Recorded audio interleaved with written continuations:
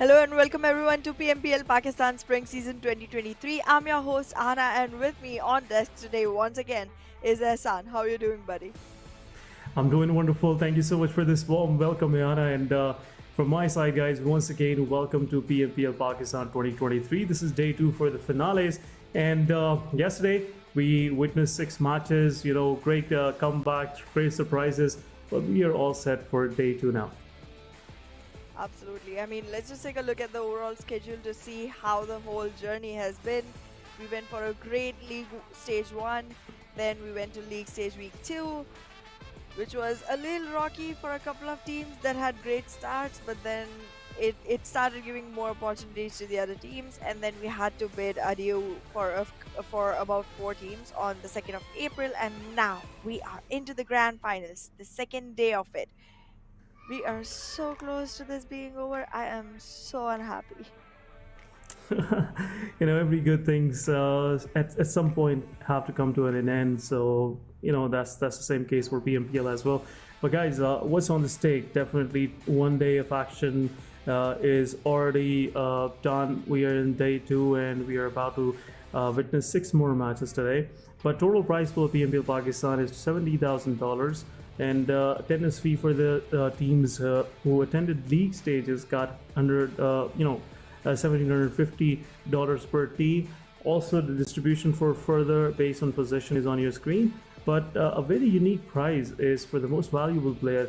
That is the MVP prize of $1,000. But the point structure that we are witnessing for this PMPL and rest of the coming official tournaments for PUBG Mobile, that'll be 10 points for chicken dinner, 6 points for second runner-up position, then third will get 5, and further distribution again on your screen. Elimination point has always been awarded with 1 point, so fragging is necessary, and it's becoming a necessity for most of these teams, because some of these teams, yesterday we were also discussing that placement points, gaining placement points, surviving for long is getting harder and harder with this point structure. But let's see what we are about to see for day two. But before that, let's have a look at overall standing, where all these teams are standing, and what are their positions based on their points. So looks like Magnus Esports, they have 14 points of lead, and 3x have to capture that lead to get to the first spot. 7th Element looking promising still, 3rd spot. Then we have R3G, Aegon XI8, and 52 Esports. XGeneration, Team Bublu maintaining themselves in top 8. So again, Ayana, definitely we will emphasize this many times, but top 8 is the goal for every team out there just to qualify for South Asia Championship. Absolutely, and it feels like the teams on the second page are struggling quite a bit. Specifically, the bottom 4 teams, they haven't even hit the half-century mark yet. They're all under 50, and that's not looking good as of now. But we do have a couple of days to go. Today and tomorrow are going to be another, shot at opportunities, another shot at actually trying to make it to the top 8. But yeah, right now it seems like the ones who are already up there, they're ruling pretty strong. They have great leads. They have great, gap between them and the teams that follow. That's definitely going to help them stay in the top 8. But who's going to be the winner is the question. The race for the first spot is still open, guys. Even Magnus with their 126 points, they are now safe. 3x with one good match can reach them. So Magnus, the problem they were facing yesterday as well, they were lacking consistency. But there was one team which was consistent enough, and that was 52 Esports. 52 Esports throughout the league plays, they were struggling, they weren't consistent, but yesterday they had some good matches. But guys, have a look at this comparison. Team R3G versus we are their week 2 day 1 and finals day 1. There is a huge difference there. Week 2 was fantastic for R3G, but comparing that with the first day of finale, it's not that far. There's a major difference in elimination points, but overall knockouts, damage, there's a difference. Obviously, survival is also on a lesser side, but they are indulging in fights, and that's a good sign for team to buckle up and go for those early skirmishes, try to get those frag points. And how can we forget that amazing 1 versus 3 by Roshan yesterday in Miramar, So Yep. all of these things are pointing out toward a success that R3G might be able to acquire for themselves today. Absolutely. I do feel though that R3G's stats, the way they have dipped, even after that, the fact that they're so much high on the leaderboard, even in the finales, makes me feel like, okay, this is not the only team that dipped. There's quite a few that took that dive into the deep waters.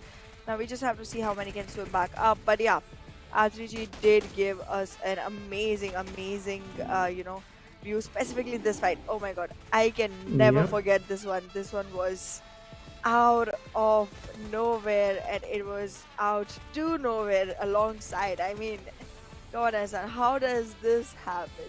I had started rooting for him. Yeah, unfortunately, Roshan didn't have much healing left. I wouldn't say much healing, nothing left for him to heal. Even few bandages would have helped him right there because 3x was feeling the pressure. After even winning the match, they weren't happy because they felt like they were about to lose it, and lose it to one player, which is in itself a big shame for any four-man standing team. They've been dominating throughout the match. They had the height advantage. They were looking after each and every team out there, but still, in the final moment, Roshan made them run for their money, and this is something very interesting to see on the first day because this clearly shows that intention of most of these team players from R3G. Looking at Team 52 Esports, it looks like even if the team is not performing, individual players and individual plays are making a huge difference, and they're giving us those fan moments. But definitely, teams have to realize one man cannot win a squad fight. One man cannot go ahead and clear out the whole squad. It is the probability of for this kind of thing is very low, and I'm pretty sure teams will realize today. But again, guys, we are heading toward day two, and there's a lot action, coming our way. But before that, let's have a look at this small TVC. क्या बात है बच्चों, दिल जीतने वाली game खेल गए। तो आंटी आपके साथ भी एक स्क्वाड अप हो जाए। हाँ आ जाओ। इस रमजान अपने स्क्वाड की गेम से बनो किसी की भलाई का मजबूत जरिया और खेलो सिर्फ दिल जीतने के लिए।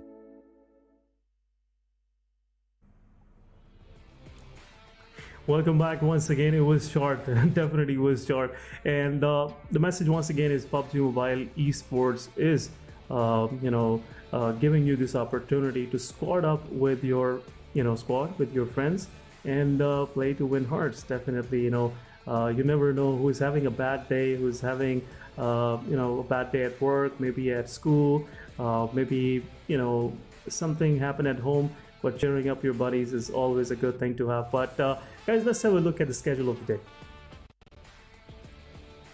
Well, look at that. The same exact thing as yesterday. Still gonna be a lot of pace change happening left and right. The teams are literally not getting any room to get comfortable. We're starting off with Miramar, going to Sanhok, then to Erangel. Then the same cycle again, another Miramar, Sanhok, and Erangel.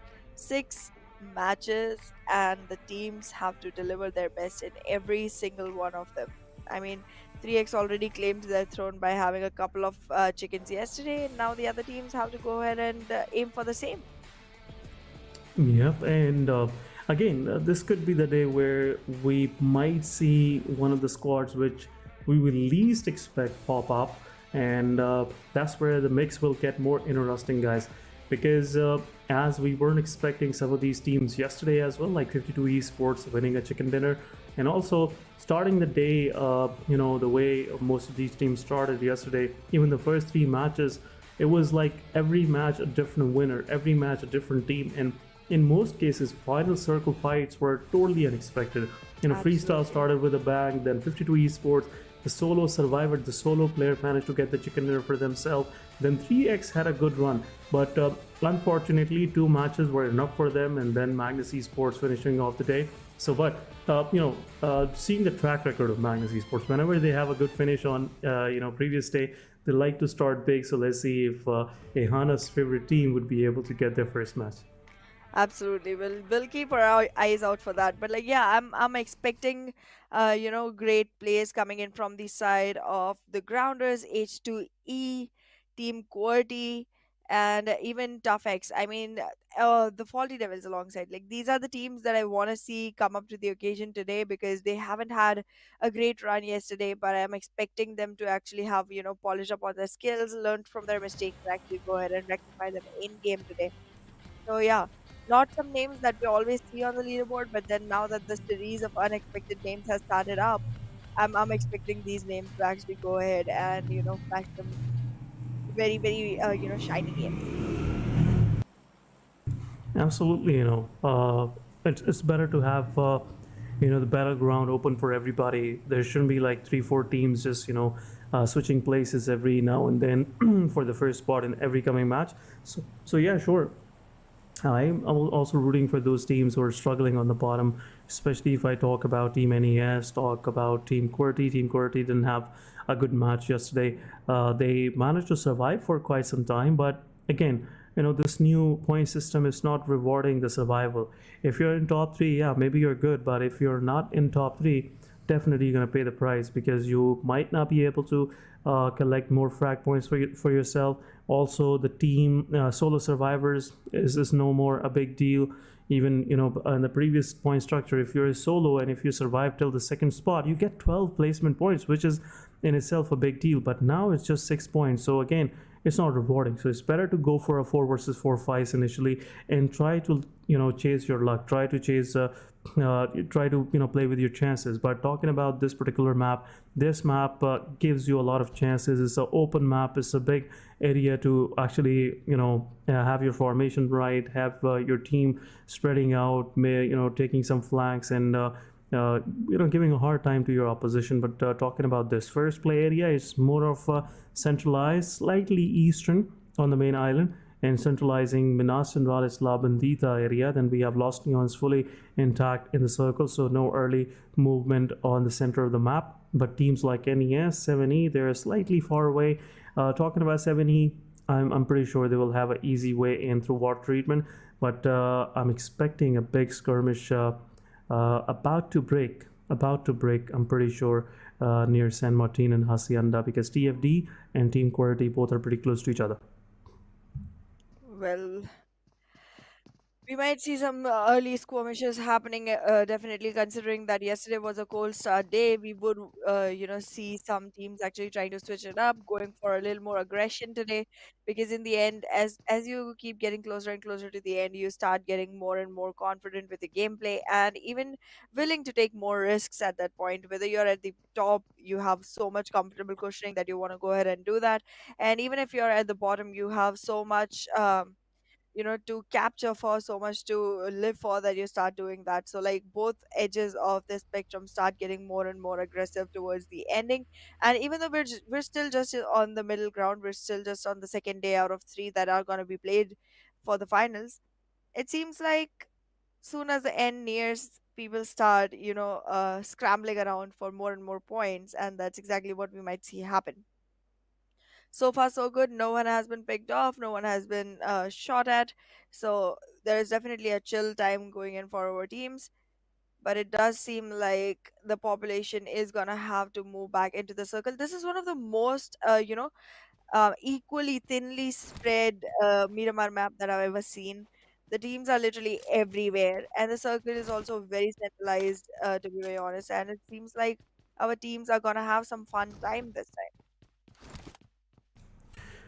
Yeah, let's see how long this one time goes, because looks like most of the teams have their eyes set on the prize. They will make sure that they just grab a safe position for themselves for this PMPL, because tomorrow it will be a Royal Rumble. Every team, they will try to do their best, and they will be taking their chances, and that's where the problem starts, because once you have nothing to lose, you have everything to gain. And most of these teams, especially in Pakistan region, like to play with that kind of mindset. And again, it will be a big and unexpected day tomorrow. But let's talk about today, guys. It's all about positioning yourself on a good position overall. Seems like Aegon X8 will try their best, especially first 3 matches, to keep themselves in top 3, because right now they're pretty close to top 3, but not in top 3, which is a big deal for them.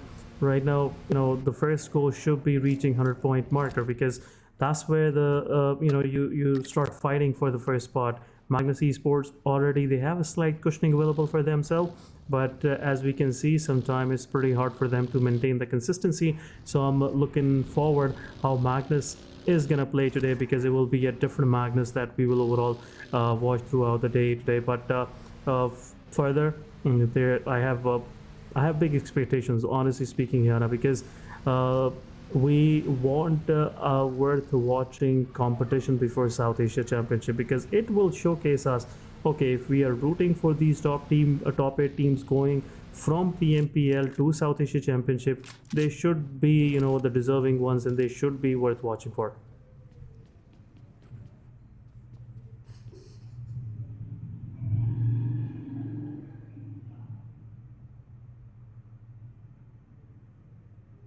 But on the meanwhile, Aegon XIA goes taking down Chotu. Chotu was taken out as 52 Esports initiating the first fight. But on the other side, they have just traded, IQ with their Chotu. Definitely not a bad deal for 52 Esports. But now they are focusing forward.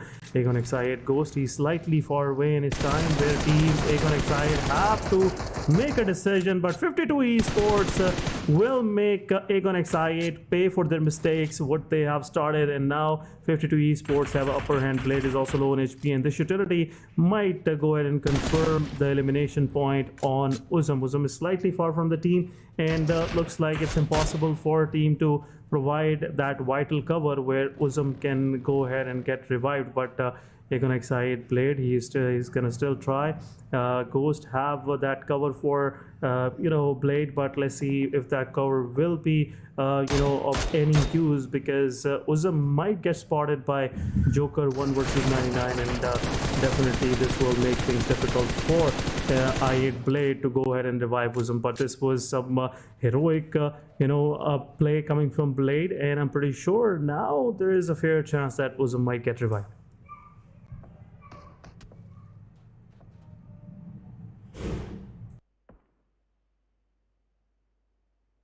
Yeah, well, it seems like 52 Esports is gonna be in a little bit of a trouble right now, considering Aegon XI8 has them, covered from 2 different angles. It's not close enough, but then again, it's the map of Miramar, so I'm pretty sure they're equipped with the right weapons to actually go ahead and invest in this fight.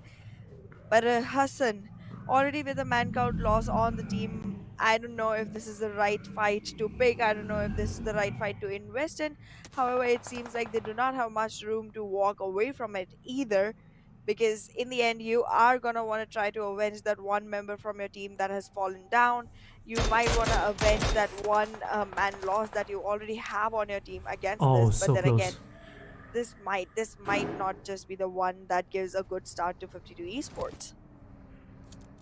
Yeah, 52 Esports, they are nowhere in a position to lose one more player. And the kind of team Aegon XI8 is, if you will give an opportunity to the players of I8 to just go ahead and give you a tough time, surely they won't say no to that. But Blade, he is away, and now Hassan is also taking a flag. And I hope he might be able to spot Uzum, but it's a risky play once again. It's a risky angle to play from. Your back is fully exposed, and you cannot go ahead and just peek this bluntly over this ridge, because Uzum again, he's looking looking toward the same angle where Hassan is trying to peek and trying to give some damage to Aegon XI. But right decision coming from 52 Esports. They can retreat. Is nothing left in the fight that they can actually go for. But right now, Aegon XI8, they have to be quick. They have to pick their player up and move him to a safe space. But on the way, Team R3G taking one player down from the side of Bablu, but Team Tough will go ahead and confirm that elimination. So as we were mentioning early on, might be we now see some good 4 versus 4 fight happening, but right now some of these teams are keeping themselves busy, just keeping an eye around themselves. But Bablu, after losing first player, looks like now they have to find a place for themselves to hold on to, otherwise it will be difficult for them. At the same time, R3G is also scanning the area where Team Tough is holding on right now.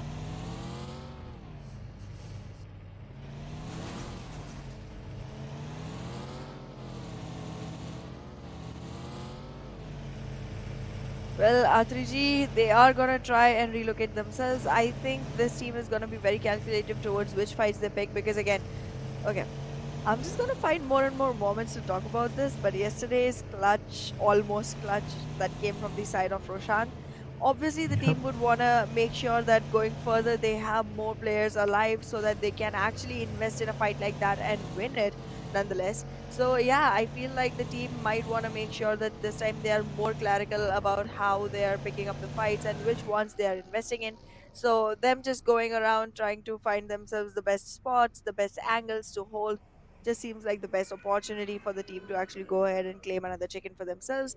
But in the meanwhile, on this map, I am really looking forward to QR finally opening up for one chicken for themselves, either this Miramar or the next one. But yeah, on Miramar, I am expecting QR to finally go ahead and capitalize and secure a chicken for themselves, go back to the first page, go back to their own comfort zone, and have some cushioning alongside as well. Yeah, but meanwhile, there's been a massive circle shift coming in this centralizing graveyard.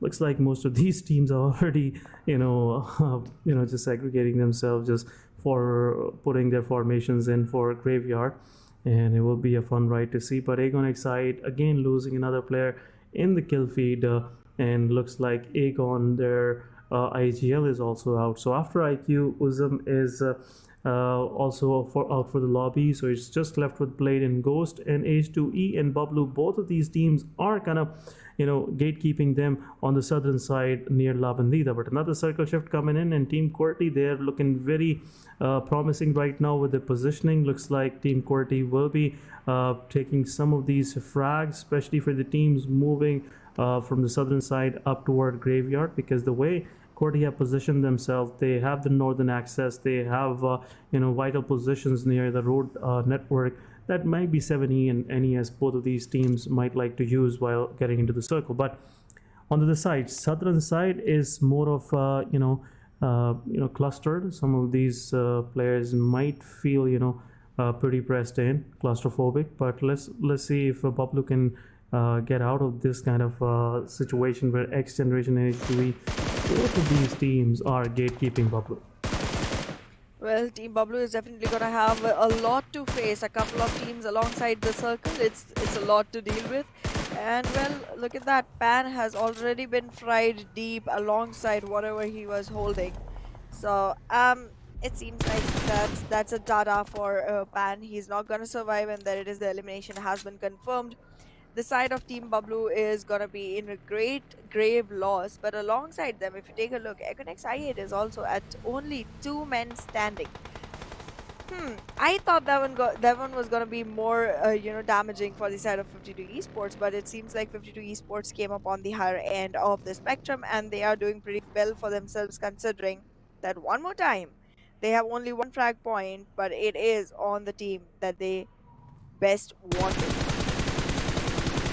Yeah, shortly, but Aegon Excite surviving with 2 of their players. H2E on the other side. Tarzan losing his vehicle tire, and especially the rear tire, because it helps you keep the the whole vehicle stable. But that's H2E Tarzan is right now struggling with. 3x is also joining the party, but XGeneration, they are gatekeeping H2E. They're not letting them even cross, and the kind of formation Team H2E is in right now looks like XGeneration will be picking some frags on them. And there you go, XGeneration saw taking down Tarzan, and the kill fate Team TG is going against Team R3G. But H2E, let's see if they will be able to find a safe place in the circle, because 3x is also eyeing on the same position where XGeneration is giving a hard time to Team H2E. Looks like Shami is an open. Vengeance can go ahead and knock out Shami, and Psycho is getting closer, and H2E is right now might lose one of their players. Looks like Utility is going in. Tarzan will get eliminated, and XGeneration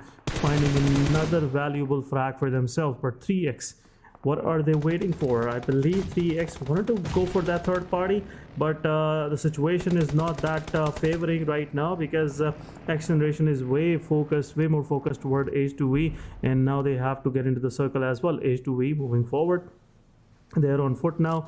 There's not much vehicles available, but it's a 3 versus 4 situation, and one knockout in XGeneration can make things easy for team H2E. Looks like Bush won't be able to give some cover, but Vengeance with the beautiful shots on the head for Psycho, but still got knocked out. H2E is on the other side with Utility taking down another player from XGeneration. XGeneration is down to 2-man standing, and possibly now this is where XGeneration Psycho will hit, and H2E is in a bit of a pickle right now. It's solo survivor of H2E. He's right now in the circle. He won't be able to provide any assistance to his fallen players, but H2E will lose 3 of their players while rotating into the circle. But XGeneration, I believe they will go ahead and revive their players, and that's where XGeneration with 4 frags in their backpack will move forward toward the circle. But let's see if XGeneration will be able to find any space in the circle, because looks like 3x right now they are moving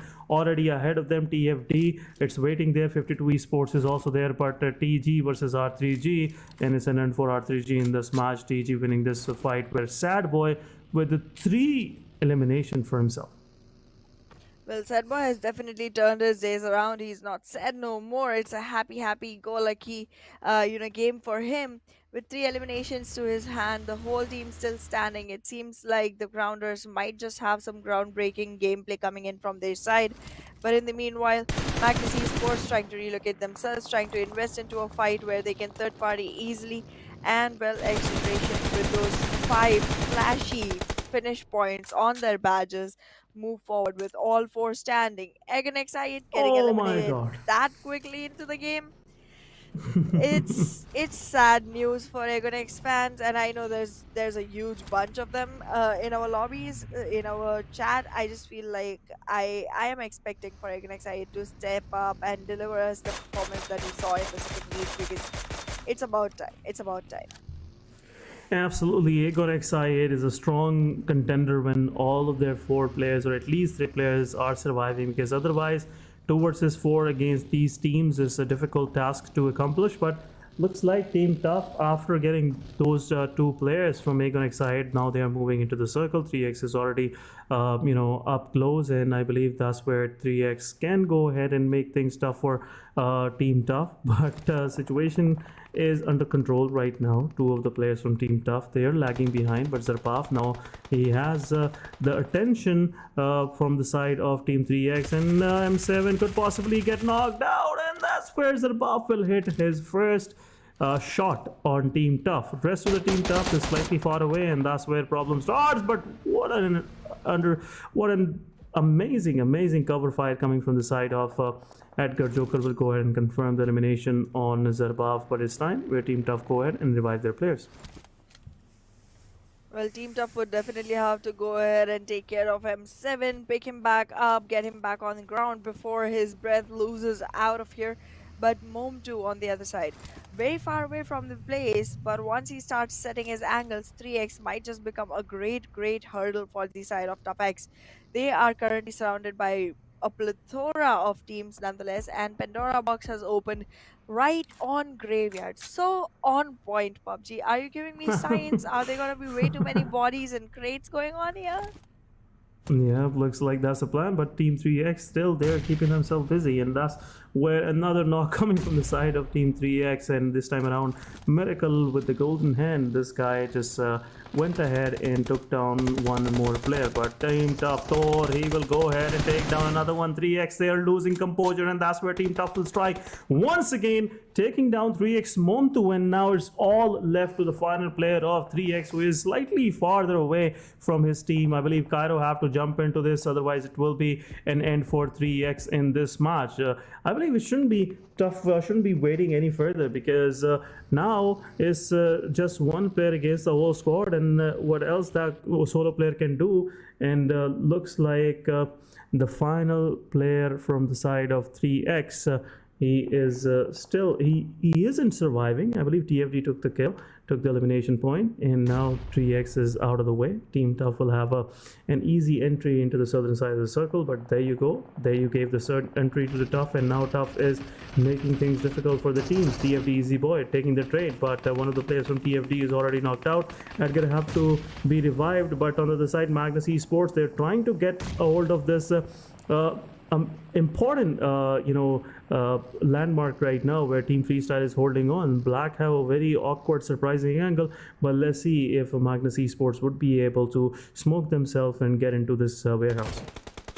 Well, this warehouse is definitely going to be a very crucial, location for all of our teams, because once you acquire this, compound, you are going to be able to cover yourself and take part into fights without being, revealed much, without being exposed much. And even inside the compound, once you really start popping in, you still have way too much room to go around. And Freestyle Drop Shot is going to drop down to the ground to make sure that he's not spotted by the players of Magnus.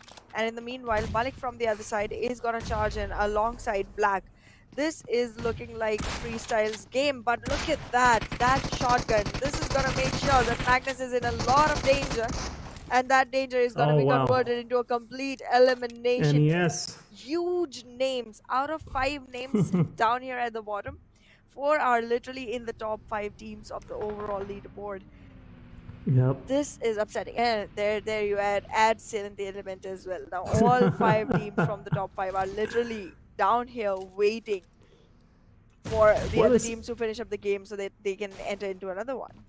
Yep, and it's bad for these top teams, but it's a good opportunity for teams who are struggling, especially on the second page. And now let's see if one of these teams will capitalize on this opportunity, because nothing much except XG and Team QR left in the lobby that can give a hard time to all these teams that are on the second page. But NES, after realizing Magnus Esports just finished out their deal with Freestyle, they've been in the fight for quite some time, and now NES is closing in. Iron with his utility trying to take one frag, and that's where NES might be able to gain an upper hand, but QR is also in the neighboring area, and this will give a tough time to NES to even at least surround the whole warehouse, because looks like the right side of the warehouse is totally occupied by the players of Team QR.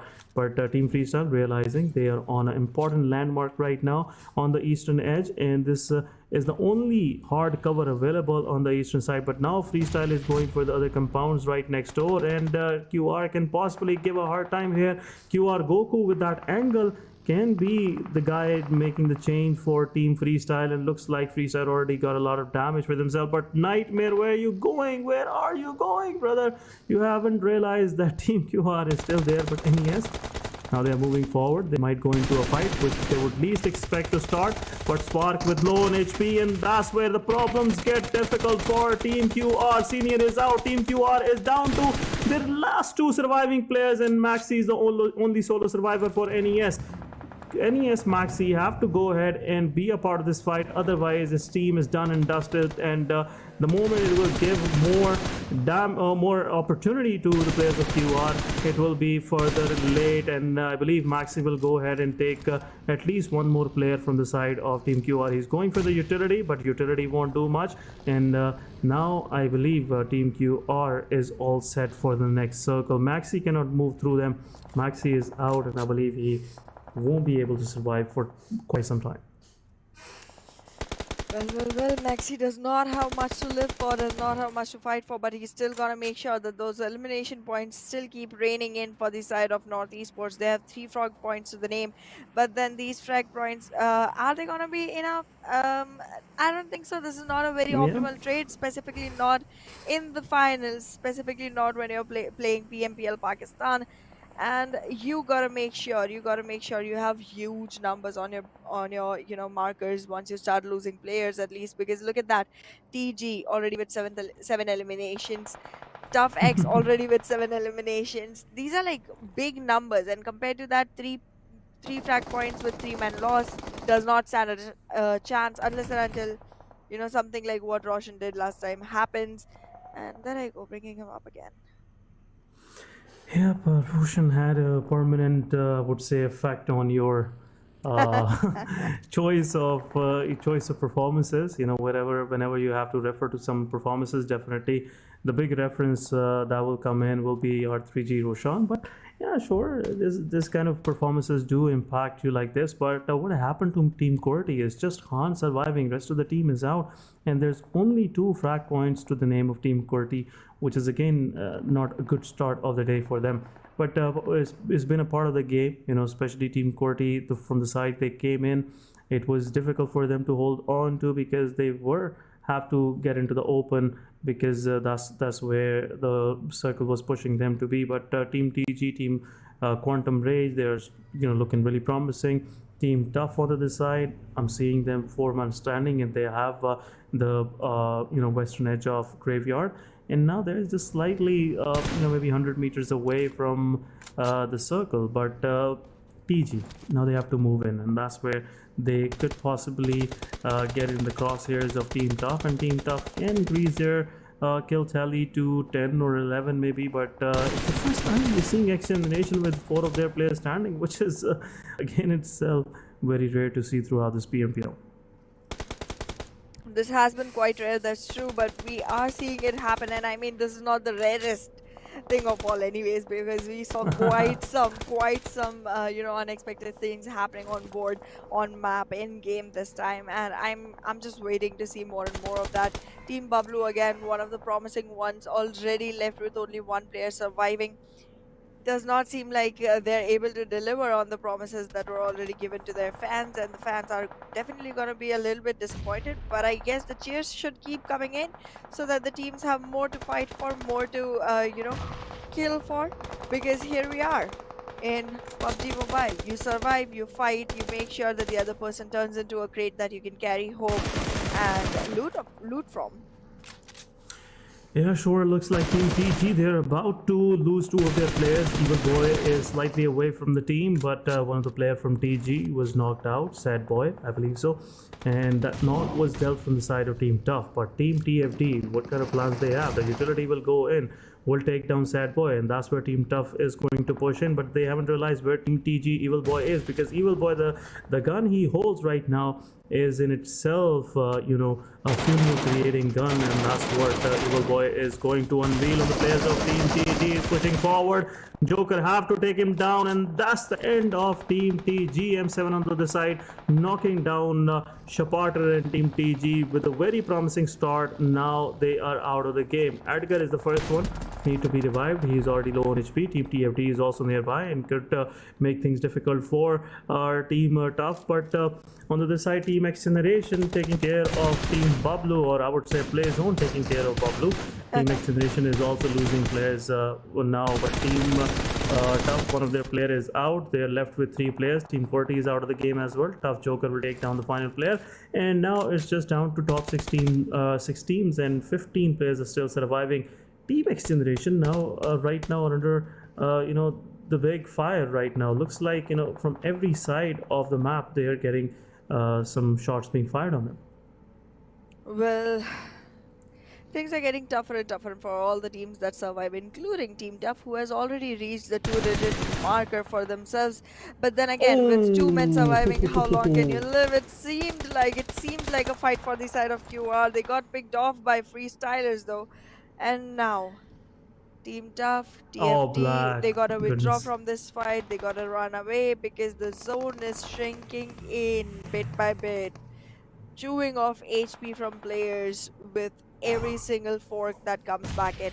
But look at that, 52 Esports already in a lot of damage, but TFD is still gonna be surviving with only 1 man. So as long as this utility stays with him, it might just work out, but I don't feel like there's gonna be much opportunity to do anything further from here. The circle, however, is gonna push 52 first, so if the aim is on point, we might just see TFD actually acquire some space in this one. However, XGeneration players are also coming back in. Hacker Shami's eyes are literally on to Easy Boy. Just a little bit of wiggle and there might be a riot happening here. it seems like there's definitely going to be some great opportunities for the side of QR to actually go ahead and third, fourth party this whole situation. But at the same time, Capex seems like they're going to be in a Oh much my better goodness. position. Oh my god. Okay, yeah. QR is I gone. guess it's the win QR for is Tough. done for. Yeah, it seems so. It seems so. 52 Esports is also in the mix with two of their players standing, but the side they're holding on to, I believe it will be difficult for them to hold on. And there you go, Shami with one classical spray, taking down the player from from 52 Esports, and now the final player from QR is still surviving, and Shami will also be taken out. And it looks like it's an easy elimination for the side of Team Tough to go ahead and deal with. It's Easy Boy with the Molotov. It's a 1 versus 2, and we weren't expecting this kind of an end, because looks like every team took their number of elimination points that they were looking for. And now TFD Easy Boy's position is also already revealed. Molotov will go in. There's more utility coming in. Blue Zone will be pressuring Easy Boy to move forward, and that's where Team Tough Edgar and Team Tough will go in. And there you go, Team Tough with the winner chicken dinner, playing from the slot number 20. We just seen there in the pop-up, but Team Tough, this is one of the wins that they were aiming for, and looks like they already got for themselves.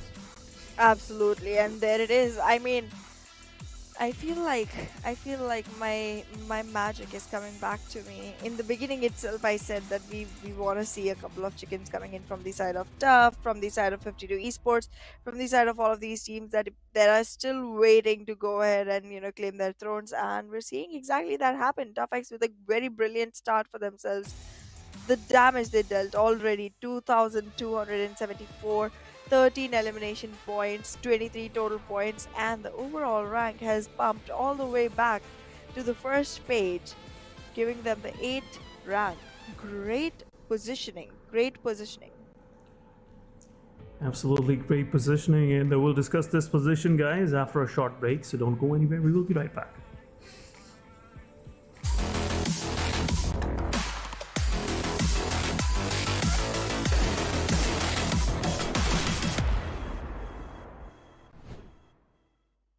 नहीं यार, आज game नहीं खेल सकता। अहमद, आ रहा हूँ mummy.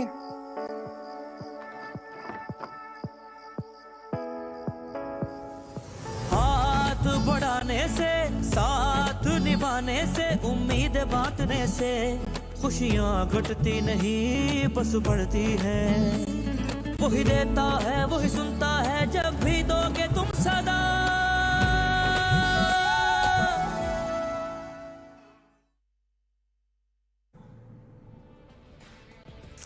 Welcome back. Welcome to PUBG Mobile Pro League Pakistan 2023, and we are back with post-match 1. This is Essen, with me it's Sehana on the desk, and once again it was much awaited chicken dinner, and we've been waiting for this moment for quite some time. Yesterday it was kind of a similar start to our day, where Tough was the second, I believe, the runner-up for the first match.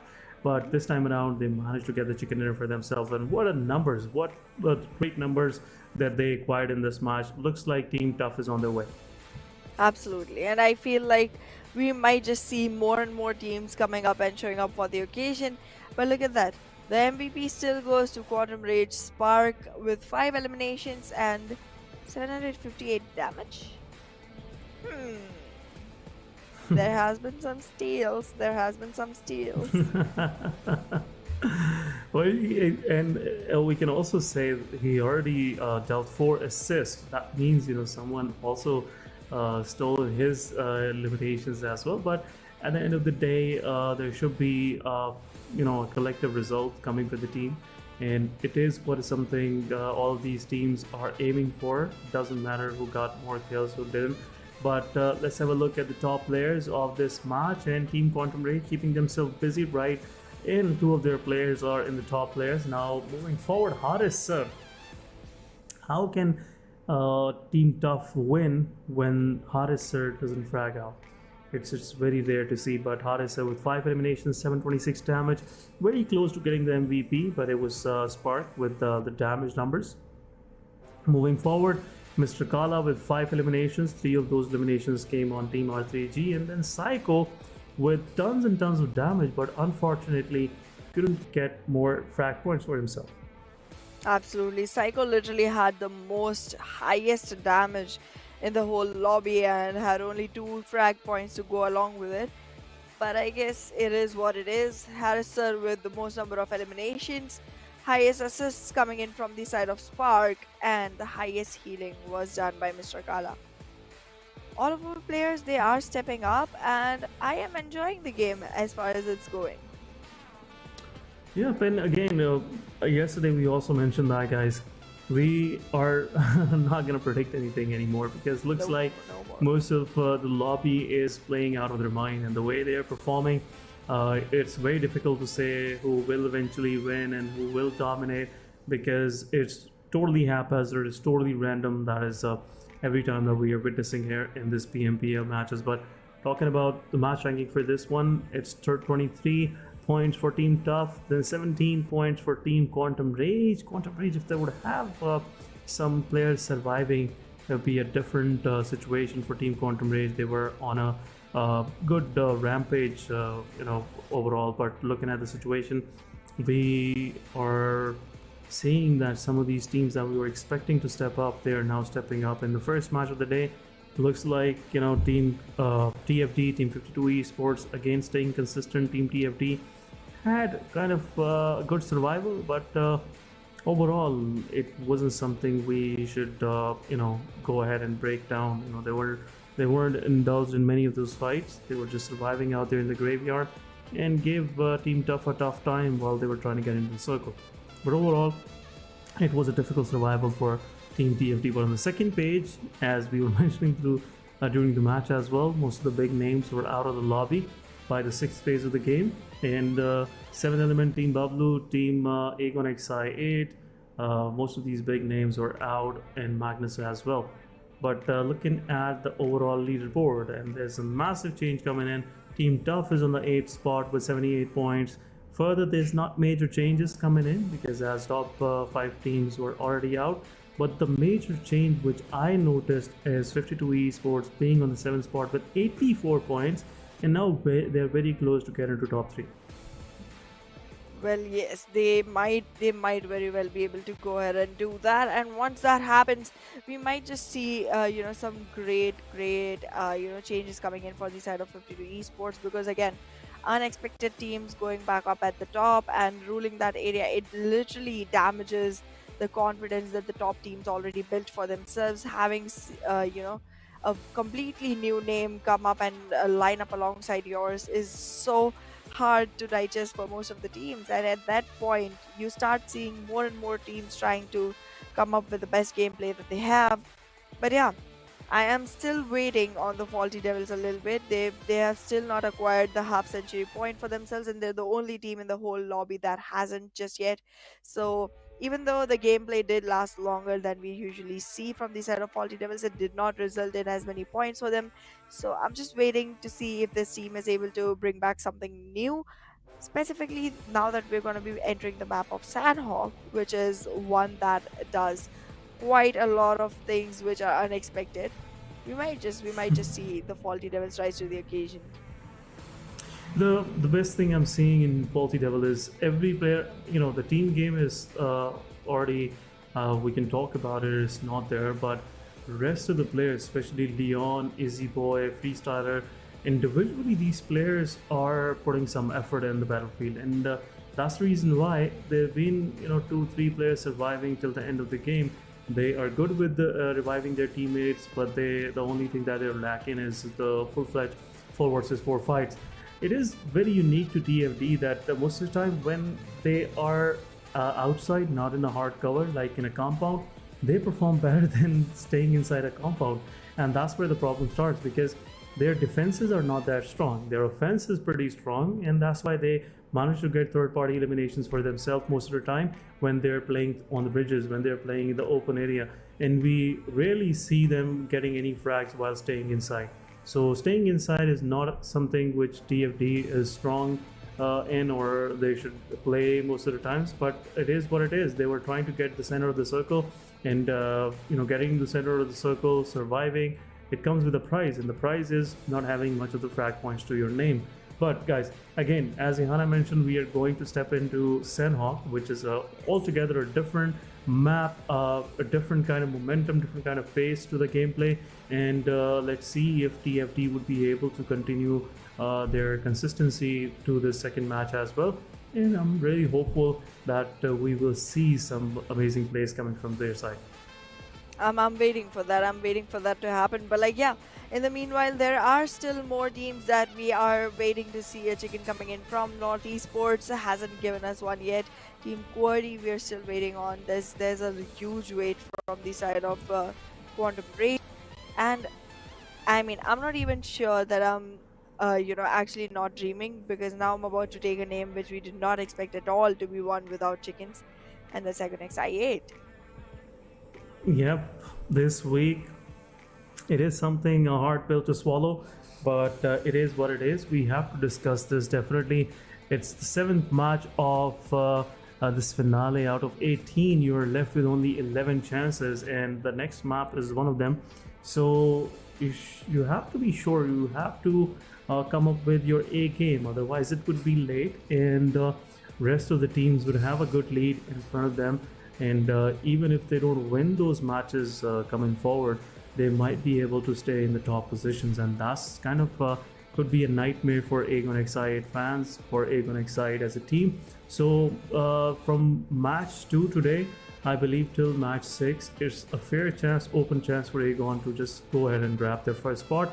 But again, it would be we discussing about Aegon too much. It would be I believe it would be an injustice to all of the other teams that are keeping themselves consistent. They're coming up with their A game, with their performances, and looks like Team 3X is one of them. Team Magnus Esports is one of them. Magnus Esports, they were slightly unlucky. They got backstabbed by NES, but overall they were set for acing that warehouse which they entered and never left.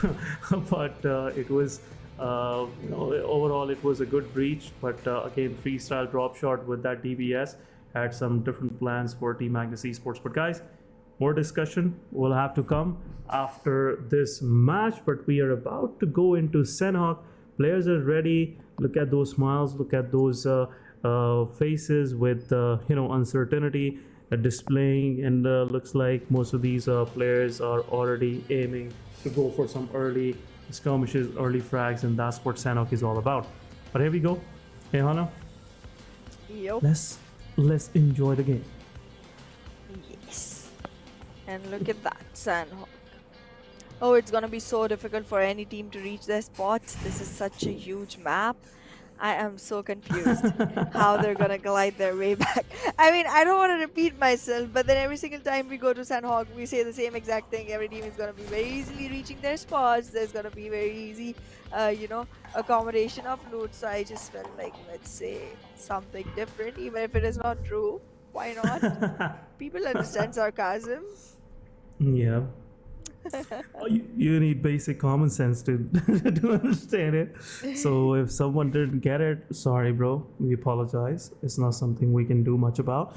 But Team Quantum Rage, they are dropping near cave. 2 of their players are going Camp Charlie, which is not something we mostly see. The Camp Bravo is the place where mostly Team QR like to go. But freestyle, they're changing up. There's a big change coming from the side of freestyle.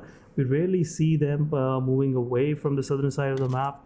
Mostly Shami is the drop location where they like to drop. But this time around, they're changing a few things for themselves, and it looks like some of these are working out for them. But XGeneration taking down one player from the side of, possibly from the side of freestyle, and there comes the backstab. Saad, you weren't ready for this, I'm pretty sure, and looks like now Team Freestyle will go ahead and confirm that elimination. But Freestyle also dealing with the third party. It's 3x this time around, and XGeneration, after losing their player, now they're pretty alert. They know there's not only one team in their surrounding, and there are 2 of them. But what just happened to Team Freestyle? Freestyle lost 2 of their players within no time, and now Team QWERTY versus TFD is happening. Khan is moving forward. Leon have a very good heighted angle from where he can keep QWERTY Khan to stay at his position. But Freestyler, let's see if he can give a backstab, or if he will disallow the players of Team QWERTY to just cross from this location. And looks like Team QWERTY have some idea that Freestyler is nearby. It's only one player. Khan is there, Vortex is surrounding Team QWERTY. They are pushing forward, and Freestyler right now feeling slightly numb. Maybe. Oh, he comes in, takes down one, possibly takes down two. Pop is out, and he also gets knocked out. And this is the problem with the first person preview. Wolverine is there. Rest of the team is pushing forward. There you go, Wolverine is also down. It's Khan left, solo survivor. He's in the open, and I believe that's where Team QWERTY will be said goodbye for this match. Team QWERTY is out of the mix, and Team TFT with some early success, and they'll be able to pick up Freestyler as well. So great work from Freestyler with that DBS, and this is something we would least expect in this very open position where he was surrounded from two sides, but he still managed to take down two of the players. But unfortunately, Team QWERTY, not a good start for them once again.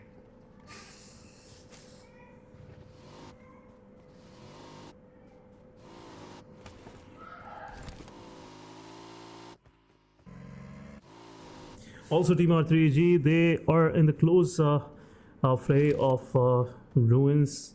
It's another drop location which Team R3G likes to go and loot. It's a very open area, and it's a very risky one if you want to clash drop R3G, because R3G they are good with some early skirmishes, early fights, and that's the reason why R3G chooses to stay near ruins.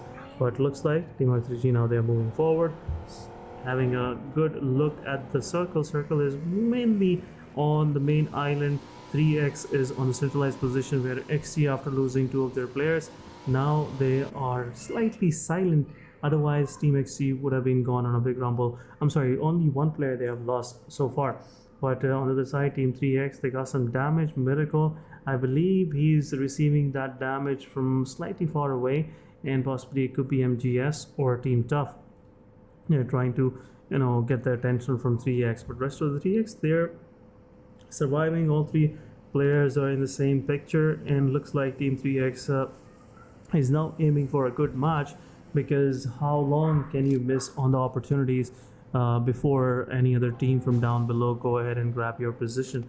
And I wanted to see Team 3X giving a tough time to rest of the lobby, especially Magnus Esports, because Magnus Esports right now, they're still sitting on the first spot with good number of points, and 3X should be aiming for the first spot, because it's the only day where you can go for those risky plays. Because tomorrow, if you're not somewhere close to the first spot, it will be a difficult run for you, because all other teams will also be aiming for that position.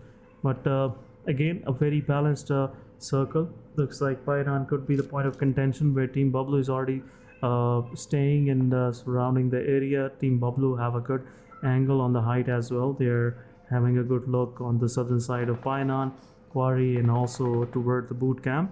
And seems like most of the skirmishes are about to break on the center of this play area, where Team Tough, Team XGeneration, Team Magnus, they are pretty close to each other, and 52 Esports might also join the fray as well if any of these proceedings happen between either of these teams. It looks like situation is still under control. No more exchange of fires. But Team 3X, they have 1 elimination points in their backpack. Now they're waiting on Team TG. Zerbov giving that util, and didn't realize that someone else is also watching him, and with some safety he's back with his team. And it was a risky position where Team XGeneration Shami was looking at that position as well, and this will help Team TG to survive for some time. Otherwise Team TG would have been dealt with some surprises coming their way. But Team 3X still 4-man standing. Zerbov will heal himself.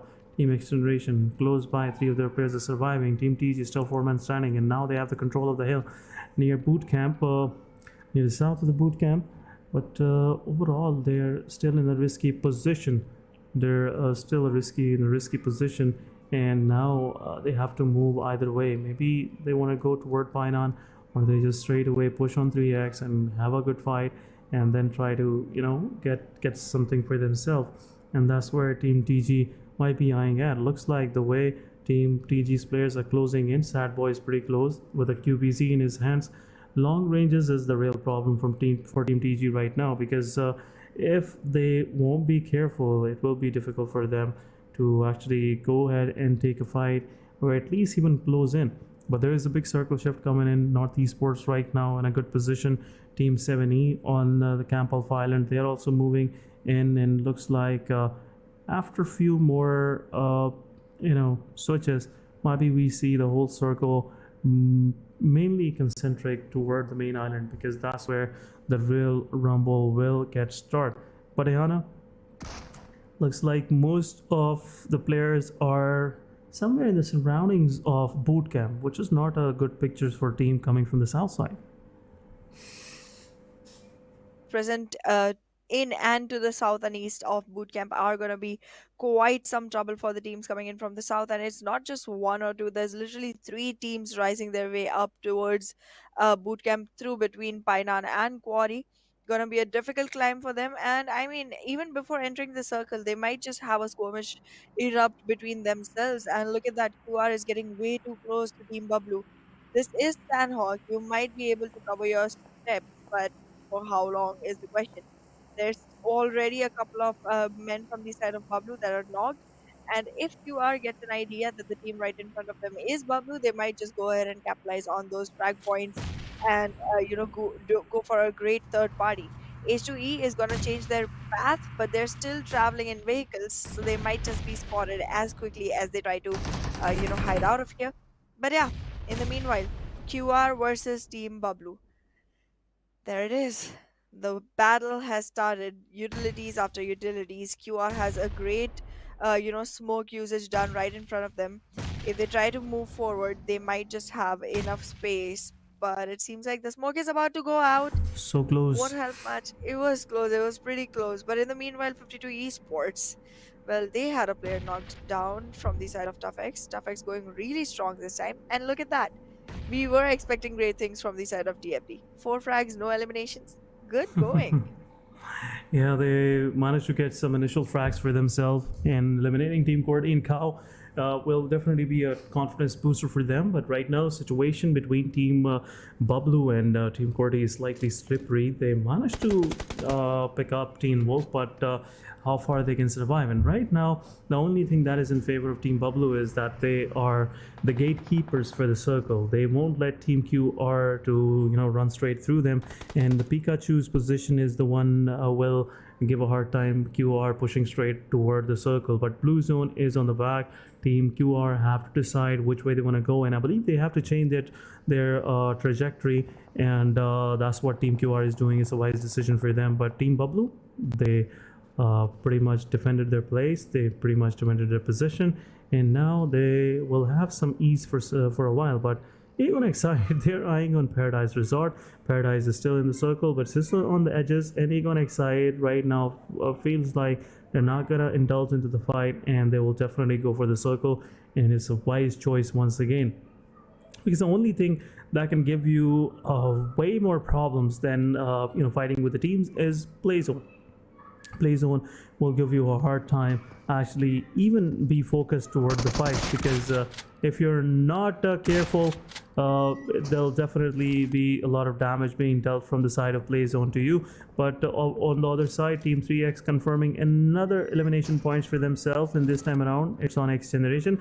XGeneration losing another player as well, so now left with 2 players standing. But another circle shift coming in, and NES, as I was mentioning, they're in a very good position right now, and looks like Team NES will go ahead and hold on to that position as long as they can. And Aegon Excited is already eyeing on that position, but Team TG passing close by.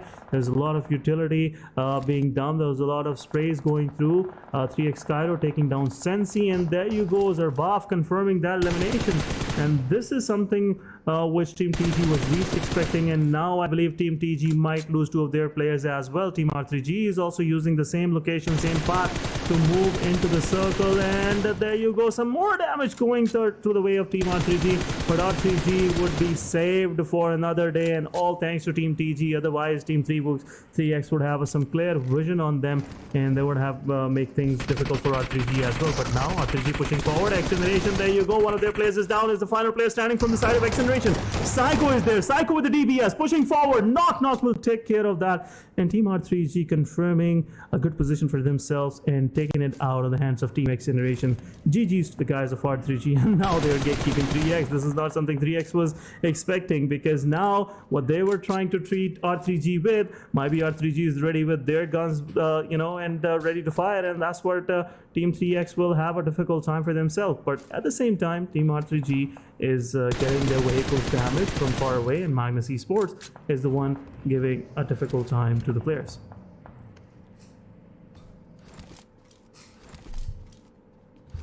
But seeing the situation, 7E also confirming some more elimination points, and with that, looks like Team 7E will be confirming those from pretty far away. Divine is already the one only in the circle, rest of the team is outside the circle, and they have that the western island for themselves. But how long they can hold on to that island, because at any point of time the circle might shift away from there and they will have to jump into the water. But overall, situation is still under control. 7E have their 4-man standing, and now it's time to move into the circle. Team Freestyle is nearby. Team TG, they're in the waters. Evil Boy is the only solo survivor right now. I'm sorry, 2 of the players from Team TG are surviving, and looks like it's Evil Boy and Shapater. Shapater is somewhere in the water. I can see him. Yeah, he is in the water as well, and he is in the circle, the only one from TG in the circle. And now Evil Boy have to decide as well whether he want to join forces with his teammate, or he will stay outside the zone and be a surprise for other teams. But Team Bublu, they're closing in. Team Bublu still 4-man standing, a good rotation coming in, and that's where looks like Team Bublu will go ahead and cross into the circle. But one player from Team Bublu is down, another player down as well, another elimination points in the backpack of Team 3X, and Momtu will confirm the elimination point. But there you go, some connection coming the way of Momtu, and that's where Momtu will spot out another player from Team Bublu, and Zarbaf will go ahead and confirm the elimination point. Pikachu is the only one, he's pretty close, and possibly I believe Team 3X have no idea where Bublu Pikachu is. There you go, how his position is revealed. Confirmation. Game over. Team Bublu is out of the game, Miana. Well, Team Bublu is definitely walking back to the lobby pretty early in the game, even though this was supposed to be one where they could have actually gone ahead and capitalized. It does not seem like the team is able to deliver to their fans what they had promised, as we've already said earlier, but we are having to repeat ourselves because of the way the performance is going on right now. It just seems like the bad days have all lined up for the side of Team Bublu as well as TFD. Even though they have a great start to they had a great start to themselves, they are now going on losing man count one after the other from the side of 52 Esports. And in the meanwhile, Magnus Esports is gonna have their crosshair set right onto ToughX players, but every single one of these 8 players are on the ground, prone, trying to take the fight as slowly as possible, trying to give as little clue of their presence as possible. This is a surprise game. It completely depends on who spots who first. Oh my goodness. Yeah, sure, and could be Team QR giving a tough time, but 3X, the moment they try to go ahead and cross their way to the circle, Team R3G has been waiting for this moment for quite some time. But on the other side, Team 7E getting eliminated by Team TG, Evil Boy and Chaparter. 2 of their elimination points went to the way of, I believe, Team NES, and rest of the players were picked by TG. TG holding on to that small island in between the waters really helped them eliminate, get some elimination points for themselves. But now it's time for R3G. R3G pushing forward, taking down Team Tough, Joker, Team Tough. Rest of the players are there. Team Magnus Esports joining into the fray, and that's where Team Tough will lose all of their players. Player Zone is also giving some hard time. Magnus Trollin is also jumping in. That's where the maximum value which of these teams are getting is Team Magnus Esports. 3 of their players are still standing. They will revive Magnus Zen, but Team Tough unfortunately losing 3 of their players, and this was not meant for Team Tough even at the first place, and looks like Team Tough is being the unlucky ones in this one, and there you go. Team Tough will lose 3 of their players within no time. But R3G Roshan, he is in the open. Team Tough, Edgar can go ahead and go for that elimination point. He's the only solo survivor right now with 8 elimination points in his backpack. But 3x still is standing, and there you go. Roshan will confirm that elimination point on 3x and will go ahead and jump into the water. And things got pretty heated, and now it's time for a fresh swim. And looks like Team R3G Roshan is going for that, but it's all about survival. It's not for enjoyment, and that's what looks like Team oh my goodness 3G is gonna do. They had a very good position. They started their fight pretty good, but they weren't expecting 2 of these teams holding on to the same position. Well, right now it seems like Magnus Esports is having a time of their life trying to get onto Edgar, and there they are. They'll Another get one. that finish point for themselves. And with that, 2 finish points, all 4 men standing, looking good. But you cannot underestimate R3G Roshan. 9 points, 9 elimination points to this guy. And now the team is literally at the position that they are gonna get placement points as well, no matter when they get picked out of here. And as long as he survives, he can keep collecting on those. No one else on the boards is even close to half point of where he is when it comes to frag points, because everyone else literally has 4 maximum out of the ones that are actually alive, and that just is a great start for a team. But yeah, in the meanwhile, we are gonna see 52 Esports running over there. Jalad did it to himself, I'm pretty sure. You know, he jumped and he just fell off, and that's where the problem started. But 2 of the players are down, and the rest, the remaining 52 Esports player got also eliminated. I was about to say they were having another good match, but thank God I didn't say it. I just thought and it happened. But Team Magnus Esports on the other side still surviving with 4 of their players. R3G Roshan still standing somewhere in the water with a very low HP, but it's time for Team TG to taste the same medicine that they gave to 7E where 4 men standing, and somewhat Team TG managed to confirm all those eliminations for themselves without even sharing one with any other team out there. But Team TG is still surviving. NES Maxi will have a clear vision on the players of Team TG. One of them is down. Roshan taking down 1, taking down possibly 2, and possibly Team NES Maxi will help him a lot. And there you go, Roshan confirming another one for his team, and couldn't jump out of the water. Got slowed down, but still 11 good points. Total 11 elimination points. Looks like someone was quite busy throughout the match, but Team Magnus Esports still surviving. Only 1 success for Aegon Xide as well, but Team 2R on the other side, they are having a difficult time. They are unable to even get in the circle, and Magnus Esports and Team I8 both are making things difficult for them. Well, it seems like UR may not have any room to go across, and there freestylers get eliminated in the meanwhile, and Magnus, Agonix I8 just shifted their angles all the way from QR to Magnus, and now Zen is in trouble. He's deep in the water. He's trying to swim down lower and lower, trying to survive, but he does not, and there it is, complete elimination of Zen. In the meanwhile, however, Agonix I8 is gonna have some damage on them as well, while North Esports capitalizes onto Quantum Rage. That nade, it's gonna miss, but Senior is still crawling back up, slowly and steadily. Maxi's not even looking at the right direction, but Senior, let's see how far he can go. They're still in top 4, but NES 4-man standing. Looks like, you know, it's the point where Team NES will have a good position for themselves, but next circle chip, let's see what that circle chip decide for NES, because their reign on the hill is about to be over, and NES have to move into the circle as well. But Magnus Esports versus Team I8 is happening. Zibian is out.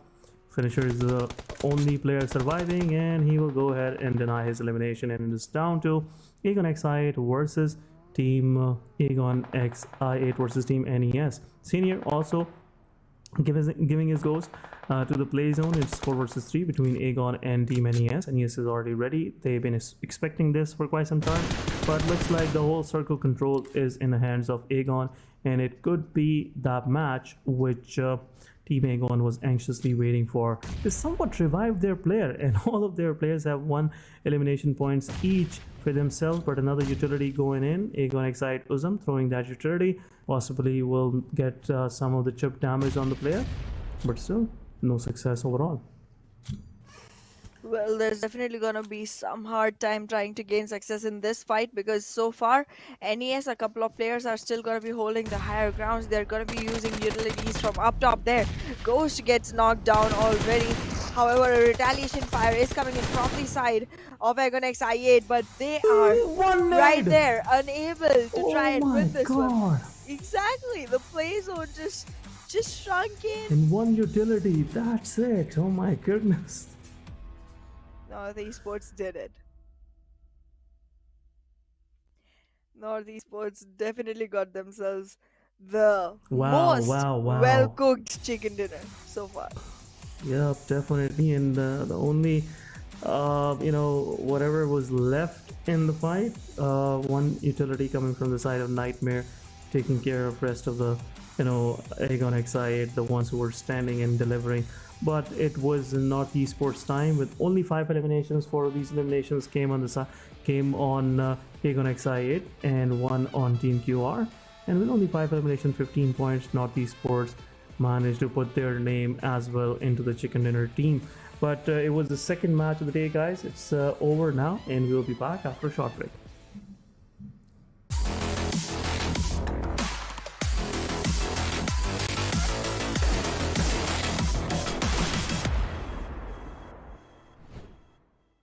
पहले ही customers नहीं आ रहे थे और आगे रमजान में तो बिल्कुल ही नहीं आएंगे। तुम सारा टाइम अपने दोस्तों के साथ आवारागर्दी में गुजार देते हो। इस तरह तो गुजारा हो ही नहीं सकता। खबरदार फोन को हाथ लगाया। ओ, आ गए होंगे तुम्हारे आवारा दोस्त। क्या सीन है ब्रो, चला चलें? नहीं यार, आज गेम नहीं खेल सकता। अहमद, आ रहा हूँ अम्मी।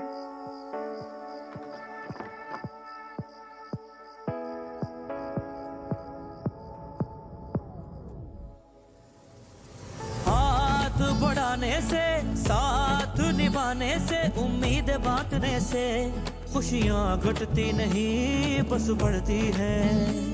वही देता है वही सुनता है जब भी दोगे तुम सदा।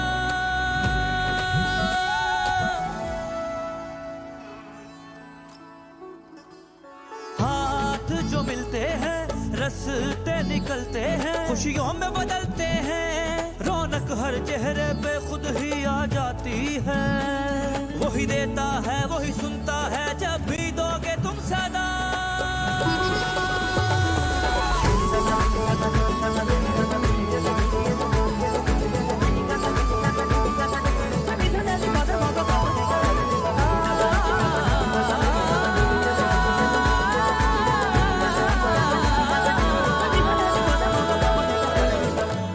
क्या बात है बच्चों, दिल जीतने वाली गेम खेल गए।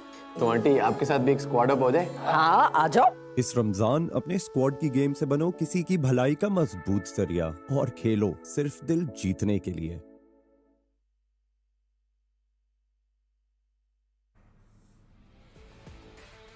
Welcome back guys after this short break, and a good reminder for all those of you out there, make sure to squad up with your friends and play to win hearts. This is Essen, with me it's Yana on the desk. Yana, once again, a very surprising finish to the match, but it is what it is. NES getting their first chicken dinner in this finale.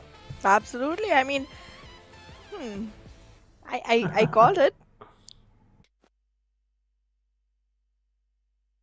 On which map, but I did call out this name among all the others that I did say in the beginning of the game itself. But like, yeah, I'm proud to see more and more teams coming up, more and more teams claiming the throne for themselves. However, it's very disheartening for the side of Aegon XI8, one being such a big name team with so much caliber, so much in their hands, and then just losing to one well-timed nade. I mean, it's just what it is. But Roshan, with 9 elimination points to himself alone, like, I think that's the maximum. That's the whole eliminations that R3G had in total, and it was all by Roshan. It's just a difference of only 2. To be accurate, they managed to get 11 eliminations for themselves, But out of those 11, 9 is still a big number, you know. What is the rest of the team doing? But Roshan with 9 eliminations, 589 damage. Definitely damage is not justifying the number. But overall, it's a good team player performance, and we should definitely give credit to Roshan for this outstanding, consistent performance coming from him once again. But TG on the other side, 4 eliminations. Chapada confirming the whole squad, I believe, of Team 7E, or at least 3 of them. But 3x again keeping themselves busy. 4 eliminations for Cairo. Zen again 458 damage. Magnus stayed at the same position for forever throughout this match. You know, they've been in the outskirts of boot camp for quite some time. They were holding that position and they got rewarded as well, but they had to pay the price afterwards. You know, they could have captured those houses where Team Aegon X8 was holding on to pretty early, because Aegon X8 was not even in the picture when Magnus Esports was in the surrounding. But overall, a very good match coming from both of these squads, especially Magnus and 3x. But talking about the match summary, it's Roshan summary, also Zarbaf joining in on the assist, and a lot of healing being done from the side of NES. But getting the chicken dinner, 15 points for Team North Esports. At the same time, 13 points from the side of Regicide, and out of these 13, dominantly 11 of those coming from the side of Frax. You know, they've been busy throughout. They managed to take down XGeneration. They took a great fight against Team 3x. They also gave some hard time to the players of Team Tough, but overall it was a very good match for them. But on the second page, it's not good to see Team H2E here. XGeneration, 7th element, you know, again 2 eliminations to their name, but not a good match. But Team Tough, the winners of previous match, not a good sight to see. But overall, it is what it is. This is what Sanhok serves us most of the time. Well, that's true. That's true. But yeah, going back to the overall ranking of the finals, Magnus still holding strong onto their fort with 136, a 16-point difference from 3x Esports, while Regicide has climbed their way back to the 3rd position. I guess they never left it, but they were about to. So still a great save. And I can excite finally climbing back up, a bit by bit, inch by inch. But I mean, there's this thing about this team. They start off slow and steady, and then once they hit the point where they're close to being number 1, then there it is. That's the end of the story. They give no one else any breathing room to go ahead and claim that. But like, yeah, good news. Every single team is now above or at 50. The Faulty Devils have consistently been at 16th position. Same with Team QWERTY, hoping for changes around here. Tough, however, has fallen back down again to the 9th position, to the 2nd page. They had secured the 8th rank for themselves in the last match before this one. But like, yeah, this is what it is right now. North Esports, they have a chicken still on the 2nd page. Eventually they will have the opportunity to climb back up, but they will have to be very, very consistent alongside Freestylers and Tough X. Yeah, Team Tough Esports, you know, I was really hopeful it might be the day for them, but unfortunately the change in the game pace overall, you know, it was not something Team Tough was able to adapt to, because Team Tough, you know, they're being very unlucky. Team R3G was not even going for them. They were going for Magnus Esports. They somewhat came in between and they were the first one to get crushed. But it is what it is. It's part of the game. Team Magnus Esports, you know, they managed to get the whole control of the situation, and that's the reason why they managed to confirm 4 eliminations on Team Tough, then 3 eliminations on Team R3G. That was again a good overall fight being taken from the side of Magnus without even losing their single player, which in itself shows the depth of you know, experience, gameplay, and individual gameplay, I would say, from the side of Magnus. But Team Tough again, they were unlucky. I wouldn't say it was a bad fight. They weren't even expecting something coming their way like this, the way R3G just, you know, went into their supercars and rushed in. And overall, I would say if Tough would have given a chance, they would have given, you know, us a good match overall, maybe at least 10 points for themselves. Well, we might see that happen coming forward, but like, yeah, as of now, it seems like the teams are gonna be having a very, very happy moment coming for them, because it is home ground. We are gonna be walking into Erangel, nothing else but Erangel. I mean, This seems to be a map which is a complete great mix of strategy and randomness. You could actually go ahead and just run around and actually keep trying to find frags for yourself. You could also have a plan in mind and go accordingly. And in both ways, you might be able to find something or the other for yourselves. So, a team, if they are consistently not doing great on a map like Erangel, then they need a lot to work upon. Then that means that they're neither great at their solo plays nor at the team, and that just means that you are not able to deliver the kind of gameplay that is demanded from you in a game like PMPL Pakistan. Yep, it could be something, you know. Again, we always say that it's an open chance for anyone to grab because the Wrangle again is a default map. All of these teams, they have you know, good practice on this map. Most of the times, these teams play at Wrangle, even in some local tournaments, because mostly it's a predominant map. You know, mostly it's being played throughout, and having a bad match on a Wrangle doesn't look nice. You know, you can have an excuse for Miramar, you can have an excuse for Sanhok being totally unpredictable, but what about Erangel? You know, this is something you should be always ready. You should be always, you know, eyeing on to catch up the momentum, to catch up your, I would say, you know, the way it's positioned. I believe it's mid of the day, and at the same time, if you're not getting momentum in first two maps, there's your chance, and go ahead and grab it.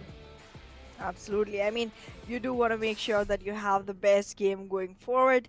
But look at that. Our players already set to go. Hmm. Hey, am I seeing just a curtain for a player from the side of Magnus? I guess he's not in there. He just joined the lobby and left.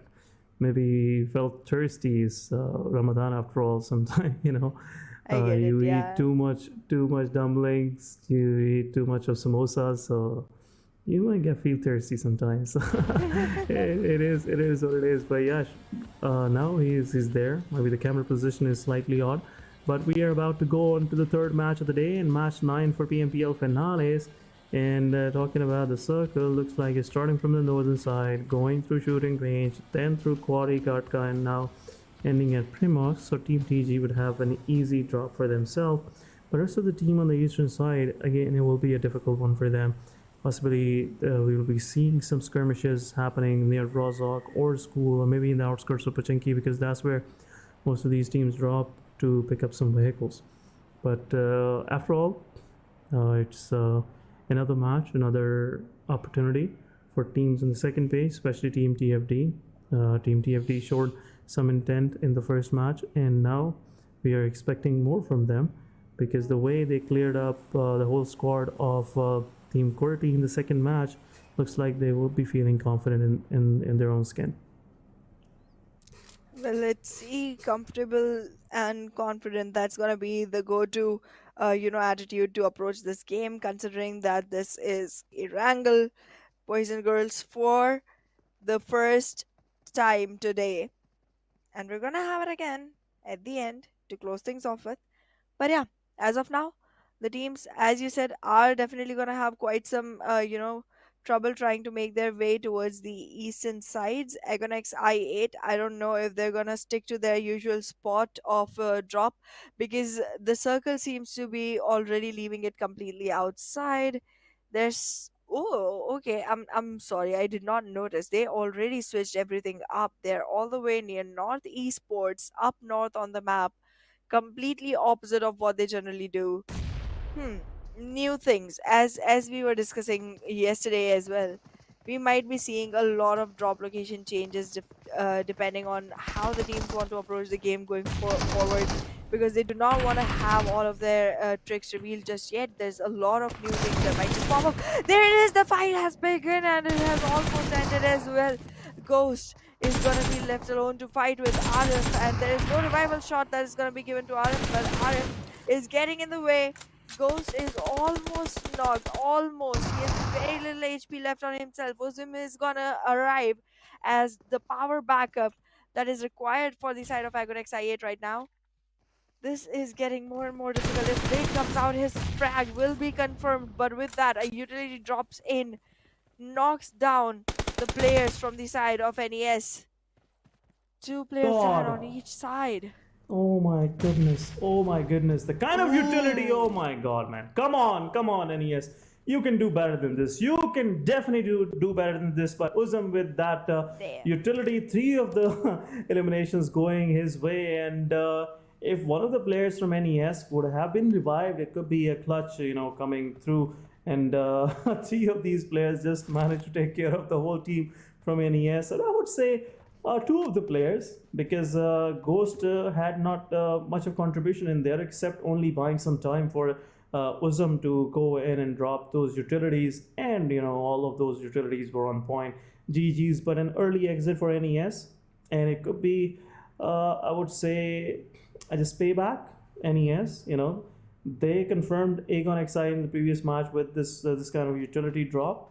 But now, this time around, they have to get their full payment, and Aegon XI confirming 4 of eliminations for themselves right now on top of everything. But NES, what a fight. I'm sorry for that.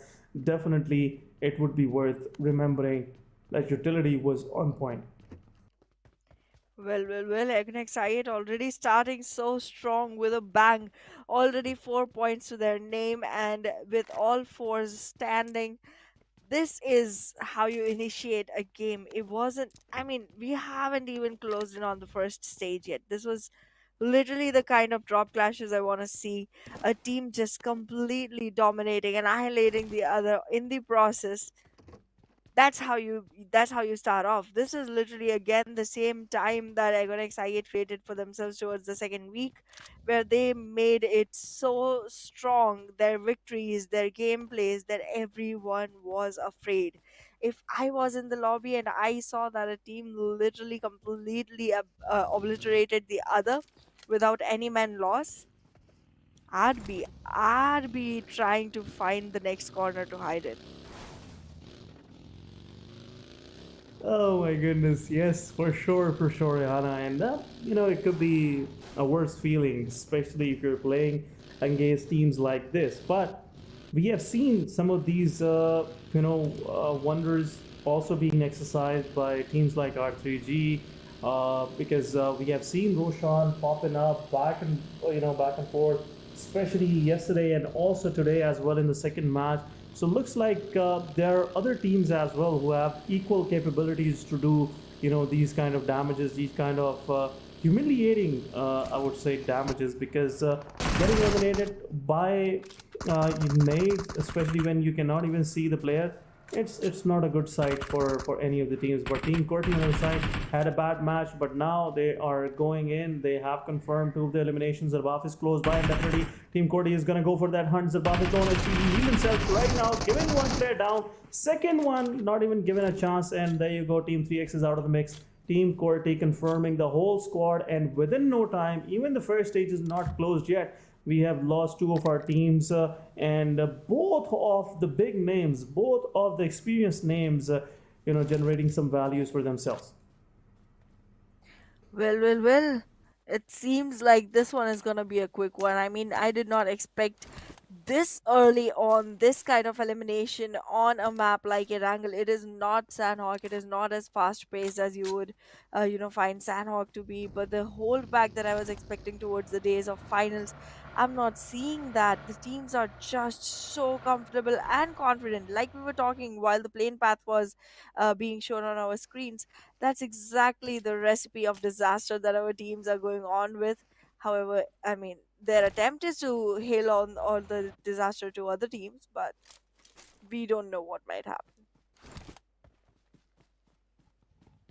Yeah, and looks like Team Corti and Aegon XI, both of these teams were in a need of these kind of starts, And, previously in both of the previous matches, we have mentioned this, because Team Corti right now, they're struggling. They're the second last on the table in finale, and this is very rare to see, because most of the time, these guys are always, eyeing for the first spot. They're always there to win, and is the only team in Pakistan circuit with the most wins, of any official tournament, any official PMCOs, or even I would say they are pretty dominant squad locally as well. But this time around, this PMPL, the story was different because there's a lot of new recruits coming in. Chief OG, Pop, most of these players are the new ones joining Team Corti, and joining, just before PMPL is not the right time. Again, team needs a lot of practice to build synergy, and that's what we felt like Team Corti was missing. But overall, starting your match of an angle like this definitely gonna give you the confidence, and it will also point out some of the mistakes that might be Team Corti is making, and this time around they fixed it, and the reason why they were able to confirm all of the frags on 3x, very dominant team, and after confirming, after wiping the whole squad of 3x, definitely Team Corti are feeding themselves. Well. Team Corti is definitely on a high horse right now. They just gotta make sure that the galloping doesn't stop, that the gulping doesn't stop, because I'm seeing this team just feasting on all the others. Right now, they've already made sure that one team is out back into the lobby. That is 3x. They might just have another one falling back into their arms soon enough, but the faulty devils, there's the fault that they committed, which is gonna be very, very heavy and risky for their side, because Tough is not gonna be punishing. Tough is not the team you're gonna be tough enough against. Tyler tries to take a dip back into the borders. Oh, so close. But no. So freaking close. Exactly, it's pretty close, and Oh it's my gonna God. end soon enough. He might just survive, but not for long. Oh With my that, God. first loss, first casualty coming in from the side of TFD. And well, they're already at a man count disadvantage, and with this deficit, going on forward further is gonna be difficult. The circle is gonna push back in as well, making it more and more difficult for TFD to hold on. And there it is, a circle elimination. There you go.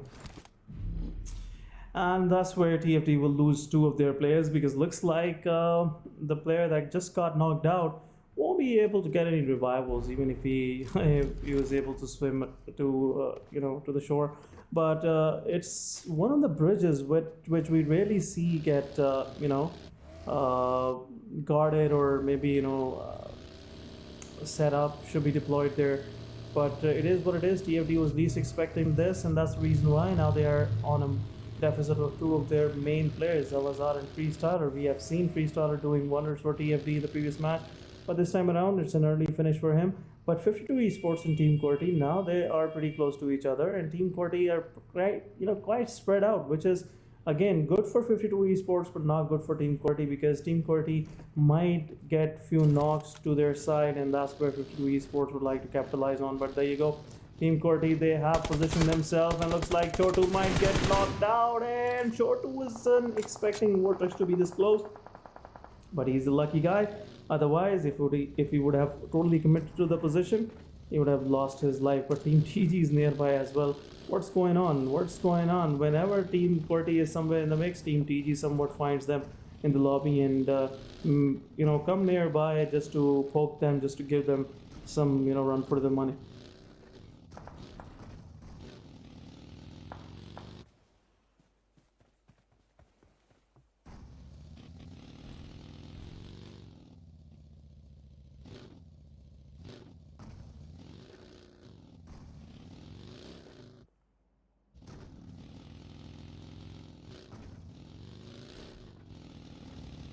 Team Corti still having some time of their life, while 52 Esports tries to hold on to a compound, tries to find the best spot that they can pick off fights from. And look at that, Team Corti is soon gonna fall into the crosshairs of 52 Esports. However, a great third party might just happen from the side of ToughX, who are still trying to get all of their members inside the circle.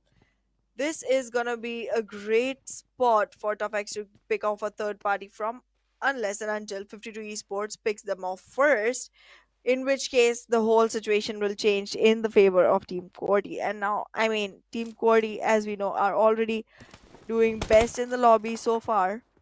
But in the meanwhile, 7th Element and XGeneration starting off with a run-over fight from the side of 7th Element. And well, we know this one, right? We know the script. They always take their vehicles, run over people, get off their vehicles, shoot people. That's just the way they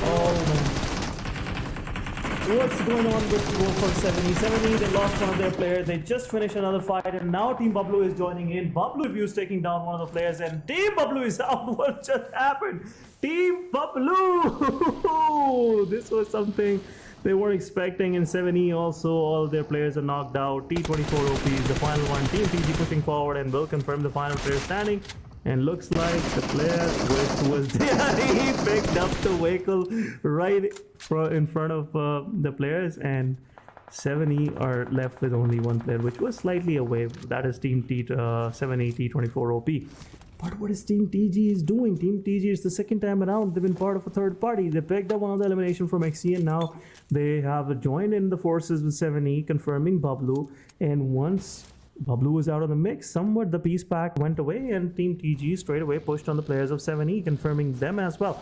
But yeah, 7E had a good start, but now they're just left with one of their players standing. And might be Team TG have a plan for that solo survivor just to get rid of him. But Freestyle on the other side, taking down Tarzan. Tarzan, the guy who is kind of a frontline assaulter for Team H2E. You know, losing him early on won't be a good thing to have. But overall, what a start to the match. 4 of the teams are out of the mix. Well. The match does look like it's gonna be in the favor of freestylers right now. They do have all 4s. They're fighting against H2E and TFT. No. Double team investment, not the best option here. This is PUBG Mobile. This is not mutual funds where you just invest in multiple things and expect for great returns. This is not how it works. There are terms and conditions in that too, and there are big bold terms and conditions in trying to win the chicken dinner for yourself here. You cannot just mix all the spices that are around.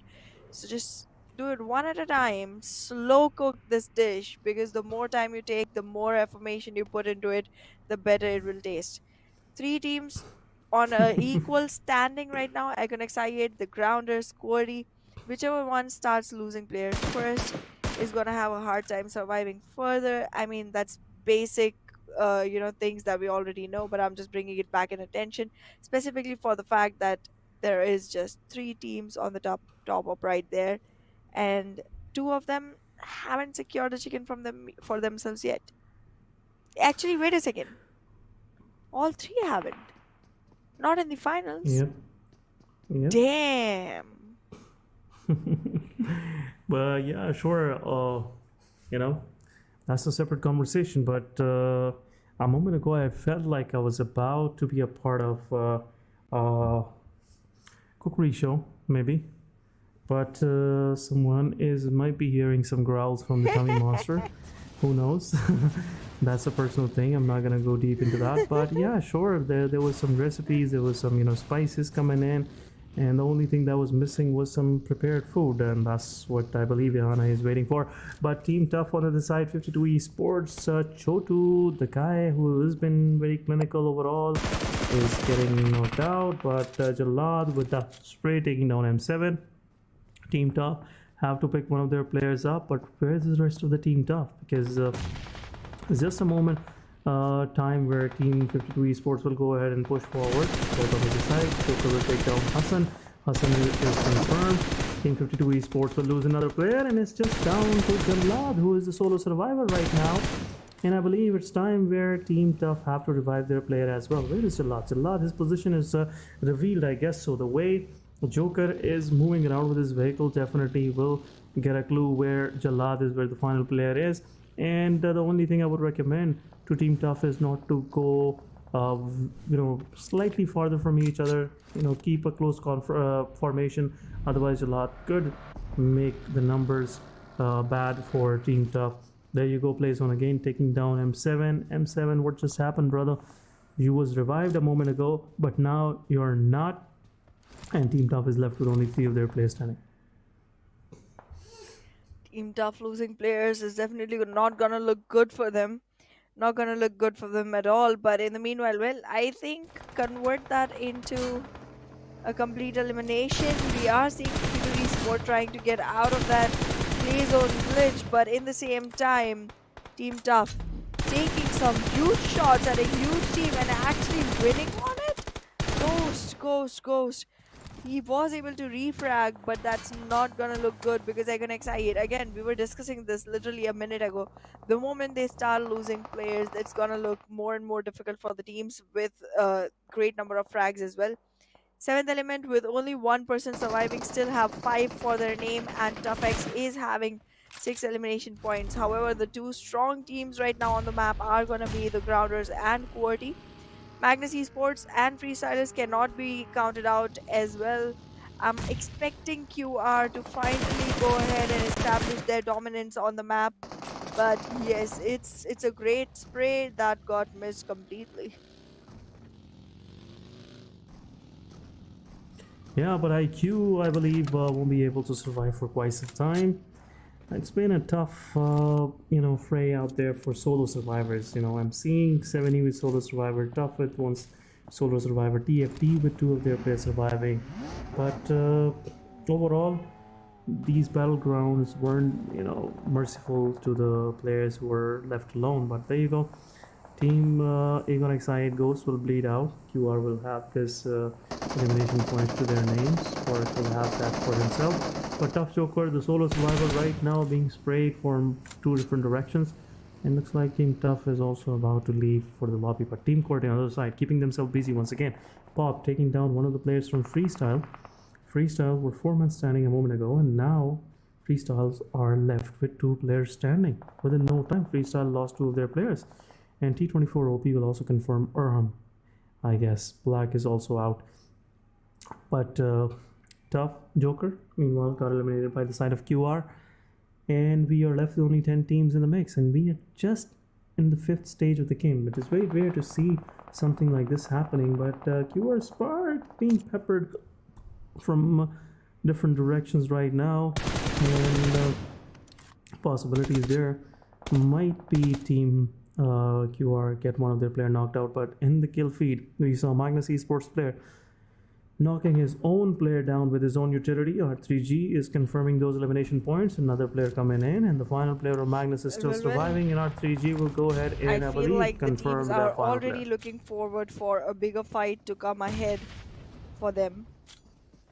R3G investing in this battle with the Grounders. Both teams were standing 4 men strong. They still are, but the number of frag points on TG is looking stronger. They are going to withdraw from the fight, or actually, never mind. They're actually trying to close back in with their remaining comrades, trying to make sure that they have all force combined together, close together, to be able to revive each other. But the height advantage will go towards R3G at the moment. The circle will push in quick enough, but it's not gonna push them further away from their own position, because right now they are in a very close to safe zone proximity. 7th Element T24 OP though. This is the time that he gets eliminated. If he clutches the ram, I'll be surprised, but there it is. The elimination happened. Freestyles come up as the ones that win the fight. 2 frag points, 2 players remaining, not looking good. Magnus 1 frag point, 1 player remaining, not looking good either. QWERTY has also managed to lose a player for themselves, but like in the meanwhile, the Regicide and Quantum Rage both have acquired some frag points and are looking like they might just walk into a better position for the final circles. Yeah, surely, but on the other side, looking at Freestyle drop shot, he's just trying to be giving some retaliation, but somewhat he can't do anything in front of 2 of the players from H2E. But H2E, one of their players got knocked out from far away. They will revive that player up and they'll move forward. Team QR is closing in. I believe Team QR is pressing forward on the players of H2E. Somewhat Team QR realized that there are only 2 players on the position where Team H2E player was reviving one of them. But looks like now Team QR is not committing fully.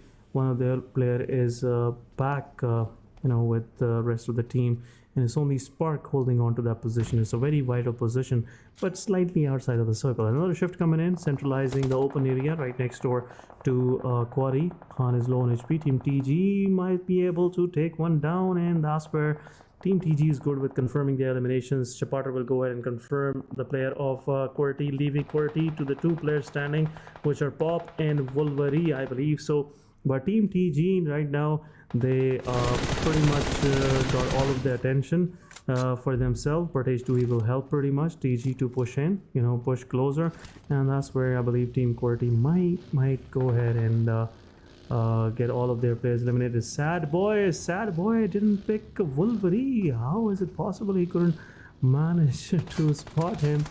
He was on the buggy, but Team H2E also giving some damage to the players of Team TG. R3G on the other side, they're closing in. They have the height angle where they've been for quite some time. Sensi with that nade taking down Knock Knock. It's 3 versus 3 situation. Chipotle is knocked out on the other side. Sensi might go ahead and get knocked out, but Evil Boy have to go ahead and confirm their player, which is inside the compound. Sad Boy and Sensi in a very risky position, and looks like the picture on Sensi is not Sensi, it's Destroyer. But it happens sometimes, it's at the end of the day, it's all machine don't recognize the people. But yeah, Team R3G still 4-man standing. They managed to pick up Knock Knock, and most of these teams in top 3 are still standing strong with 4 of their players. R3G now, they have an idea where 2 of the players from Team TG are, and this is where I believe Team R3G will have their focus slightly diverted. But Sensi still trying to do something. Knock Knock taking 1 player down. Evil Boy taking down Roshan on the other side, taking down Chapater. It's a 4 versus 3. It's a 3 versus 2 now. QR is also joining in. Knock Knock will take down Sad Boy. Vaz will go ahead and confirm Sensi, and it's just a matter of time where Team TG will get eliminated. And it's Evil Boy versus Team R3G. And confirmed. There you go. Team QR are also joining. They have to be ready. R3G have to be ready. I'll go ahead and confirm all of those players who are on the downside of this hill, but R3G have to pick up their players. Meanwhile, QWERTY's Wolverine got eliminated. H2E will confirm the elimination for themselves, but it's a 4 versus 4 between R3G and Team QR. Oh, it's a 3 versus 4 now. It's not looking like the best situation for the teams. Right now, it seems like Regicide and H2E don't have the best numbers advantage, and we know what Quantum Rage does when they have all men standing. They have great gameplay coming in, and I'm waiting for that to happen. They have the height advantage as well. They are going to have to relocate a little bit, just a little bit, to stay inside the circle, but they're not going to lose as much of the height advantage as they have. R3G, on the other hand, though, is going to lose the players one after the other. There it is. Roshan gets knocked. And now Vaz is the only one standing. But well, he's going to be spotted soon enough. There's shots coming in constantly, and there it is. Random shots, GG's. Oof, complete elimination of R3G. It's now a 4v3 between Quantum Rage and H2E. The teams are still trying to approach each other. Oh, there you go. Meanwhile, while QR is going to go ahead and do that revival. Senior is going to be put back on field. It's chicken dinner. Oh, it is. It sure is. Oh my god, so many whiffs. So many whiffs, and still with the fight. What just happened? Okay, there it is. Another spray coming in. Tarzan is going to hang by it. Tarzan. Yep. Oof. Tarzan, are you going to peek again? You shouldn't. Keep them up for as long as possible. And there comes a utility. Already trying to squeeze Tarzan out of his position. Pushing him away. He has a utility of his own in his hands. Trying to toss it, but no, wrong time. Vulnerable position, another utility pops in, and there it is.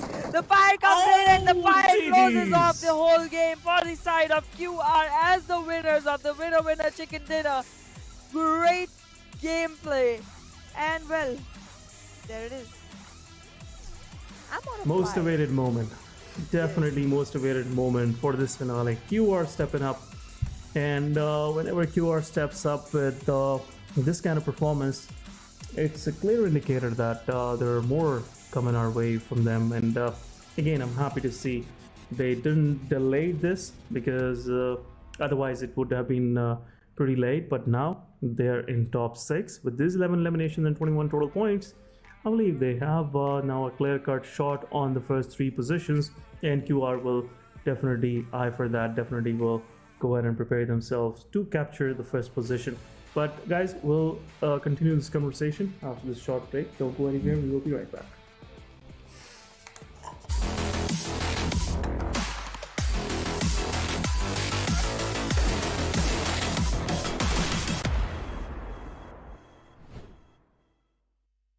नहीं यार, आज game नहीं खेल सकता। अहमद, आ रहा हूँ mummy.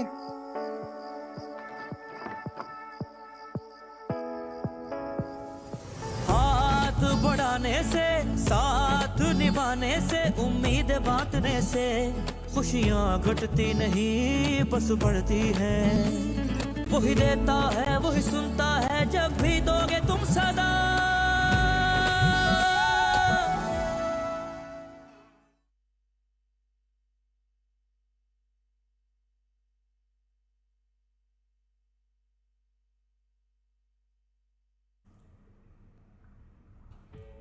Welcome back, guys, and welcome back to PMPL post-match session. This is Essen.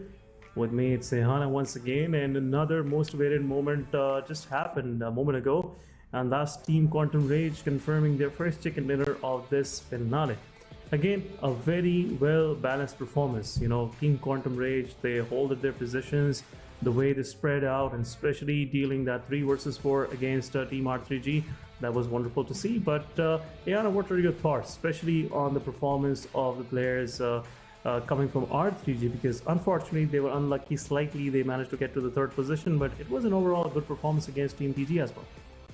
Well, I feel like R3G is definitely one of the teams that is consistently climbing up one after the other. Some player from the team does show up, somewhere or the other, and look at that. We already have Noki coming up for MVP. I mean, I feel like this team is one of the, how in school we have mid-benchers who just try really, really hard to try and get back at the first bench. Yeah. Who just try really hard to actually, get a grasp of everything that's going on. It feels like R3G is one of those teams, and right now they're on a roll. They're actually trying really hard, and all of those trials, all of that hard work is resulting in some very flashy points for themselves on the leaderboard. And I guess that's just how consistently this must go for them. But yeah, Yeah. we do have some, backbenchers in here as well. Those backbenchers, I would say, are 7th Element and 3x. These are the kind of students that give zero attention to the class, and then they still do so amazing that you're just sitting there wondering what just happened. This is not the student that studies. I mean, we haven't seen them going in for the chickens just yet, but then again, they do come in, they do deliver, and they are still stagnant at their own positions on the leaderboard nonetheless. So yeah. Yeah. All thanks to the bonus points that they have got for themselves throughout the league stages. But these bonus points not gonna save you for quite some time. We are midway in this finale. It was the 9th game for this finals, but yeah, sure, we are still seeing that some of these teams, as you rightly said, are acting like backbenchers. Somewhat they start their match with a bang, still not going full in, not going for the chicken dinner, but somewhat they're still holding on to their positions, and all of the rest of the teams are just scratching their heads what's going on. These teams are not getting good points, but still they are on top positions. So again, talking about the match summary, guys, we have to describe this as well. Highest elimination goes to Goku, highest damage goes to Noki, definitely the reason why that guy was MVP. Then highest assist goes to Senior. It's very rare to see Senior assisting. He's mostly front-end fragging. But high ceiling done from the side of Khan. He was surviving for quite some time, especially on that ridge where Team TG managed to confirm him. But Team QWERTY had a good start. I must say, the way they confirmed 3x, the way they had a fight against Team Freestyle. For a moment, I felt like Team QWERTY would have a good match. But now, looking at the match ranking, looks like they had good points for themselves. Well. This consistency is definitely going to help the teams actually get out of the rut that they're already in. But look at that.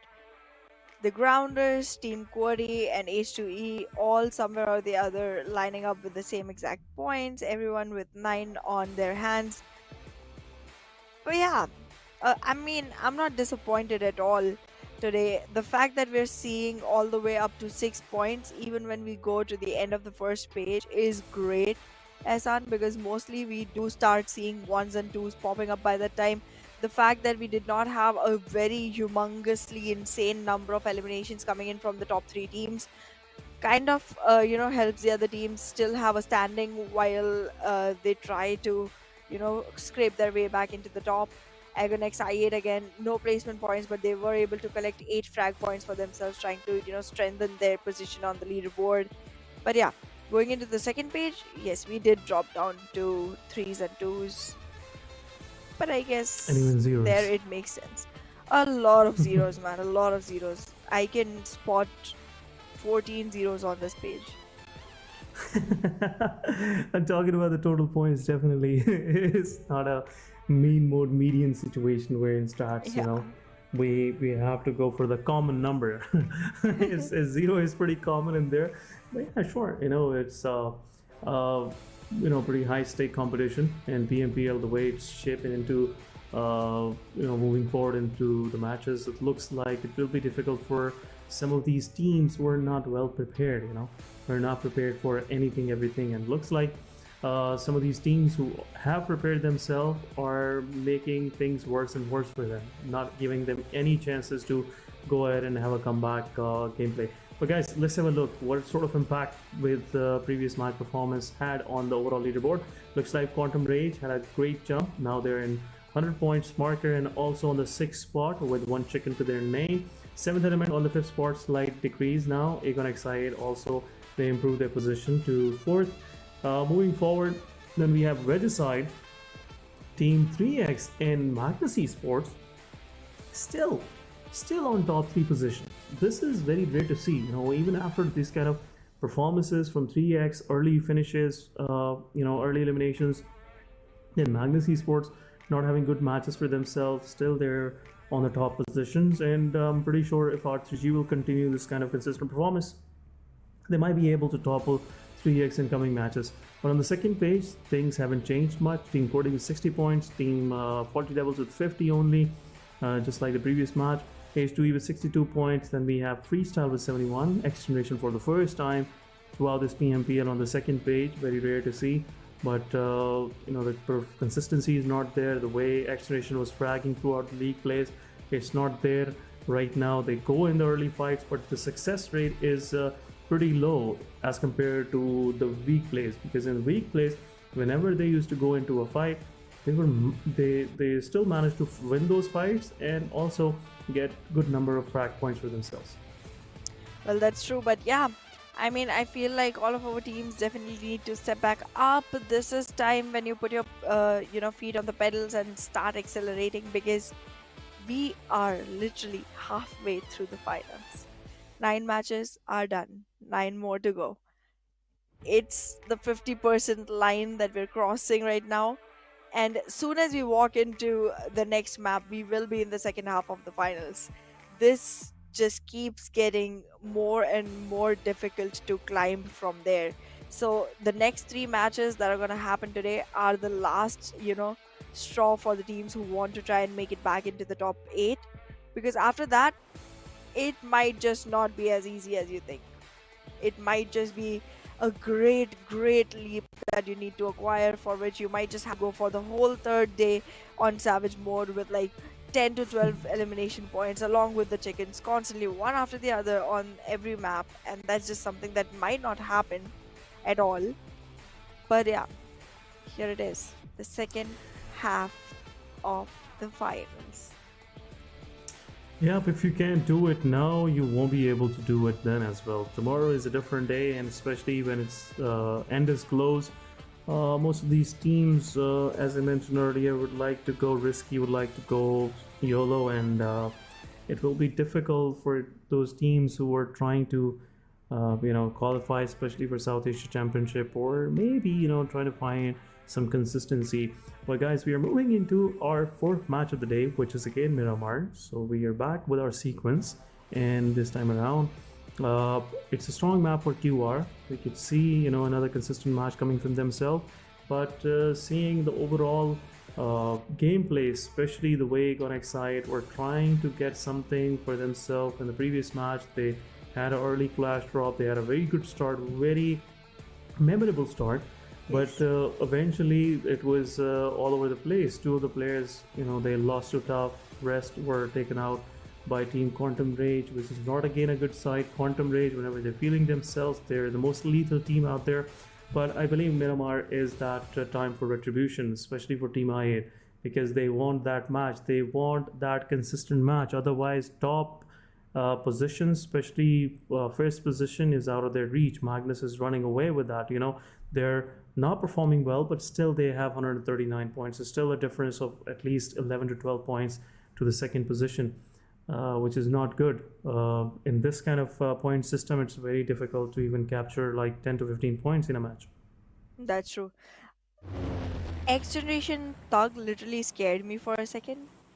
He was wearing this white t-shirt. He had a white pillow on him. And the pillow was merging with the t-shirt a lot. It literally looked, it literally looked like some character from some, imaginary cartoon series. I was like, wait a second, what just happened? And I immediately after that, he was just able to, move his hands around. And then I was like, okay, no, that's the pillow. That's not his tummy blowing up. It looked like one of those characters. I don't know the name. I don't watch enough cartoon. I should watch cartoon. Anyways, coming back to the map, Miramar, and a very centralized plane path. That's Very rare. rare. Yes. It's very very rare, and for most teams, it's gonna be glidable opportunity to go to their favorite locations. It's still gonna be a little difficult for Puerto Pariso, for Impala, for Trailer Parks Ruins, or I mean, just the locations that are just way too far. Now, if you have that location as your favorite drop spot, then well, I don't blame the plane path this time. This time it's on you. It's on you. But like, yeah. Early drops happened. H2E has already acquired some positions for themselves. It's a huge split that they're Oh my going goodness. from like three different locations, four of their players located on different islands each. And while Ilmar is being populated by Team Bablu, but the circle is looking like it's not gonna favor anyone towards the northern side. It's a complete southwest shift, and I feel like only 60% of it is playable area, right? Yeah, looks like, especially talking about the western edge, it's definitely not a playable area. Down south, there's water in there near Minas del Sur and Vela de Mar. Pablo will be happy, definitely. Team Tough will be happy, but rest of these teams who most of the times have very less chances of surviving on this kind of terrain, especially around Minas de Valle, because it is a tough terrain, especially you cannot maneuver your vehicles, you have to be on foot, and it's an open area. These are long ridges, so teams have to be prepared. Otherwise, we'll be seeing some early eliminations happening, and Team Tough would definitely be a part of those squads who will have the most value for themselves. Or, things can be otherwise. Team Tough would be the first one getting eliminated as well, because right now they're in a risky position.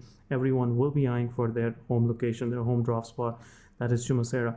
But the rest of the teams, most of the teams, I would say, are outside the circle. Looks like NES have a long route to go. It's a long drive. Definitely, they have to prepare Very. their hats. They have to prepare their T-shirts. And it might be a playlist because it's a long way to go. But 7E on the other side, they have a clear path. They can go through El Pozo straight down through Monte Nuevo. It's a straight path. No big deal. You can straight away go to Valle de Mar. No issues. TG might be aiming for that rotation as well, because it's one of the easiest one. Surroundings are pretty open. There are very few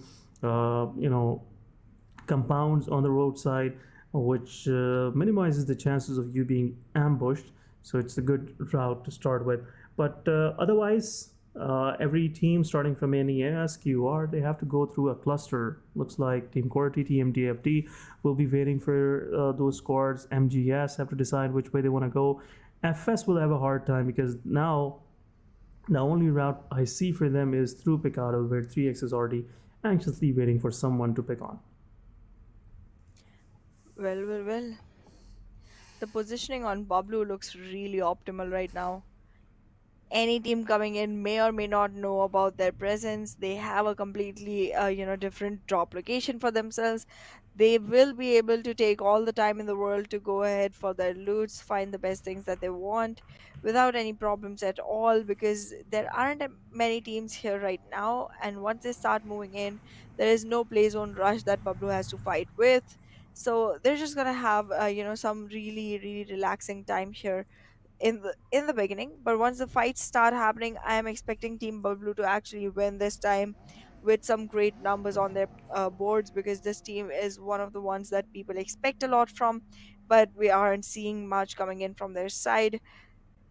But I mean, there's a lot of switchery in the weaponry happening, so let's see what that switchery results in.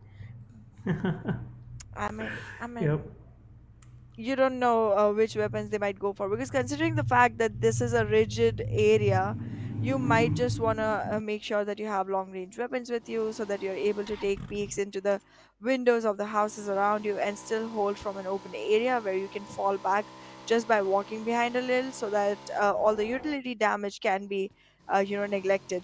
But yeah, in the meanwhile, Agonex I8 in the biggest city making their biggest claims. Let's Yep. see if they're able to win this time, because we've been waiting. We've been waiting a long time. Yeah, it's wait, never-ending wait, and all of the Aegon Excite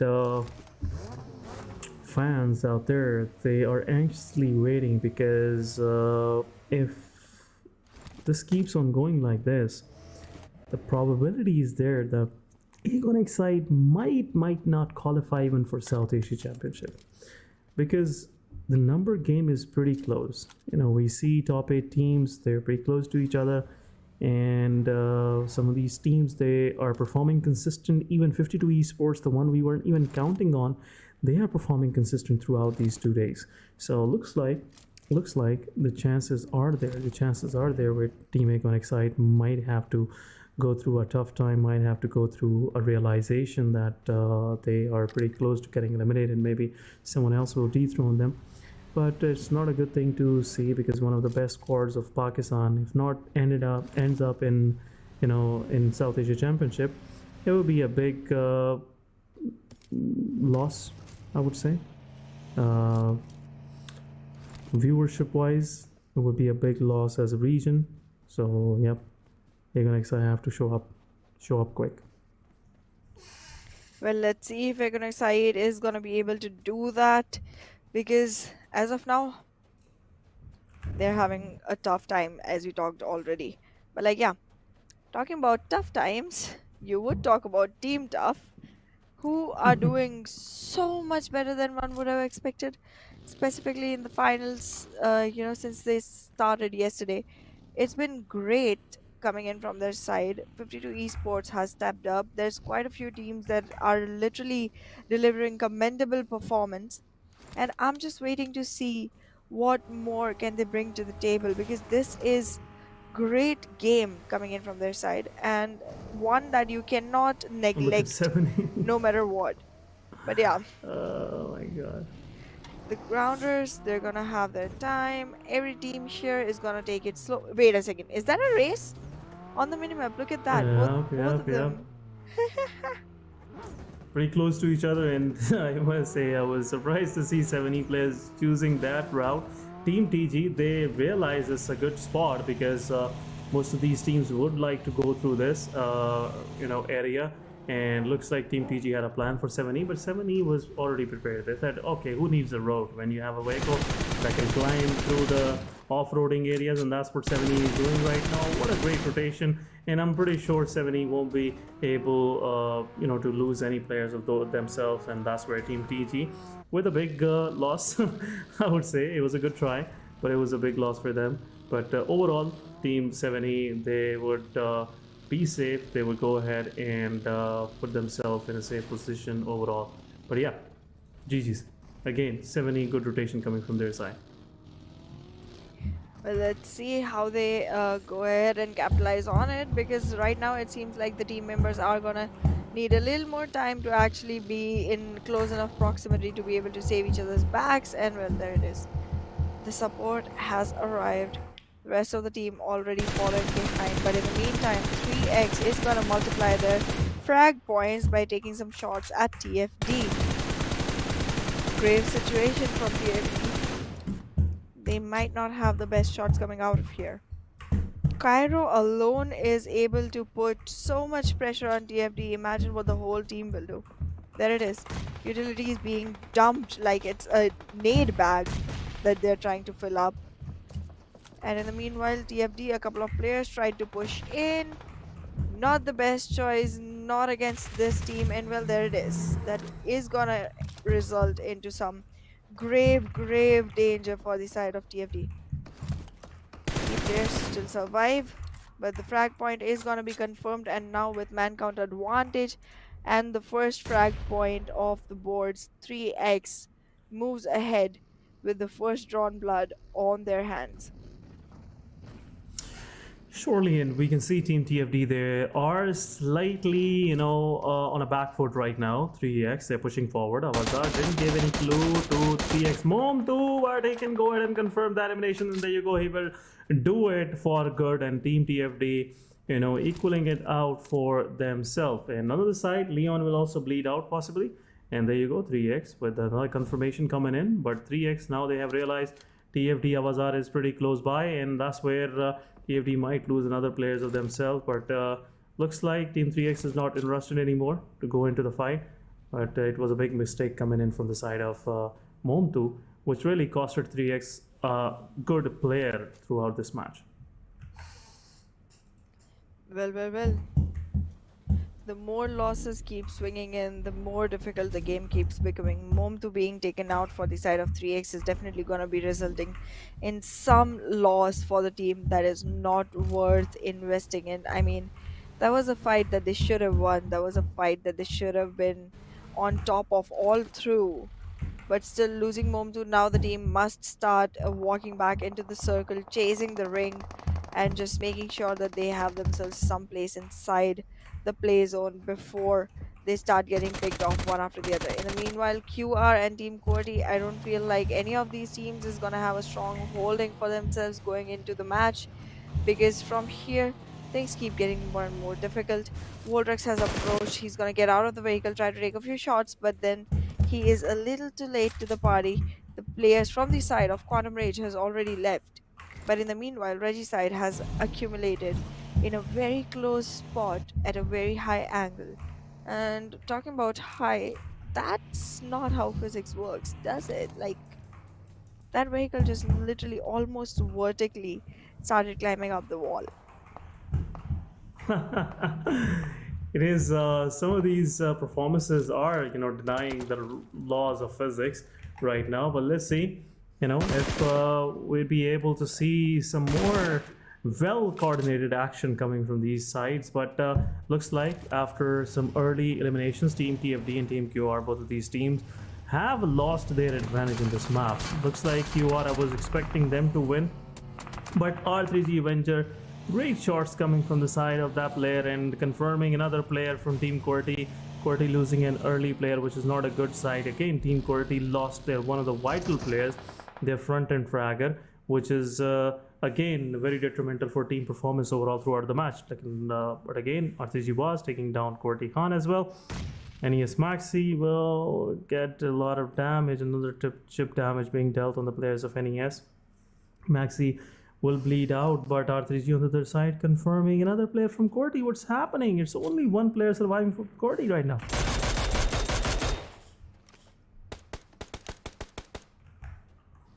TFD is holding back, investing in a fight they shouldn't. The head was spotted, but it wasn't connected with bullets. So with that skull saved, with that skull still on the head, without any crosshairs on place, TFD is gonna move out. No, wait a second. Are they trying to charge it? I am not up for this. This is not something I condone, because right now TFD is already on a two-man loss. I don't want them to invest in another fight just yet. But in the meanwhile, talking about fights and investments, Tokusaurus is gonna go ahead with a beautiful nade onto the players of the Grounders, making it a really sad situation for Sad Boy. And in the meanwhile, the rest of the teams arrives for support, while Tokusaurus has already healed himself, but the position of Evil Boy is definitely going to be grave danger for the side of 7th Element. This despair is going to be hurtful, painful, a lot of misery falling their way. But in the meanwhile, they will have enough time to go ahead for the revivals that they want to go for. Evil Boy needs to be eliminated or he will actually take down Divine completely. Okay, Divine, you're walking into the fire right now. The revival is coming in. Sad Boy is already back on his feet, trying to move back Oh wow. alongside Evil Boy. Sensi 2 is here as well. Now, that just makes things more and more difficult for 7th Element. The positioning on the side of the team is much better than that of 7th Element. They might want to walk out of this fight, and I think that's exactly what they're trying to do. No, they are going to flank long and just go ahead and capitalize on their position against the grounders. Oh my goodness. There you go, and Team Bubble wasn't expecting 7E to be holding on to this position where Team Bubble lost one of their players. But again, it is what it is. Team TG is giving a hard time to the players of 7 Elements. The 7th Element, right now 7th Element got one of their player once again knocked out. Divine is not getting enough, especially where Team TG is knocking him back and forth. But TG lost one of their player. Again, man advantage is clearly with 7th Element, but 7th Element, they have attention of Bablu as well. They just took one of the players from Bablu, which Bablu didn't like, I believe so, and Bablu might go ahead and get into a fight with 7. Well, the grounders, they are not giving any room to 7th Element right now. 7th Element is trying to make sure that they are able to concentrate on both fights at once, but these fights cease not. They cease not. They let them snooze not. And in the meanwhile, H2E is going to capitalize on Freestyle, putting them into the face of misery with only one man standing and one already on the ground. This might just be a tata goodbye for Freestyle. In the meanwhile, however, Nightmare, the one with the eagle eyes that we keep talking about, he has his crosshair set on 7th Element. Now, North Esports is going to be able to claim themselves a frag point from no intention of fight, with just the presence of one single member at a place where he wasn't expected, wasn't welcome, and just shut him down, take the point, leave back for home. However, Egonex I8, they are getting served revenge. Remember the game where it was a 4v3, Egonex I8 was at a men count loss and still won the chicken dinner against XGeneration? This is revenge for that.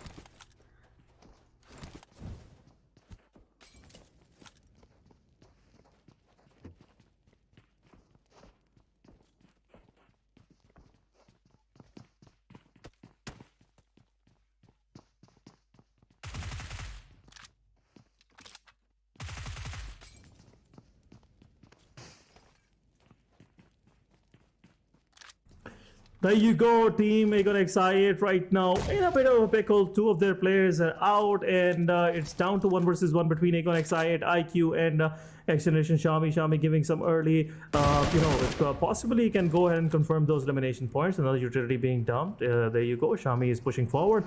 He will be giving some pre-fire, but Shami is not committing. He knows he's in a risky position right now, and it looks like Team Egonex I8 have a trouble to face right now. It's 1 versus 1. Shami still pushing forward, got some damage, third party damage coming in, and there you go. Tarzan from far away just saved the life of IQ and Uzum right now. Otherwise it would be in a different situation overall, and unfortunate for XGeneration Shami. GG's, man. What a great individual game spirit coming from the side of Shamir. Absolutely, absolutely. And this is again one of the almost clutches that we're seeing in this game. And H2E, it wasn't your fight. It wasn't your fight. It wasn't your, investment that you should have capitalized on. And they just turned out to be a blessing in disguise for the side of Egonix I8. Still surviving with two men. Now that Shami was taken out, there was enough time to go ahead and revive the fallen comrade. Okay. H2E, oh goodness. Oh my god. Meanwhile, while we're discussing this, QWERTY Wolverine going on a rampage, confirming the remaining two players from team Bablu. And Bablu, yet again, bad match for them. But, it's again something Team Bablu is not fixing throughout this PMPL. This new combination is slightly not in place where it should be. Individual players are awesome, but as a team, Team Bablu is struggling right now. But on the other side, 7E is still 4-man standing. It's very good to see 7E somewhat they managed to survive as a whole squad. Even their player gets knocked out, they're very proactive, picking up their players and holding as a full squad. But there you go, some damage coming their way. 7E has a height angle. Magnus Esports definitely looking their way, but Tokusaurus, close call, my friend. And Edgar also getting damage. There you go, 7E full of the full squad is in there. And there you go, will get confirmed. The final player of Team 7E, tough. Joker Sir is there with his monster truck. Takeouts his DPS. And now it's Divine already got confirmed. Another third party coming in. 7E is getting a lot of damage from sides. And QWERTY Wolverine was the one confirming those, frag points for himself. There you go, QWERTY's final standing player, final hope, confirming 2 more eliminations for himself, and that's what ranking Team QWERTY with 8 crucial points. Looks like Wolverine won't be able to survive for quite some time, but still he is generating value as a solo survivor. On the other side, 7E, a moment ago they were 4-man standing, now left with 2. Picked the wrong fight, I must say, or maybe picked the side where Team QWERTY's Wolverine was already there with his Mini 14, and the guy is very clinical with DMRs, so you cannot always risk while Wolverine is on your backs. But 7E, they were looking promising, but unfortunate for them, they lost their player. Aegon X8 on the other side lost 2 of their players as well. Team QR, early elimination costed them, and now without even confirming a single elimination, they are surviving with 2 of their players as well. But 52 Esports, what would you say, Ehana? This team is being consistent. No matter what, they somewhat still manage to survive. No matter what situation is, they are still, keeping themselves consistent. Well, I'm just surprised by the way the consistency is coming in from the side of 52 Esports, because both the league weeks did not go well for them. They were still struggling behind. Towards the second week, Choto did show up to the occasion a couple of times, but that was it. There were no chickens coming in for this team. There were no consistent performances coming in from this team, and then suddenly they just rise up and they're just waiting to actually go ahead and grab their position in the first few slots, and most probably even get themselves onto the podium placements, to be very honest, because right now it seems like the days are not as bright and long for the side of Egonix I8 or 7th Element or any of these teams that we were so worshipping towards the start of the league phase. Yup, and looks like Team Magnus Esports have picked a fight against Team 52 Esports. Now 52 Esports have a control over the situation. They are still 4-man standing. One of the players from Magnus is still left behind on purpose, and he will be the one giving some cover. But utility dump, the way it's going on right now on Magnus Esports, it will give a lot of damage to the players and will leave them half HP for the remaining fight. But Hassan Nade going in, Zen is out, another utility dropped it. It's a 2 versus 3, it's a 2 versus 1 right now, it's a 4 versus 1, and 52 Esports will go ahead and confirm those elimination points. And looks like 52 Esports is having a good day after all. Total with 3 elimination points, a lot with 1, and Hassan confirming 2 of his own, now with 6 points overall. in this game, still surviving in top 8. There you go. Team Quantum Rage on the side, 7E and Quantum Rage. It's happening. Corty's Wolverine is still surviving somewhere. I'm not sure where he is right now, but he somewhat, managed to squeeze into the next play area. And he's still surviving, which is a good sight for all the Corty fans out there. But NES lost 2 of their players just in a moment, like where Arif took down Iron with the vehicle burst and also got knocked out. H2E player just to confirm that elimination on them. But overall, looks like NES Nightmare have to be just low-key for quite some time. Otherwise, he would be the next target of H2E. H2E already knows the position of the player. C-Dread also marking where he last saw the player from NES, and the rest of the team will just keep an eye on that location. But now H2E, they're going for that shack where NES Nightmare is holding on to. Well, there's a lot of hold happening already. We are going into a tight, tiny little circle, but we still have about 8 teams on the ground. Out of that, however, only 2 teams contribute to 8 players by themselves, while the rest of them together are able to make just 9. So, okay. And I guess make that 8 because 7th Element is going to be losing Tokusaurus soon enough if no revival comes in his way. But yeah, I mean, it might very well be H2E's chicken because they have great positioning into the circle. They have, okay, never mind. They are still moving into the circle, but they might be able to get themselves a great positioning inside the circle while 52 Esports is still holding on to the edge, trying to what are you gatekeep it for them. But yeah, there it is. The elimination of 7th Element. Oh, Corty Tokusaurus. Wolverine. Oh my Yep. god. He confirmed another squad. He just 1v4'd the whole squad of 7E single-handedly, He Yep. got third-party elimination points on them, and now confirming the whole squad with that utility. And, this is what experience brings for you. The guy is so experienced, he knows where to take a full-fledged open fight or where to just go ahead and be sneaky with the utility and take players down with that. But H2E, they didn't lose their player. Malik just hold on to himself. Otherwise, it would be a difficult one. But 52 Esports giving a hard time to the players of H2E when just might get knocked out. His buggy is also low on HP, but Tarzan gets taken out by Freestyle Malik. Got confirmed right away. Malik still surviving on half HP. H2E couldn't do anything about it. And I believe it's just a matter of time that Malik might bleed out by the play zone. He is also low on HP, but Nate coming through. And pretty close, I guess. 52 Hassan won't like the surprise which Nightmare is preparing for him, but 52 Esports still 4-man standing. They are holding on to their position. They have a clear-cut man advantage. The only team with 4-man standing, but right now they are on the northern side of the circle, which is again a risky one.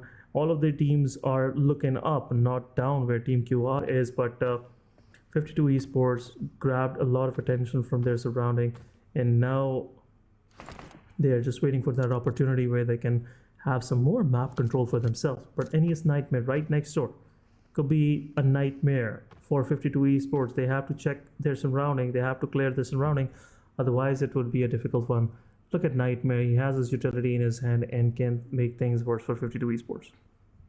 Well, Nightmare definitely could be the nightmare that 52 Esports wants to be staying away from, considering that right now they look like the one team that can actually have all the advantage rolling in their favor, the great positioning, the great man count advantage on themselves, and alongside good number of frag points to go along with.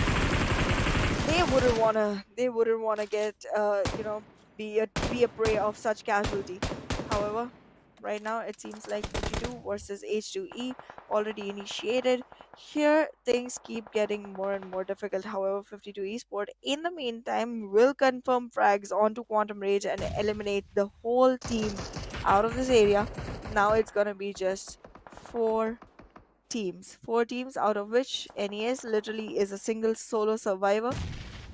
The revival will happen soon enough, but the position of Nightmare is now revealed. That position might not keep him alive for long, and there it is. Elimination comes in.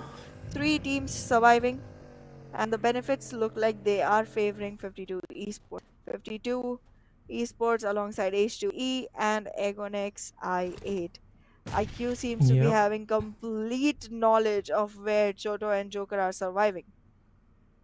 However, Hassan and Jallad, being very far away from there, will have a great angle to actually go ahead and capitalize on, and that's exactly what they're doing, making sure that the fear is not lacked upon, that the fear is delivered constantly. Look at that. They are swapping positions, trying to run around with their vehicles, collecting information, attracting attention as well as the bullet fire onto themselves, while one player still survives on the edge, trying to Oh, make good sure one. he gets the picks. And there it is. Uzum gets shut down.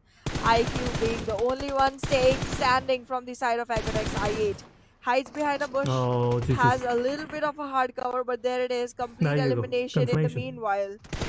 5 elimination points is all that Agonex Oh, good has. one, GG's. There it is. H2E pushing in, getting shot.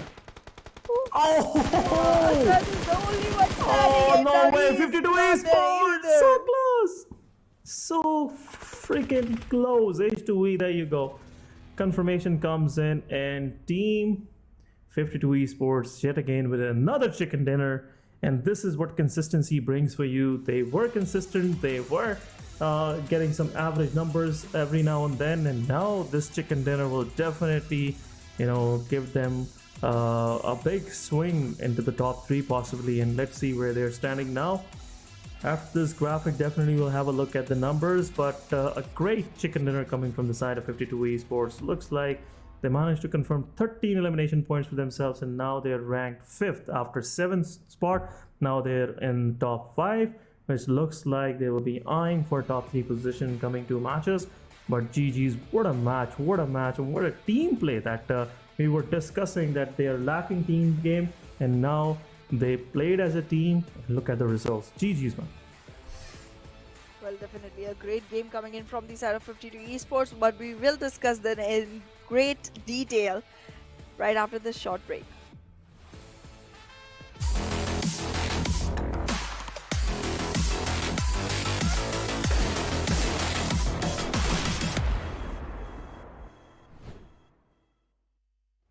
इस Ramzan PUBG mobile के साथ बांटें अच्छाइयाँ online और offline खेलें सिर्फ दिल जीतने के लिए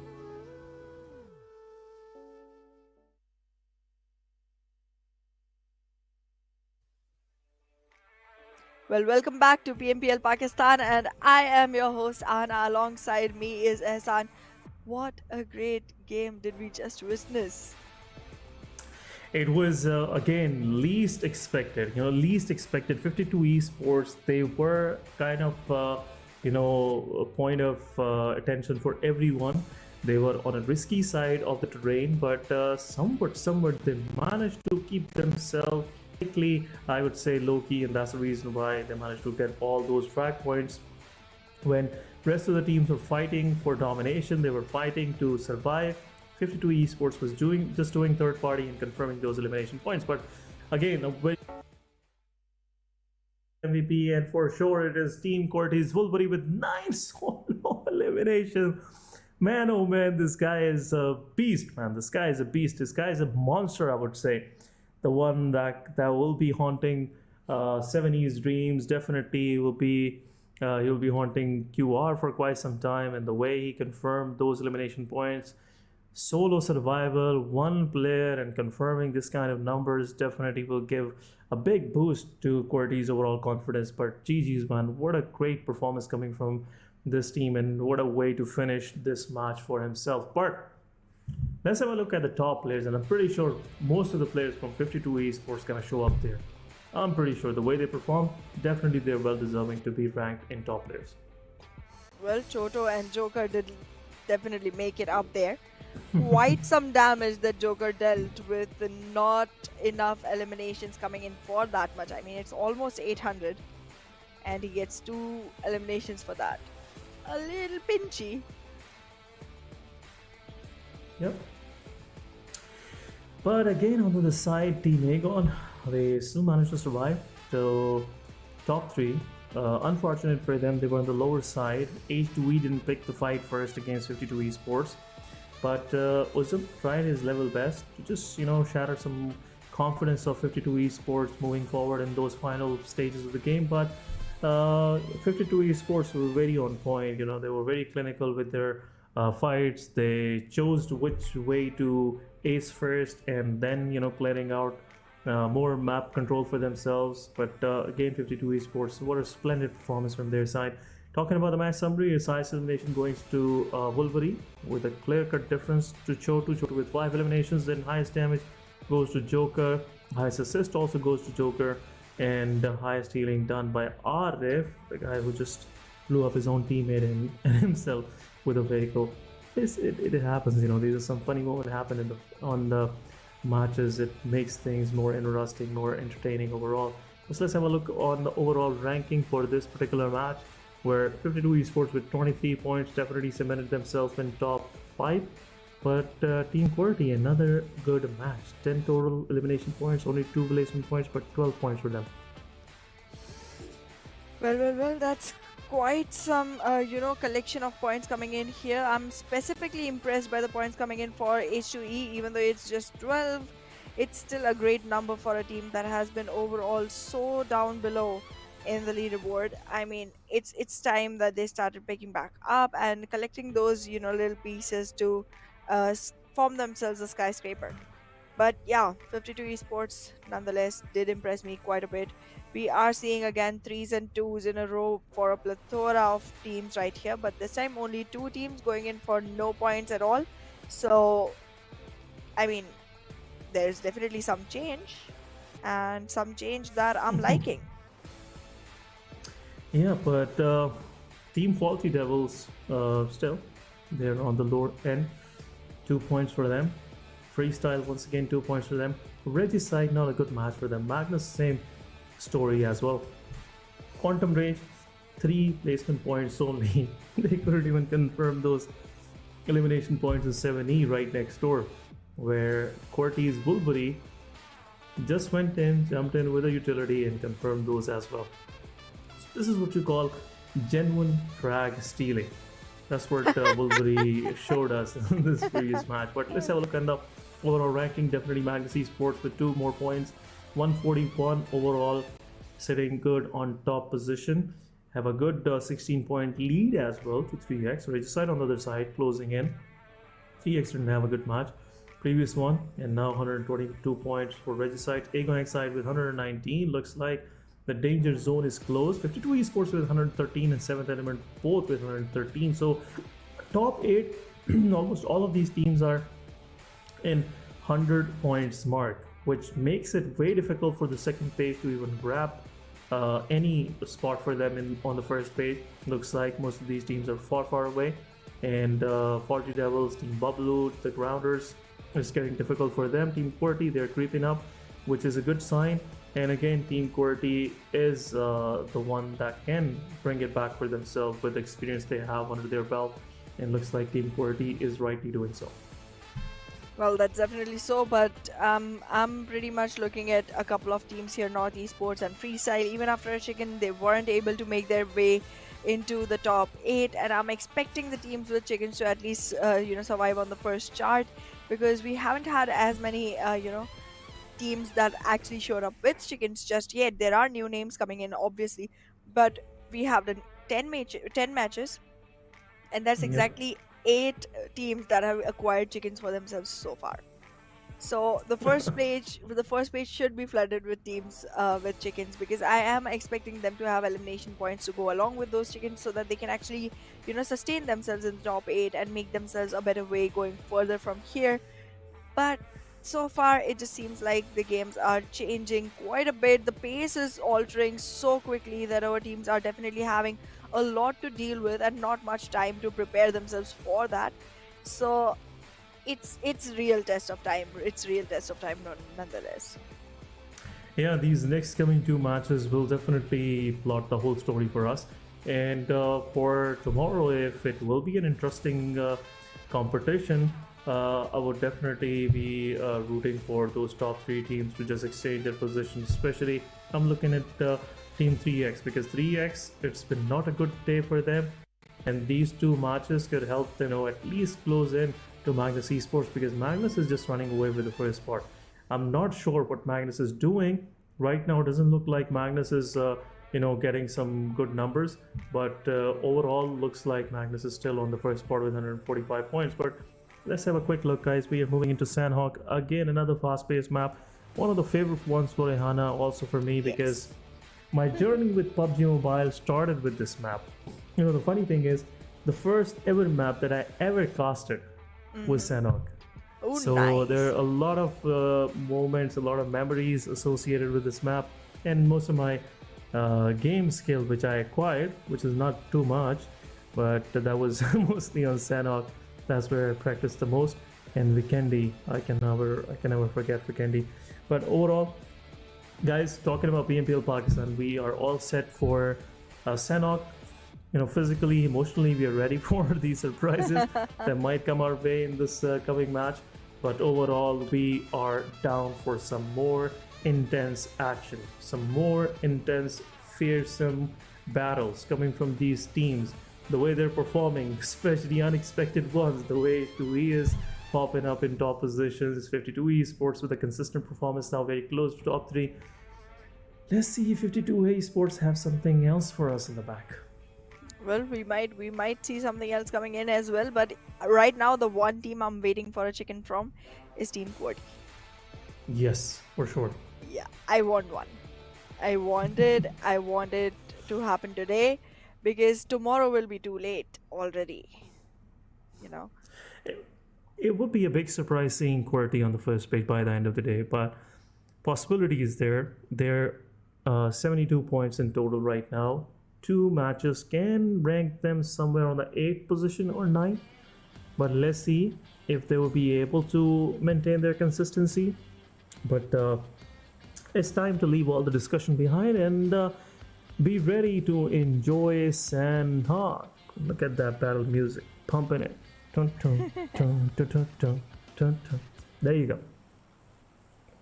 Oh goodness, this is something that's gonna make the Grounders, Seventh Element, North Esports very, very happy. These teams are gonna be able to literally instantly drop onto their drop locations. Seventh Element is again going for a 2-2 split. 2 people towards Hatin and 2 people still gonna be going towards the eastern side of the bridge. While we still see Magnus trying to make their way back to Paradise Resort this time. Again, after a little bit of while, I think there was a couple of matches where we did not see them going to Paradise Resort, if I'm right. But well, Yeah, XGeneration already capitalizing on Bootcamp. Where is 3X? Isn't they isn't are also Bootcamp there. their spot? Oh, they are so close in color with each other right now. Yeah, looks like it will be a big battle coming to the way of 3X. 3X have to defend their spot, because if it happened once, there's a possibility it can happen once again. But Team XGeneration and 3X, they're tying up close. Cairo is there somewhere in the picture, we can see it. But talking about the first play area, it's pretty much out of the map. Northern side, half of it is water.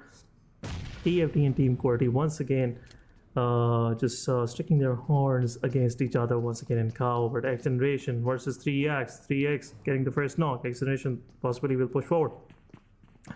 And that's where the problems start. Psych pushing in. Zerbuff is there. Zerbuff giving some warning shots.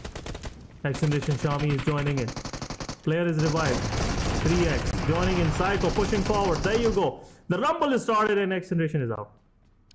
This was so quick. Oh my This god. was so quick. Oh my goodness. How Oh does my God. that happen?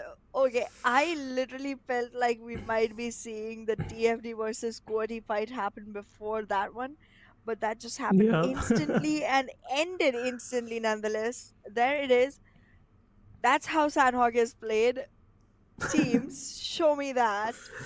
That's what I want to see. I felt like for a while that someone just switched off XGeneration as a whole. They were like, "Oh, we are going, we are leaving. It's time to leave. It's dinner time." But yeah, it was quick. It was really quick. It was really quick, and it's all thanks to Shotgun. S12K, GG's. It's like they were all sitting in the same room and someone just unplugged the Wi-Fi. Yeah.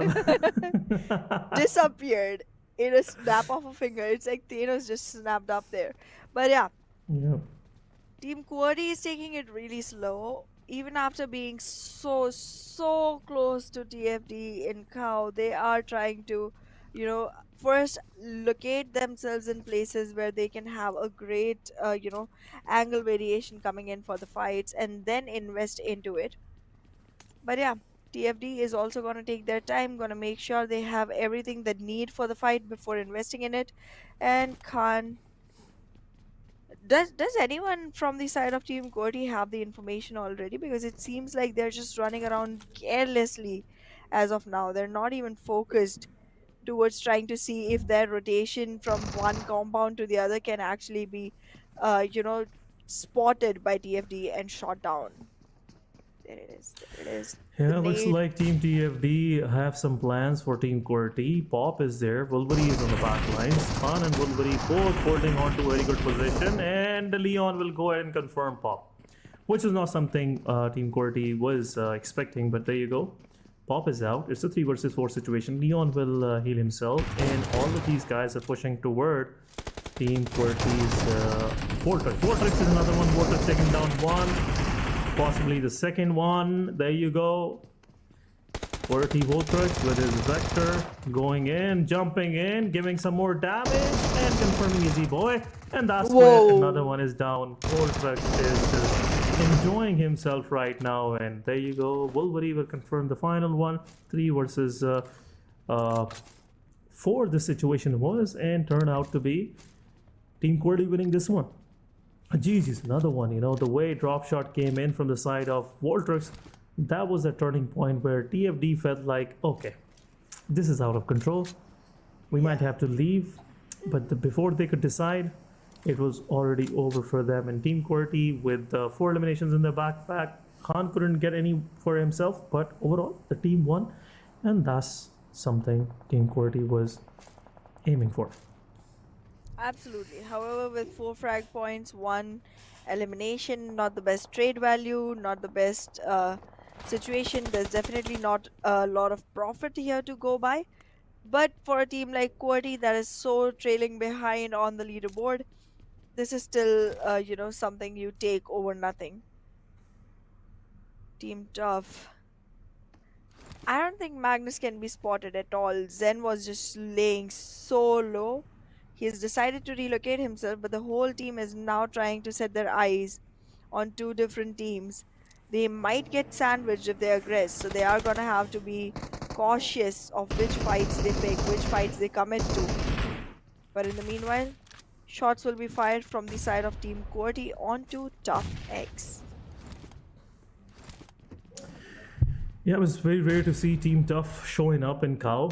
This is not the place where Team Tough is mostly welcomed, but Team QWERTY, they're ready. They are just warmed up, and now it's just another possible fight which QWERTY have to deal with. And right now, as we can clearly see, Cow is in the center of this circle. Not center, technically speaking, but somewhere in the circle, and could possibly be center in coming ones.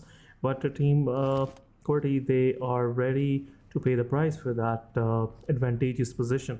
Looks like Team Tough, they have to go all in, otherwise there is no chance. The way QWERTY is holding on to their positions, it can give a tough time to the players of Team The Ultimate Force, and it will be a difficult one to start with because they right now don't know which side to expect the fires from, and Team Tough can possibly go ahead and get the first knock as well. But let's see, a full commitment will come from the side of Team Tough. Looks like Magnus Esports is somewhere close by as well. Magnus is also eyeing on this position. If anything breaks down, Magnus or NES might show up to the party, and 52 Esports also possibly join there. We have seen 52 Esports in Cow previously, and Team Tough wouldn't like 52 Esports showing up on their back. But let's see what sort of plan Team Tough have. They're going right next door. They're not going for the fight. They know they have no intel whatsoever, and if they lose any of their players in early situation, there might be a problem. There you go, 52 Esports winning, and there you go. This is how the winners jump in, and wow, GG's. What a way to start. That's definitely a very acclaiming start. But in the meanwhile, 52 Esports starts losing players to Top X. There are going to no be some way. trades coming in, but M7, that spray connected so well, so on point. This is going to be a complete No way. elimination for 52 Esports. Hardly any scope for survival here. These two players are definitely done for. But the remaining two, are they going to be able to make their way back in? No. I don't know. Told you the surprise which QWERTY was preparing for Team Tough. Now the surprise is being served. They don't want to ruin it.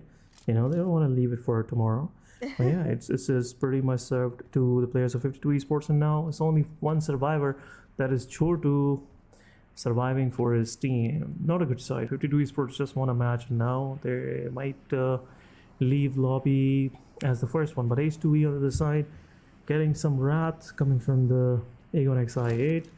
Also, Freestyle joining in. Tarzan and Asad both got knocked out. Drop shot. What's going on, bro? Who hurt you? This is not good. For a drop shot taking down two of the players of H2E. And it's happening. Whichever team have a good match previously, they're the first one getting the most damage.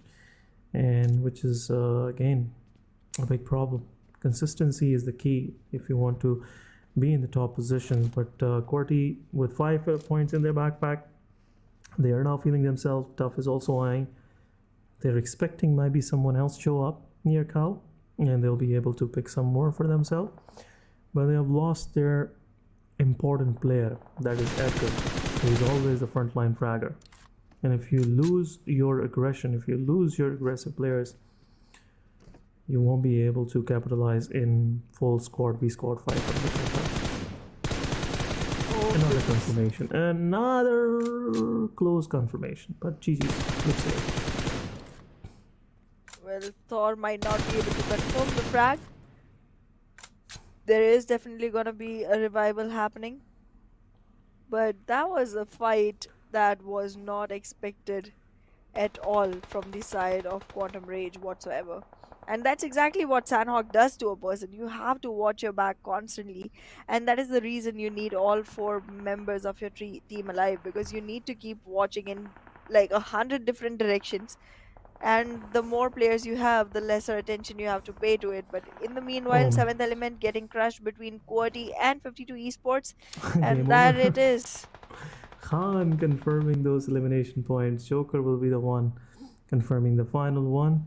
And just someone completed the sentence for Ayana. I wasn't meant to. That's alright. But 7th Element is no more in the game. Another squad leaving us early on. 2 Esports, I believe their solo survivor is still in the mix. But how long? That's the big question. H2E on the other side, leaving only with Dread. And Dread is far, far away. Somewhere in the blue zone. Team Freestyle is also moving into the circle. And more of the mix is now in between Magnus Esports, Team QWERTY, and if we say North Esports as well. The way they are spread out, North Esports would have problems, because if Team R3G joined them on the shorelines, it will be a problem for North Esports. Well, North Esports is definitely going to be in a lot of trouble. But are they going to be able to creep back out of it, because they recently got themselves a chicken? They would want to continue the run. Oh, look at this. R3G. R3G. Do not end up in a GG. It's a 4v1 right now. Bablu Wasi being the only one in the periphery. However, the rest of the team is arriving for support. You might want to eliminate Bablu Wasi before the rest of the team comes in to play. The information has been collected. Knock knock. Now just go knocking on that door and put Bablu Wasi out of his misery. He's hiding in a very sweet spot. And there it is. See? 118. Oh, so close. That bounce did not happen. Did not happen. Was supposed to. Ooh, they're not even looking in the right direction, but now they do. And there it is. Did result in a knock. Yeah, but did result in a knock. It was just, a mistake committed by Roshan. But again, Roshan is the one taking the lead every time. And being in the lead role, still confirming the frags that this guy is doing, it's a difficult thing. big GG, I must say. I'm becoming a fan of Roshan, the way he's playing True. throughout this PMPL. But looks like Team Bablu, two of their players are out. Again, same script happening for them. It's another match, another day, but the same Bablu losing their players early on. But Freestyle versus 3x, another squad possible fight happening between both of these. 3x have a whole control of the main resort area. At the same time, Team Freestyle, they have to move into the circle. They have to be careful from the team coming from the boot camp as well, because H2E Dread is somewhere in the mix as well. But Team TG have joined. Team TG going in, taking down Freestyle drop shot. Now TG would be least expecting Team 3x to be holding on to the position like this, because right now every angle is covered. By the time Team TG would realize, it would be too late. And looks like Team TG would started having some realization. Sensi is out. Zarbaf with that unexpected position, taking down Sensi. And now 3x have to leave. Otherwise, 3x might get some more damage. But QWERTY Voltrex on the other side, taking down QR Senior. Now QR have to push into the Cow, where Team Tough was holding on to them, but Chotu is the one got confirmed. Tough Joker will confirm him on the 13th spot with 2 eliminations. 52 Esports is out of the game, so winners with the chicken dinners are no more relevant into this Sanhok. And it's all about the teams who are struggling to find some momentum for themselves. But Team Magnus Esports sitting right dead center. This is getting more and more slow. This is not Sanhok anymore. I mean, the more these teams start acquiring, the more they're afraid to lose. And that just puts them in a position where they hold back a little. And that hold back is just a long wait, even if it is a map of Sanhok. Team QWERTY and ToughX already going head to head with each other. Voltrex took a couple shots, missed them both. Gotta go back in. M7 shows the head. This keeps Close getting one once again. exactly. This keeps on getting more and more tricky for the Wolverine is all side set. of Tough. Exactly, Wolverine moved out. There's also support coming in from the side of Khan. All three of these players together might want to take Tough down, but Tough is pushing in. Voltrex had to walk out of the play. Has to stick to the wall. Sticks the landing of shot right onto the player of ToughX, but there it is. Quantum Rage in the meanwhile taking care of Agonex I8, while Team QWERTY gets shut down by Magnus in attempt of making things difficult for ToughX.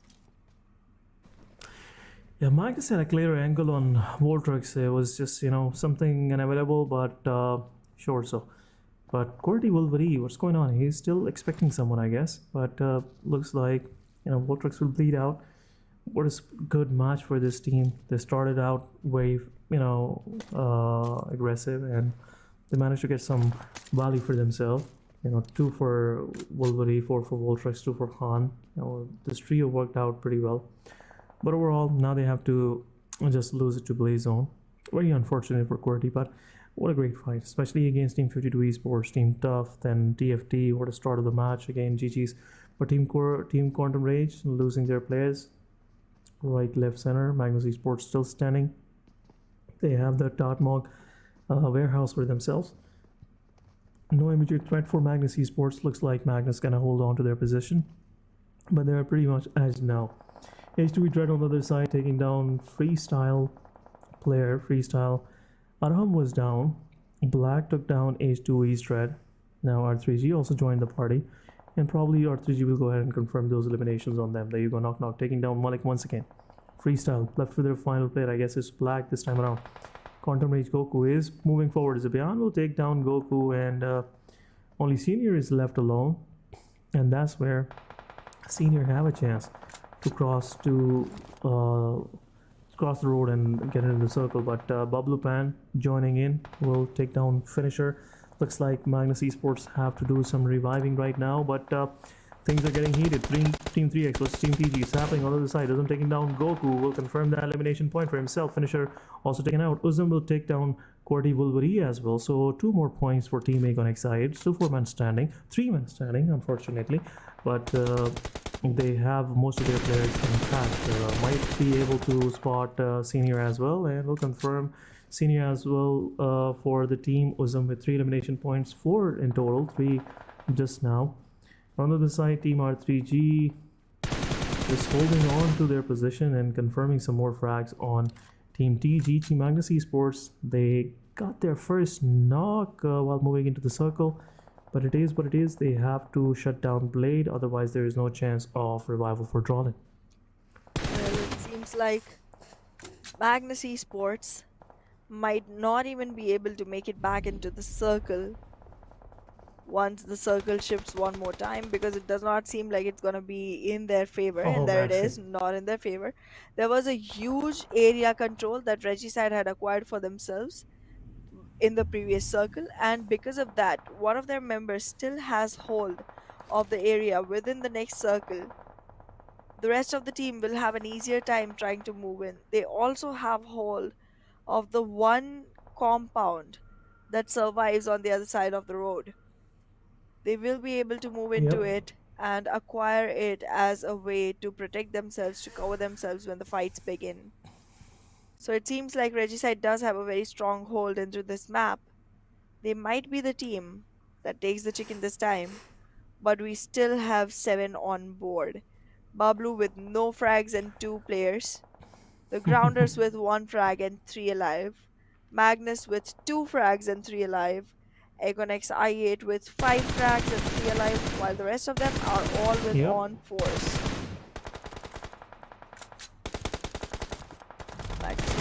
Yeah, but at the same time, Team Magnus Esports will taste the medicine that they served to the players of Team Core T, and now this time around, Egonex I8 will be giving them some difficult time. Ghost is low on HP, but he's going forward.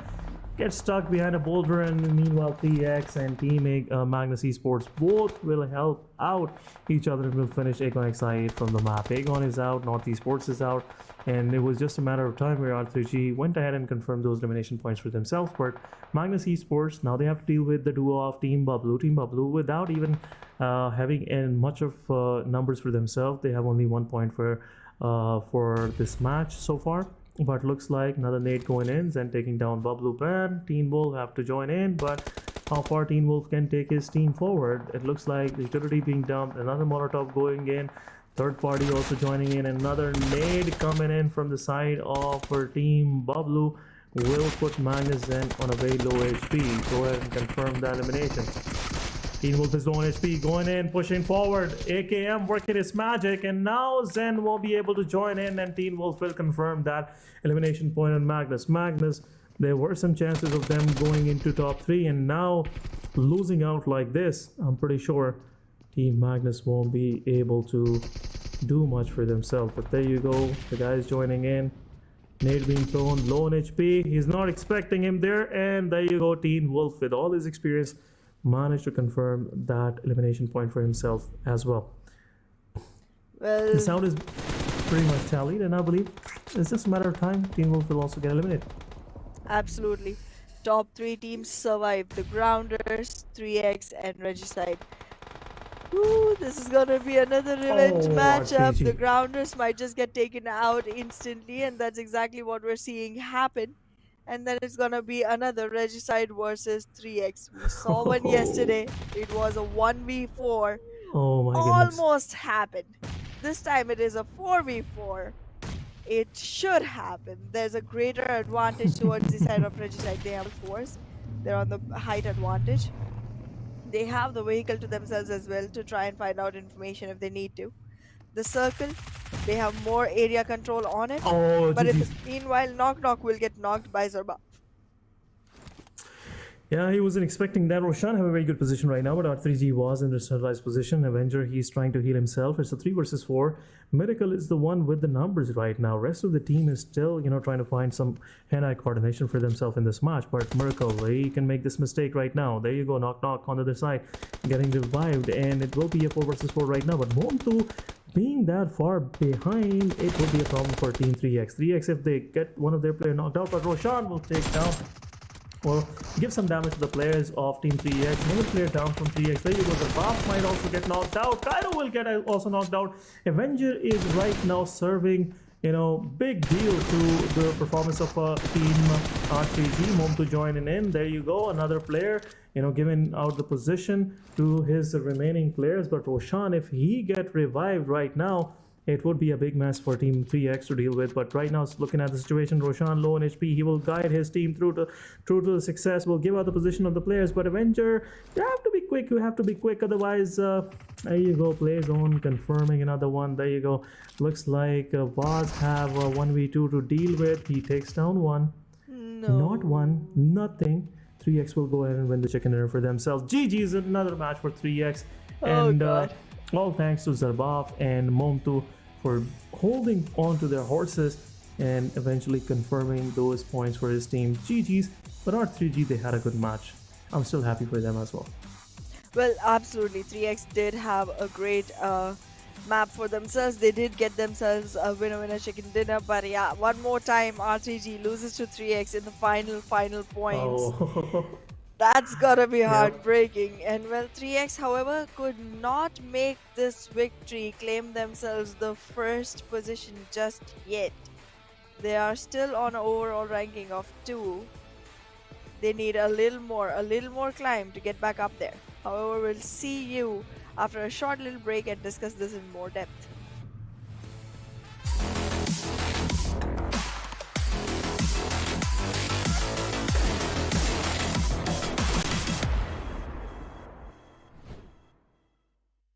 पहले ही customers नहीं आ रहे थे और आगे रमजान में तो बिल्कुल ही नहीं आएंगे। तुम सारा टाइम अपने दोस्तों के साथ आवारागर्दी में गुजार देते हो। इस तरह तो गुजारा हो ही नहीं सकता। खबरदार फोन को हाथ लगाया। ओ, आ गए होंगे तुम्हारे आवारा दोस्त। क्या सीन है ब्रो, चला चले। नहीं यार, आज गेम नहीं खेल सकता। अहमद, आ रहा हूँ मम्मी।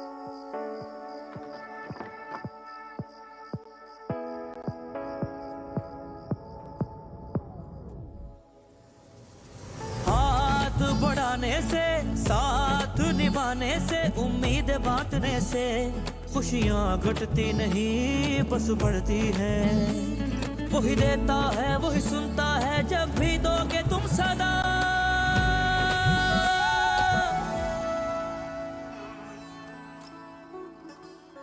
हाथ जो मिलते हैं रास्ते निकलते हैं, खुशियों में बदलते हैं। रौनक हर चेहरे पे खुद ही आ जाती है। वही देता है वही सुनता है जब भी दोगे तुम सदा।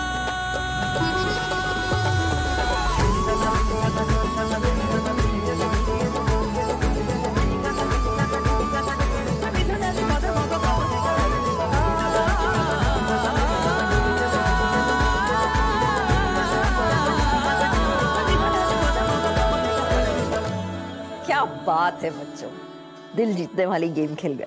तो आंटी आपके साथ भी एक स्क्वाड अप हो जाए। हाँ, आ जाओ। इस रमजान अपने स्क्वाड की गेम से बनो किसी की भलाई का मजबूत जरिया और खेलो सिर्फ दिल जीतने के लिए।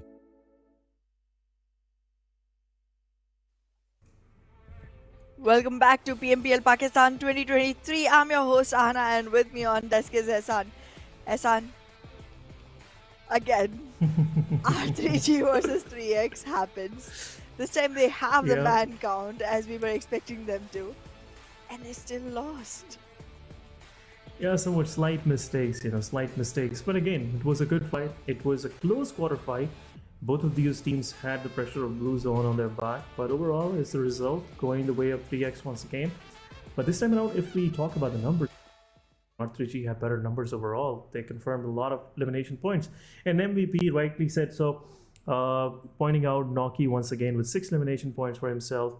Roshan was keeping himself busy as well, but looks like Noki this time around with 5 knockouts, 271 healing, 600 plus damage and 21 minutes of survival got them most valuable player for himself, and this will really help him with his run for the overall MVP of this tournament and winning $1,000. But looks like it's been a big painful thing for R3G overall. Every time they're in the final fight against Team 3X, few things just don't fall in place, and that's where R3G just lose themselves. But overall, talking about this match, top players, it's all between 3X, R3G, three of the players coming from R3G, GG's, and Vortex once again, very clinical performance from this guy. He was the one who saved Team QWERTY in that fight against Team TFT. Yep. And that was a great almost clutch that came in from the side of Voltrex with a little bit of help coming in from the side of Wolverine. But yeah, Voltrex did all he could, made sure that they could actually survive out of this. They only lost Pop, no one else was eliminated in that fight, and he contributed about 2 frags there, 3 frags actually there itself, and then 1 later on into the game. But yeah, R3G ruling the board, somewhere or the other trying to claim the fact that, okay, we might have lost the match, but we did win the hearts. Yeah, R3G being consistent, definitely winning some more hearts, and that's the whole motto of this Ramadan PMPL. You have to play to win hearts, surely so. And talking about R3G's performance, it's giving me chills. If R3G is this consistent, I'm pretty sure if tomorrow's start of the day would be, kind of blasting for R3G, we can see R3G being in the top 3 positions and contesting for the first spot. And it will be for the first time ever, we'll be seeing R3G going for that win, which everyone out there in the community has been waiting for these guys. These guys were lethal back then when we'd have, Nocto, then, Johnny, Joker, and there's another guy, I'm just forgetting his name, but that squad was just so lethal. And even now, R3G having Waz on their side, then Roshan, the way this guy is performing, also he was playing in Port Esports as well, and now Avenger from North Esports joining in, just completing the missing piece of the puzzle for R3G. Well, let's have a look at overall ranking for this match. 20 points for R3G, definitely very dominating performance. Then 3X with 18 points, and 4 of these frags were finished on Team Reggie side. Team QWERTY once again, good performance, consistent one, 8 points for them, 0 placement point, but they managed to confirm a lot of frag points for themselves. On the second page, it's a bad story for 7th Element. They're losing their position as well, they're losing their matches, and now with these kind of numbers, I'm pretty sure 7th Element is not feeling well. Absolutely. 7th Element, XGeneration, both at 0 points each, do not contribute much to what they are looking for. And look at that, 7th Element reaching all the way to the 7th position with that. And R3G solidifying their place. They have literally 1 point difference between themselves and 3X right now. Yep. If and only if they had gotten just 1 more frag in the game, just 1 more, they would have been on an equal standing. But look at this. The difference between the points is literally 1. 3X definitely walked in with a better bonus, but still, yes, after 3 chickens is only 1 point ahead of R3G.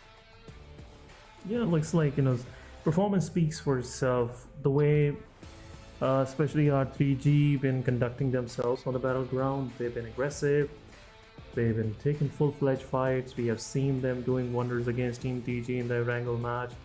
Then now the way they're performing, it looks very clinical. It looks a full squad which is ready to dominate even tomorrow as well. And might be we'll see Team R3G going for South Asia Championship, and they will go ahead and be more aggressive, be more experimenting there as well.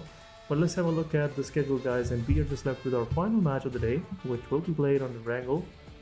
And again, this day is not like the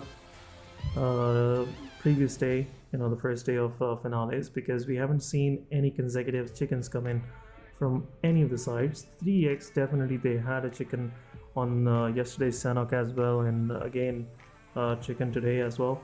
but overall, we haven't seen anyone repeating their chicken dinners. But it's been a different day. We have seen Tufty, we have seen NES getting chicken dinners for themselves, then Erangel. We got QR, the way they confirmed their final frags on H2E looked like they were just in the the sublime touch overall. But then 52 Esports confirming Miramar was another statement coming forward from the side of 52 Esports. Yet, we have to see Erangel. Absolutely. I am still hoping for Team QWERTY or Team Bablu, one of these teams, to actually go ahead and take Erangel. TFD, I was trying to build hopes for them, but that one is not working out just yet, so maybe tomorrow. But for now, I feel like Bablu or Team QWERTY, if one of these teams were able to go ahead and get this one, I'd be really happy, because again, these teams are going really close to those victories, and I'd like to see them actually claim some. This match, especially the one we are about to witness, it could be, the kingmaker. We have seen there is a close call between Magnus Esports 3x, then R3G. There could be some changes on the top positions, and looks like we will be set for tomorrow's action, and that's where the whole mix will get interesting. Especially if viewers at home, if you guys are rooting for either of these three teams, I'm pretty sure you will have some nail-biting finishes for tomorrow, and your Sunday, your weekend will be, again, I would say, a great one, worth remembering. But this is what PMPL offers us. This is what PUBG Mobile Esports in Pakistan is all about. We would never say who's gonna win. It's for the first time in 2 years I've seen X8 struggling this way and not being in top 3, and it's a new name, it's a new team emerging out of this chaos which we are witnessing right now. Me and Ayana trying to give you some hint of the broadcast as well, but overall these teams are just phenomenal, just something we can't explain full-fledged, but looking forward. I believe it's time to get into Erangel, Yana. It definitely is, and I am actually waiting to see what our players are gonna bring in the tables for this one, because the dinner table is ready to serve the chicken. It just matters on who's gonna have their hands on it first, because for everyone else remaining, it's gonna be just the gravy. Yeah, maybe they have to just be happy with what they find. But I guess some of these teams are not gonna leave anything for rest of the lobby.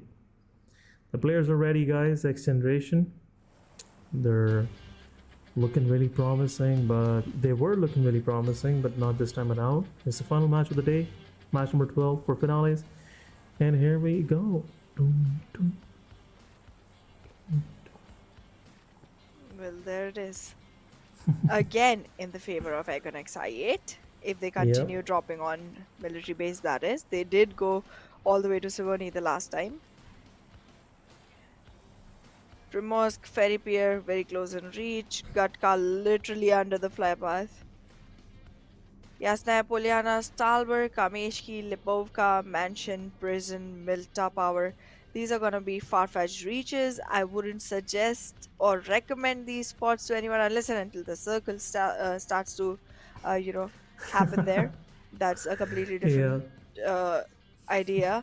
But yeah, what do you think? I feel like it's going to be a completely southern circle one more time in PMPL Pakistan on Erangel. It's giving me a slight hint of a northeastern circle.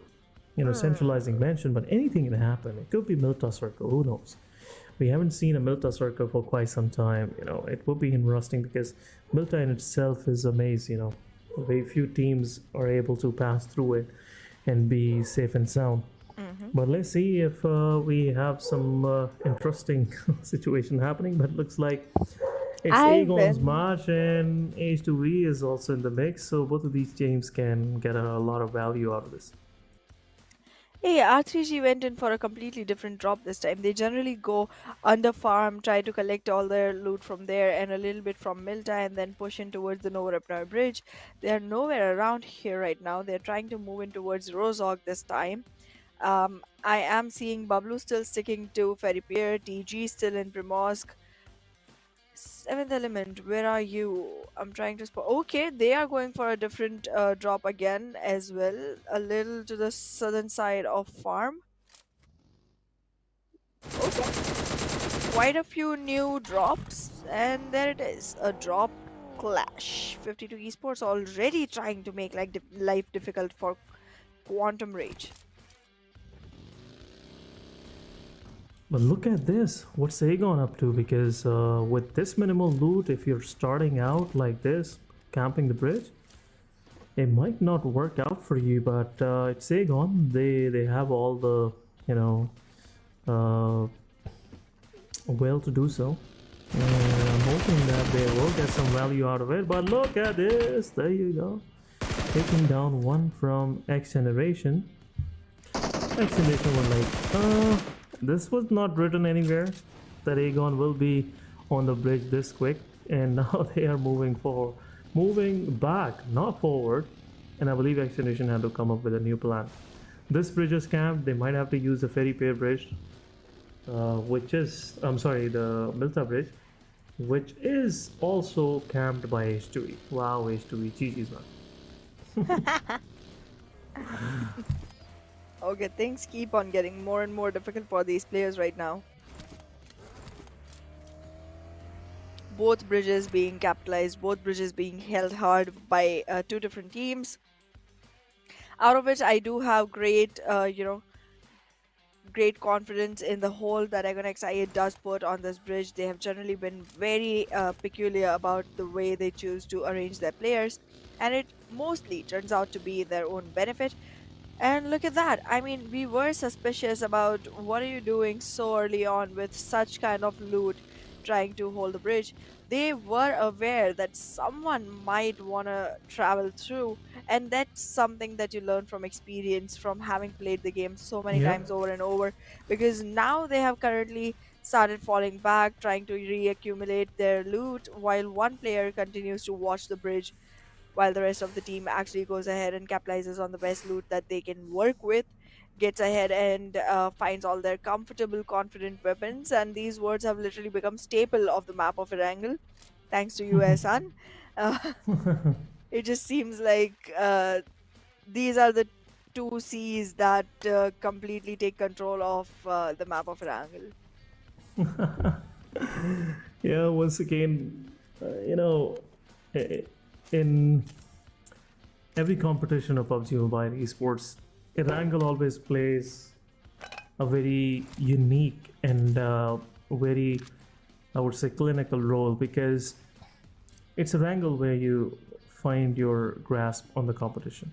Most of the time, we have seen teams struggling on Sanhok, most of the time Miramar, and it's Erangel which gives them that safe space where they can go ahead and get some frag points, go ahead and get some position points for themselves. And most of these teams are very strong on these maps. Even if you talk about QR, if you talk about Aegon XI, most of their big number games have been on Erangel. Even though they like to play Miramar pretty much, they like to go ahead and dominate Sanhok in some cases, but Erangel is the one which gave them this unique way of playing, especially the way they experiment with these things, the way they are confident with their pushes and everything. So yeah, again, it's a staple of Erangel, but it is what it is. I can't help with it. Alrighty, Ehsan. We feel ya. Gotcha. But yeah, I mean, while our players still try to relocate themselves, you were talking about how you started off casting in PUBG Mobile with the first map being Sanhok, right? Yeah, I have a similar story. It wasn't my first map to cast ever, but it was the one map that we would keep playing most often, because here's the thing, at that point I was literally doing like 15 maps in a day, which was hectic, very hectic. Oh, wow. And the producer was a friend of mine, so I would literally just tell him, can you please put on Sanhok so that it's a little bit easier for me, so that it does not last as long. And then him being one person who was like, okay, you've just started off in the scene and it's 15 maps in a day. I get it. And he would just put on Sanhok constantly, one after the other, making sure that I had breathers in between. So yeah, we used to do that a lot. That's how Sanhok became one of my favorite maps to cast, because 15 maps in a day, if you do it, and that too on a map like that, it's just so power packed, so much performance, so much action going on, so much chaos going on.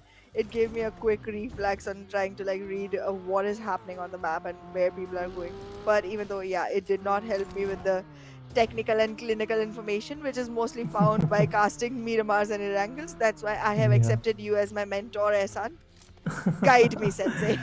Oh, no, is your kind words. Definitely the experience you have in other games, is really helping you cast this battle royale game as well. Thank Which in subcontinent is very rare to have competitions for battle royale. It's either FPS or either is MOBA games. So PUBG Mobile really opened up another stream of opportunity for most of us, most of our talents. And I believe it is giving us that talent of talking about something for quite some time. Like 30 minutes of a match is very rare to see in any other games except some FPS shooters. But yeah, this is really helping us out. But there you go, Team Bablu, getting into another fight where they'll be going head to head against Team Freestyle been positioned pretty well. Was he realizing it's not the right spot to jump to, and that's where he changes his position. But now Freestyle, they're pushing forward. There's been a lot of utility being dumped on Wasi. Wasi's low on HP. He will smoke himself and will go for a heal. But where is rest of the Bablu?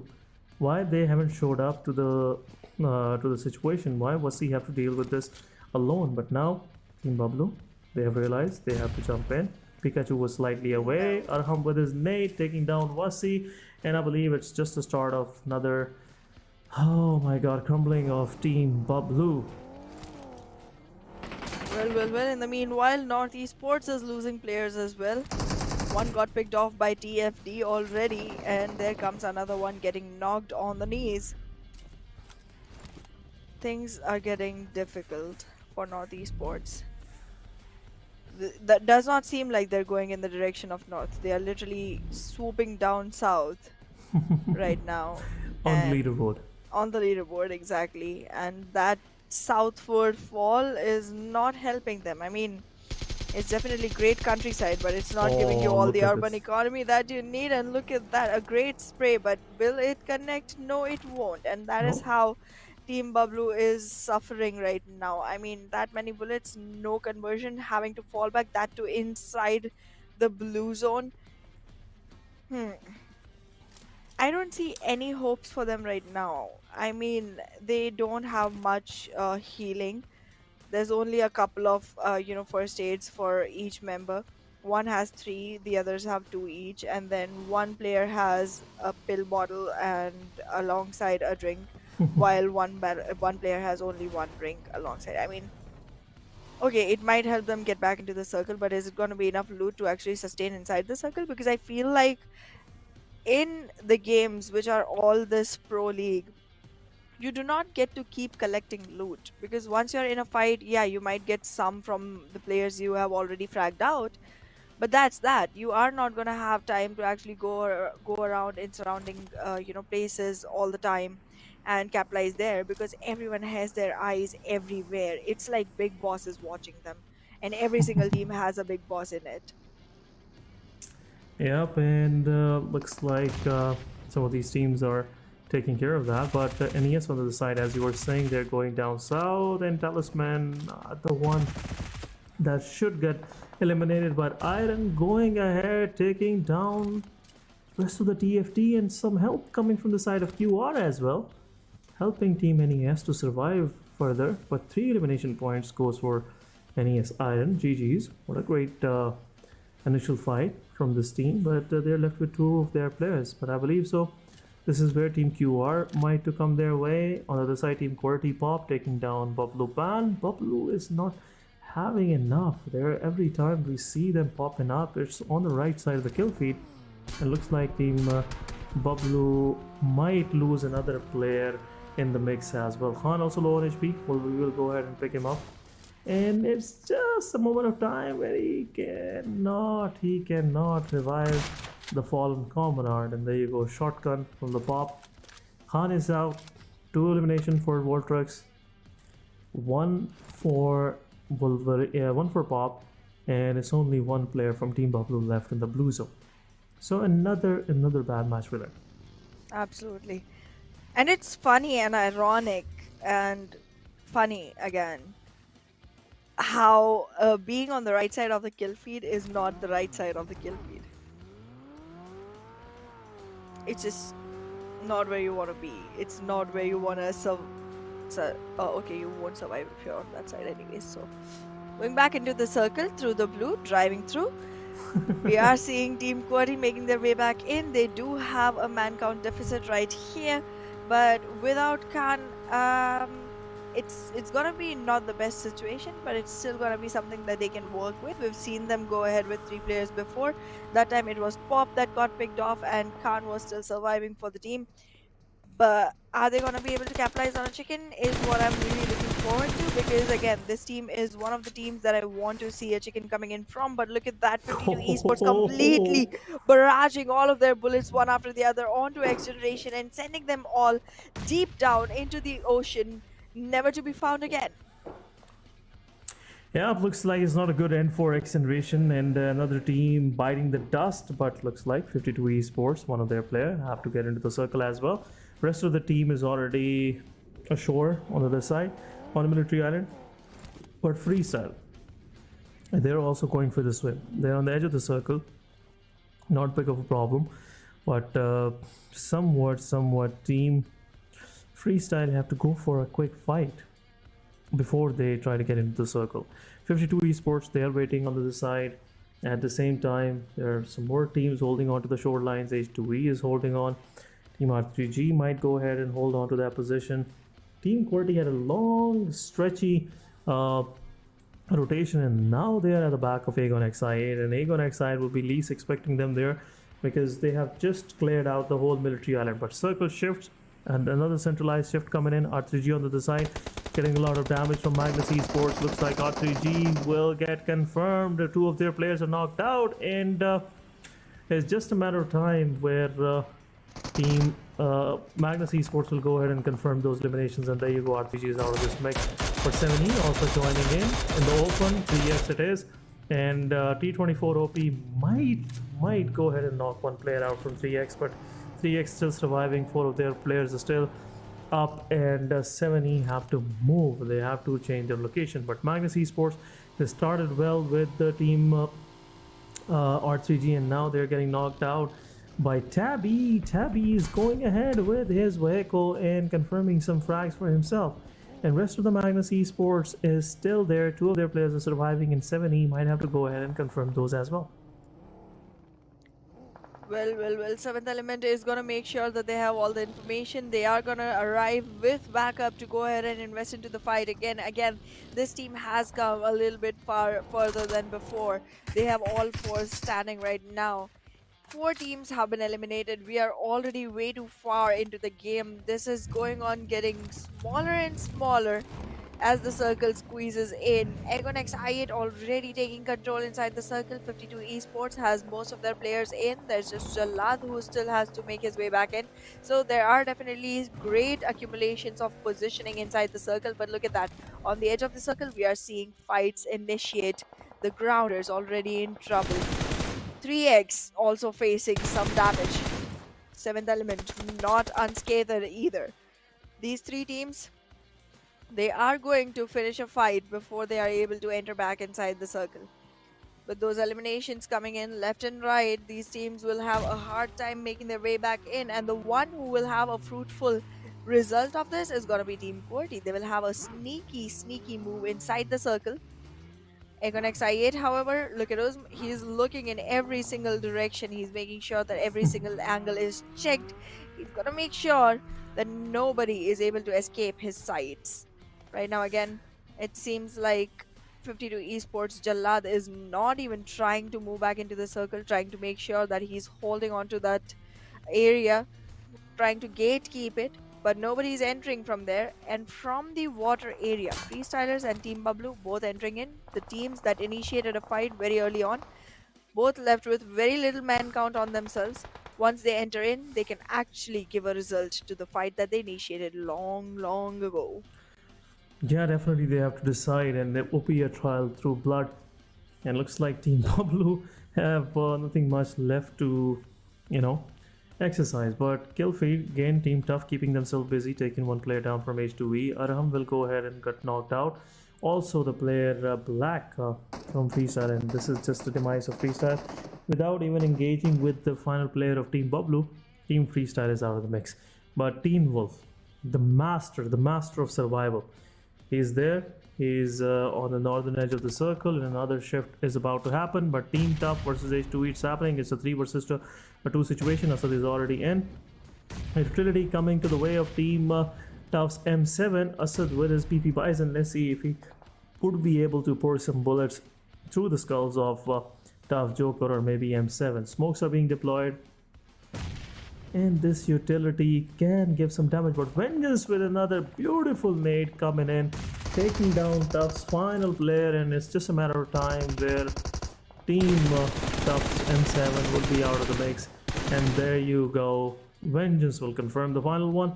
H2E still holds on to the southern side of the northern side of the circle, the southern edge of the map, and now they have to revive their players as well. 52 Esports might join in, but 52 Esports have a best map control right now. Look at Exactly. Ehana. Look at this Ehana. They are spread out whole through. Like, they have all of their angles covered. They are watching the shorelines. They're also watching H2E. We have seen some of the shots being fired on H2E players. And now in the central position, every team have to fight their way into the circle. But 52 Esports, they're just sitting in, chilling. Exactly, and they're going on controlling more and more area. They are moving on towards the eastern side of the circle, eventually trying to make sure that they have as much area to themselves as possible. But look at that, the grounders have just rushed in, and they're trying to initiate a fight with 52 Esports, already knocked Choto down. But in the meanwhile, Zarbaf is going to be trying to make sure that his team sustains. 3x is going to be in a lot of trouble. Magnus Esports going on using utilities, dumping mollies one after the other, making sure that there is no wiggle room left for the side of 3x, and there they go for the fights. In the meanwhile, the grounders Oh my got God. completely annihilated by 52 Esports. They are having a couple of players that need a revival coming in, but that will happen in no time at all. 52 Esports still gonna stand strong with all fours alive, but again gonna have to go ahead for the map control one more time as a scattered group instead of a consolidated one. In the meantime, 3x, one fight finishes and the other one initiates for them. They are not resting at all. They want more and more frag points put to themselves. They want more and more aggression coming in from their side, and every single team around them needs to be wary of them right now. So it just seems like 52 Esports is in a safe zone because they are way too far from 3x. Yeah, but on the other side, Wolverine taking down one after another. Team 7E will help out Wolverine to confirm the final player as well. And there you go, 7E with their second success overall. Tokosaurus is out of the mix, but still, rest of the team is keeping themselves busy. And now they have their attention on Team QWERTY as well. Wolverine will go ahead, revive Pop. It's a 2 versus rest of the lobby. But I am hoping that QWERTY will go ahead with another good match, like at least 10 points for themselves. But H2E, now they have a good position for themselves. There you go, a good shot coming their way from Zibean. He just poured the final bullets through the small crack in the wall, and there you go, confirmation coming through. Team 52 Esports Hassan confirming the final player. But QWERTY's Wolverine, he is now the solo survivor. Pop is out of the mix, and he have to survive on the southern side of the map. But 7E is still standing strong in the mid. They have the map advantage for them, position advantage for them that they have just lost with the circle shift. Now 52 Esports is the only one sitting in the center, but 52 Esports Hassan will confirm QWERTY's Wolverine. We are down to top 5 teams. Not much of these teams left with good numbers of players surviving. 7E with 3 players surviving. Magnus with 2. Magnus with 7 points for themselves. And this could be a comeback match for 70 as well. For 70, they have to get into the circle. They have to finish their fight with Magnus Esports. Otherwise, Aegon will have both of these teams eliminated, because both of these teams have to get into the circle, and which is a problem they have to deal with right now. But after all, 52 Esports, 11 elimination to their name. Another good match for them, and could possibly another win. Who knows? But they have to deal with Aegon first, because Aegon is the only threat left in the lobby that can give a hard time to 52 Esports. Absolutely. However, look at that. Teen Wolf from the side of Bablu. Still inside the water. Still chilling. Still, sipping up some coffee or some margarita. I don't know. Just making sure that he's having a fun time back in the waters. Not going to invest in any of the fights. Not going to attract any attention. Just going to make sure that he survives longer than the teams that are already on land. And, well, the circle will push him in soon enough. But until then, he's going to have all the time that he can in trying to survive there. Look at 52 Esports trying to march forward one after the other. 7th Element already taking care of Magnus, the one team that could have been a little bit problematic for 52 Esports and trying to control more area onto the map. And now the only one that they need to worry about is Agonex I8. Even though 7th Element is a great and very strong team, they are one that 52 Esports won't have to worry about, because Agonex I8 will do it for them. They're very close together, and the nade is gonna just drop in at the right time. That's hurtful. That's painful. That's gotta burn. And to add salt to that burn, there comes the elimination of 7th Element on 5th rank in this map. From Magnus, Zen survives. From Babu, Teen Wolves. If Jallad has an idea of Bablu's positioning, great. Otherwise, that could really result in some man count loss for 52 Esports coming in from the back, slow and steady. Wasn't trying to scope the area out, trying to find out more and more control over the map. Agonex I8 is just going on, acquiring more and more real estate into the circle. With that vehicle already on Osm, it is pushing 52 Esports a little bit back. Yeah, 52 Esports, now they have to hold on to their position, because every team have to come through. But Magnus Esports Zen, solo survivor, giving some hard time to 52 Esports, making them to change their position and regroup. And that's where Aegon X8 will have some more control on the southern side of the map. But Magnus Esports Zen, I'm pretty sure it won't be able to survive for much long. As long he's prone, just like Bablu Teen Wolf is, he might survive. Otherwise, these big giants, the full-fledged surviving squads, might give them a quick finish to in this match. But Uzum getting some damage. This is risky. 52 Esports cannot go ahead and peek like this. These aggressive peaks will be punished. But looks like Team Aegon X8, now they have the center of the circle. They are now waiting for Team 52 Esports to close in. Teen Wolf also have to join the party. You have to go for this backstab, which we as a viewer been waiting for quite some time. And otherwise, he might lose for, might survive for nothing, and he will get eliminated. Increasing the kill tally for Team 52 Esports. But there you go, Magnus Zen might have got spotted. I'm pretty sure he might have got spotted. And there you go. That's what Chotu is trying to do. Some more help coming the way, and confirmation comes. 14th elimination in the backpack of 52 Esports right now. Well, there it is. The top 3 teams. 4v4v1. Agonex, I8 and 52 Esports. Team Bablu could really be a pain here for any of these teams. If the backstab happens, if he pushes in, he might just pick a couple players from the side of 52 Esports, making it an open entry for the side of Agonex I8 to march towards. The Team Bablu needs to make sure that the timing is right. If spotted, there is no survival scope left. 52 Esports trying to get in an enwrapping situation where they are able to cover every player of Agonex I8. In the meanwhile, Joker trying to take a look behind, trying to make sure that Bablu gets spotted. Has a little bit of an instinct to work upon. Might want to take care of that player before anyone else, just to make sure that no disturbances come into the fight. Uzma again taking the vehicle, surveying the grounds. Gets spotted by Joker 1v99. But Joker, with his trigger discipline, isn't gonna fire until he's in a position where he can. The fight initiates. Choto already goes ahead, takes a knock, and then gets knocked himself in return. Oh, got confirmed as well. He And there did. you go. That's where Aegon Xide will have upper hand because they are down for this revival for their fallen comrade, and that's where 52 Esports will be least expecting Team Wolf to jump in.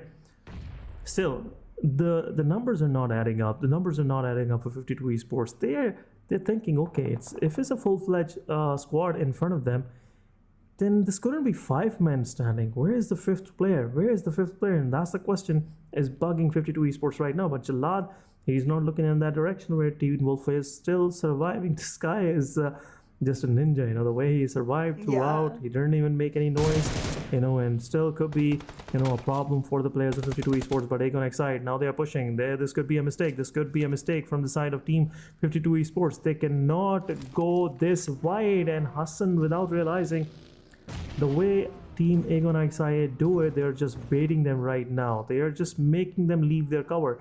And if they do so, Team Aegon Xide will capitalize on this and will go ahead and take some trades for themselves. But 5 points, 5 elimination points so far. Still they're struggling. It's the 8th phase. After this, there is no more circles.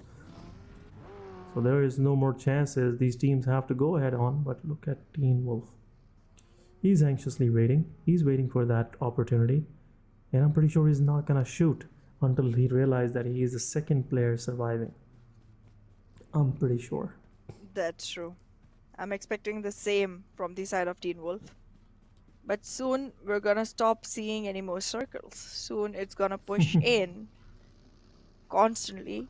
And at that point, Teen Wolf might just have a really difficult time. So he might have to start shooting before that. But not just yet. Not just yet. The teams are still scrambling around trying to locate each other. With utility in hand, Hassan wanted to invest but falls back. And look at that. Teen Wolf just slowly crawling his way back up. Jalad has no idea. No idea whatsoever. Oh goodness, this is getting funnier and funnier as you watch it from the third person perspective. From the person who's not playing's perspective. Oh my goodness, but it is what it is, guys. It is what it is, and there you go. Hassan gets pointed out. He is behind that tree trunk, which is already pinned out, and Aegon Xide will make some angles on this tree trunk and will go ahead and take him down. But Joker is the one getting knocked out. Hassan could be the second one. Team 52 Esports right now under the immense amount of fire coming from the side of Team Aegon Xide. Hassan, there you go. Got taken out. Jalad is there on the off angle with the utility, and Team Aegon Xide will push forward. Now it's time. Team Wolf help out the squad, but within no time, Aegon Xide will confirm all of them. And GG's, a win at last for Team Aegon Xide. Much awaited win. And let's see how far this win can take this squad. But what a consistent performance coming from the side of 52 Esports. Another consistent match. Another great performance from this side. GG's. I am impressed. I am impressed with the way 52 Esports is carrying themselves. I mean, in the beginning, we did talk about how Choto is the only person who's trying to make sure that the team actually survives and sustains through the whole ranking. But then he did show up on point, and the rest of the team also collectively started giving him more and more feed to actually go ahead and make sure that he's getting the right shots, and the rest of them are also contributing to the total number of elimination tally that happens for the team. But yeah, in the meanwhile, Aegon Xide with a great leap already places themselves in a podium position. We'll discuss more about this after this tiny little break.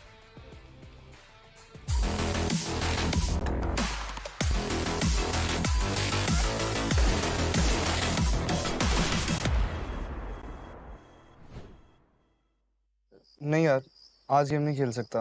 Ahmad, आ रहा हूँ अम्मी।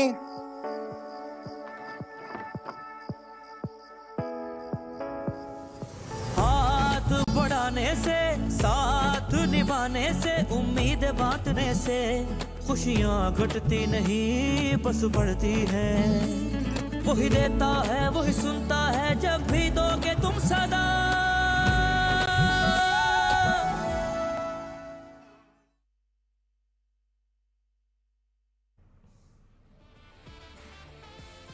Well, welcome back to PMPL Pakistan Spring Season 2023. I am Anna, and with me on desk is Ehsan. Ehsan, are you gonna excited?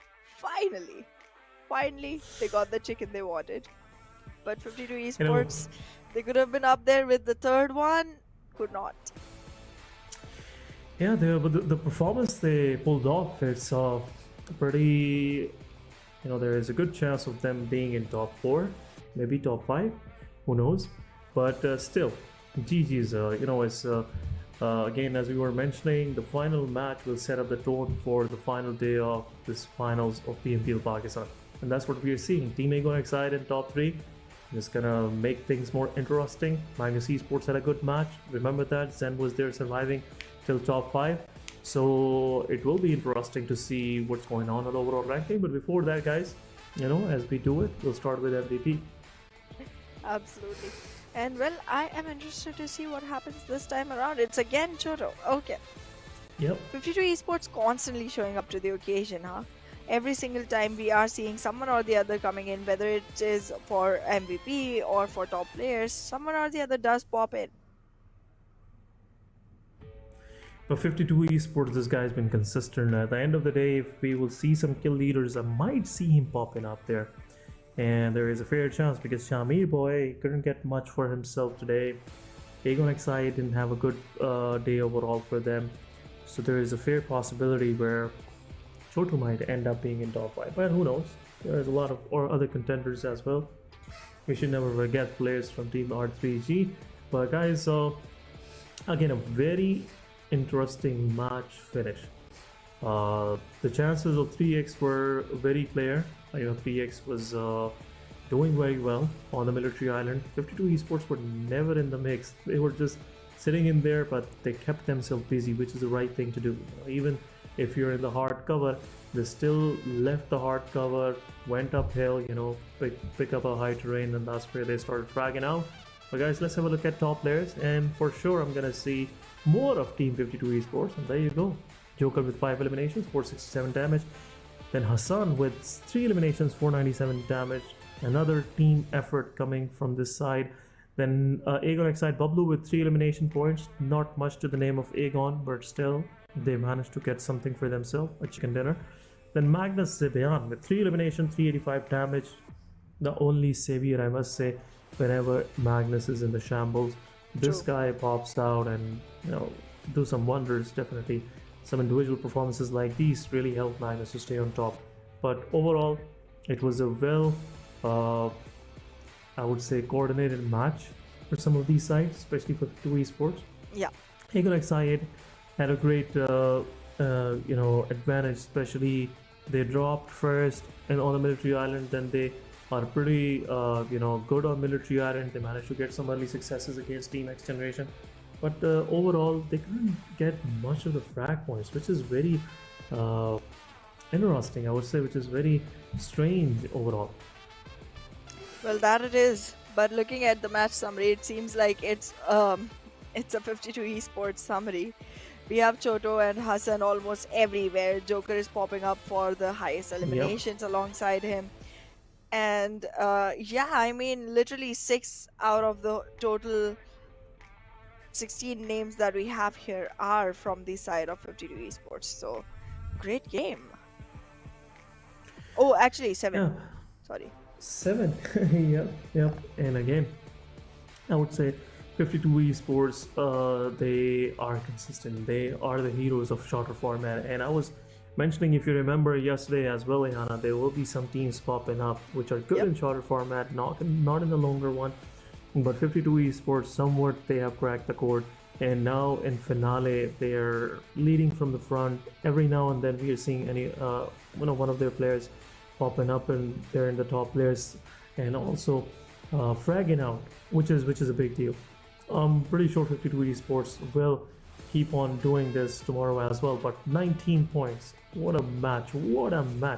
Team Bablu, Teen Wolf, managing to keep himself, taking his team to the second spot, top 3, which is a good accomplishment. But he couldn't even do any damage. Couldn't even take one player down from the side of Aegon or maybe 52 Esports. True. But Aegon once again 18 points for them. Team Bablu, Team Korti another 7 points. Anything is better than nothing. 3x with 5, 7th Element with 5. 7th Element had a good run. Unfortunate they had to face Aegon Exide in the utility. North Esports with 4 points to their name. All of them coming through elimination. They confirmed these eliminations on TFT, which I was again very skeptic whether TFT would be able to confirm these frags or will NES will do it. Yeah. But there was some help coming their way, and overall NES survived for quite some time, but 2 players can't do much in this kind of lobby. Absolutely. Looking at the second page, it seems like Team H2E did go all the way to, I think, 8th or 7th placement, which was great enough for them, considering that their positioning has been very low down below. So every single point matters for this team. For the one time, we're seeing literally only one team with only zeros, and that is XGeneration. So completely unexpected, but there it is. Regicide, Quantum Rage, the Grounders, Freestyle, again, some teams that have showed up and acquired chickens for themselves one time or the other are literally looking like they're trailing behind here with 1 points each, only through eliminations for every single team. A little sad, but I guess something that they can work on eventually, and we might see something great coming in from these teams eventually, because Quantum Rage and Regicide already have their positions at a much better standing, but Freestyle and the Grounders do need to work much harder than the rest of them. The Faulty Devils also again have to be working a little more at polishing their skills.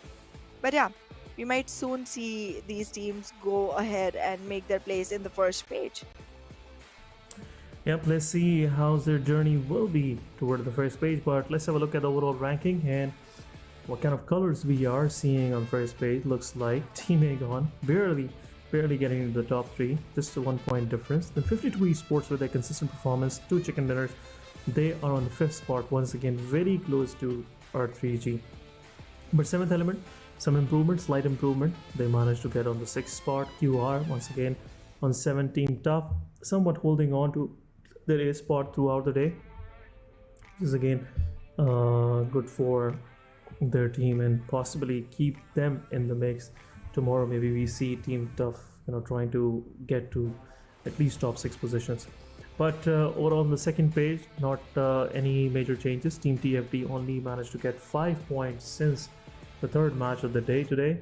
Furthermore, Team the Grounders with 73. This is a big loss for Grounders. I wasn't expecting them to be on 15th spot. Team QWERTY consistently going up, as we were expecting them to be close to 9th spot, but they are on the 10th and pretty close to 9th. It's 88-87, it's 1 point difference.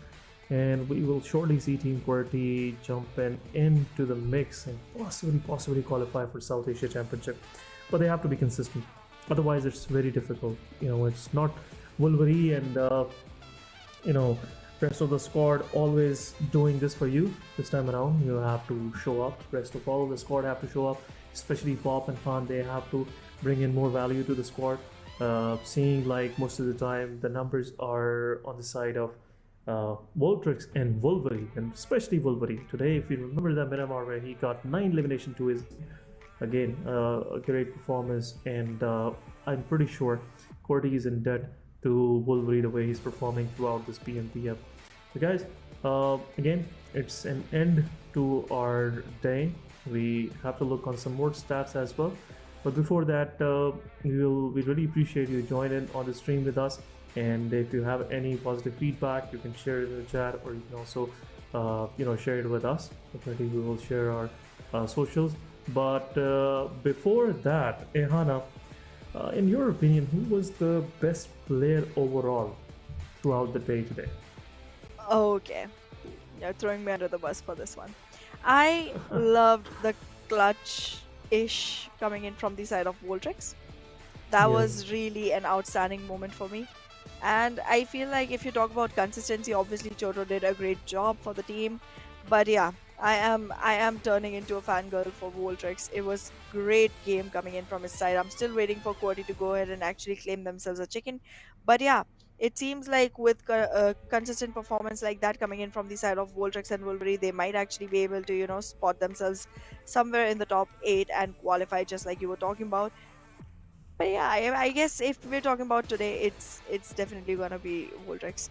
That fight just won my heart, and I think that's the motive, right? Play to win hearts. Yeah, definitely, and surely, yeah. In my opinion, it's his teammate Wolverine, the way he performed throughout, and some of the matches, he was that support. He was that much needed support, and every team out there in PMPL Pakistan needs a Wolverine in their team because this guy's game sense and the way he positioned himself prior to things happening, that means he knows what kind of mind games he can possibly play with these teams, and he can literally read the minds of the opposition. You know, the way they are moving, which way they will move if this happened, if that happened, and precisely predicting everything. It makes him, in my opinion, one of the best players for today, even throughout this finale. Because we have seen him popping up yesterday, we have seen him popping up today with 9 eliminations in a single match. Looks like Wolverine is one of the best contenders out there for possible interview coming in from that guy.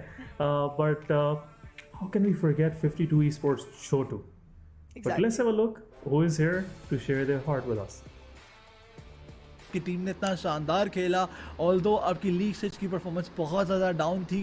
किस तरह से आपने अपनी team को motivate किया, किस तरह से आपकी टीम अब ग्रैंड फाइनल्स में आकर जो है वो डोमिनेट करती हुई नज़र आ रही है? क्या माइंडसेट था आपका कि पीएमपीएल का वही स्टेज है, वही टीम है, लेकिन अब जब मुकाबला सख्त हो गया तो आप ज़्यादा अच्छा खेल रहे हैं? क्या अंडर प्रेशर ज़्यादा अच्छा परफॉर्म करती है टीम?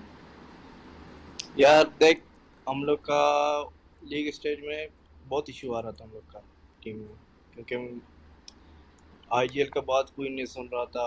वैसे जब फाइनल में हम लोगों ने सब कुछ डिसाइड किया कि हम लोग आईजीएल के बाद सुन के सब खेलते हैं सही।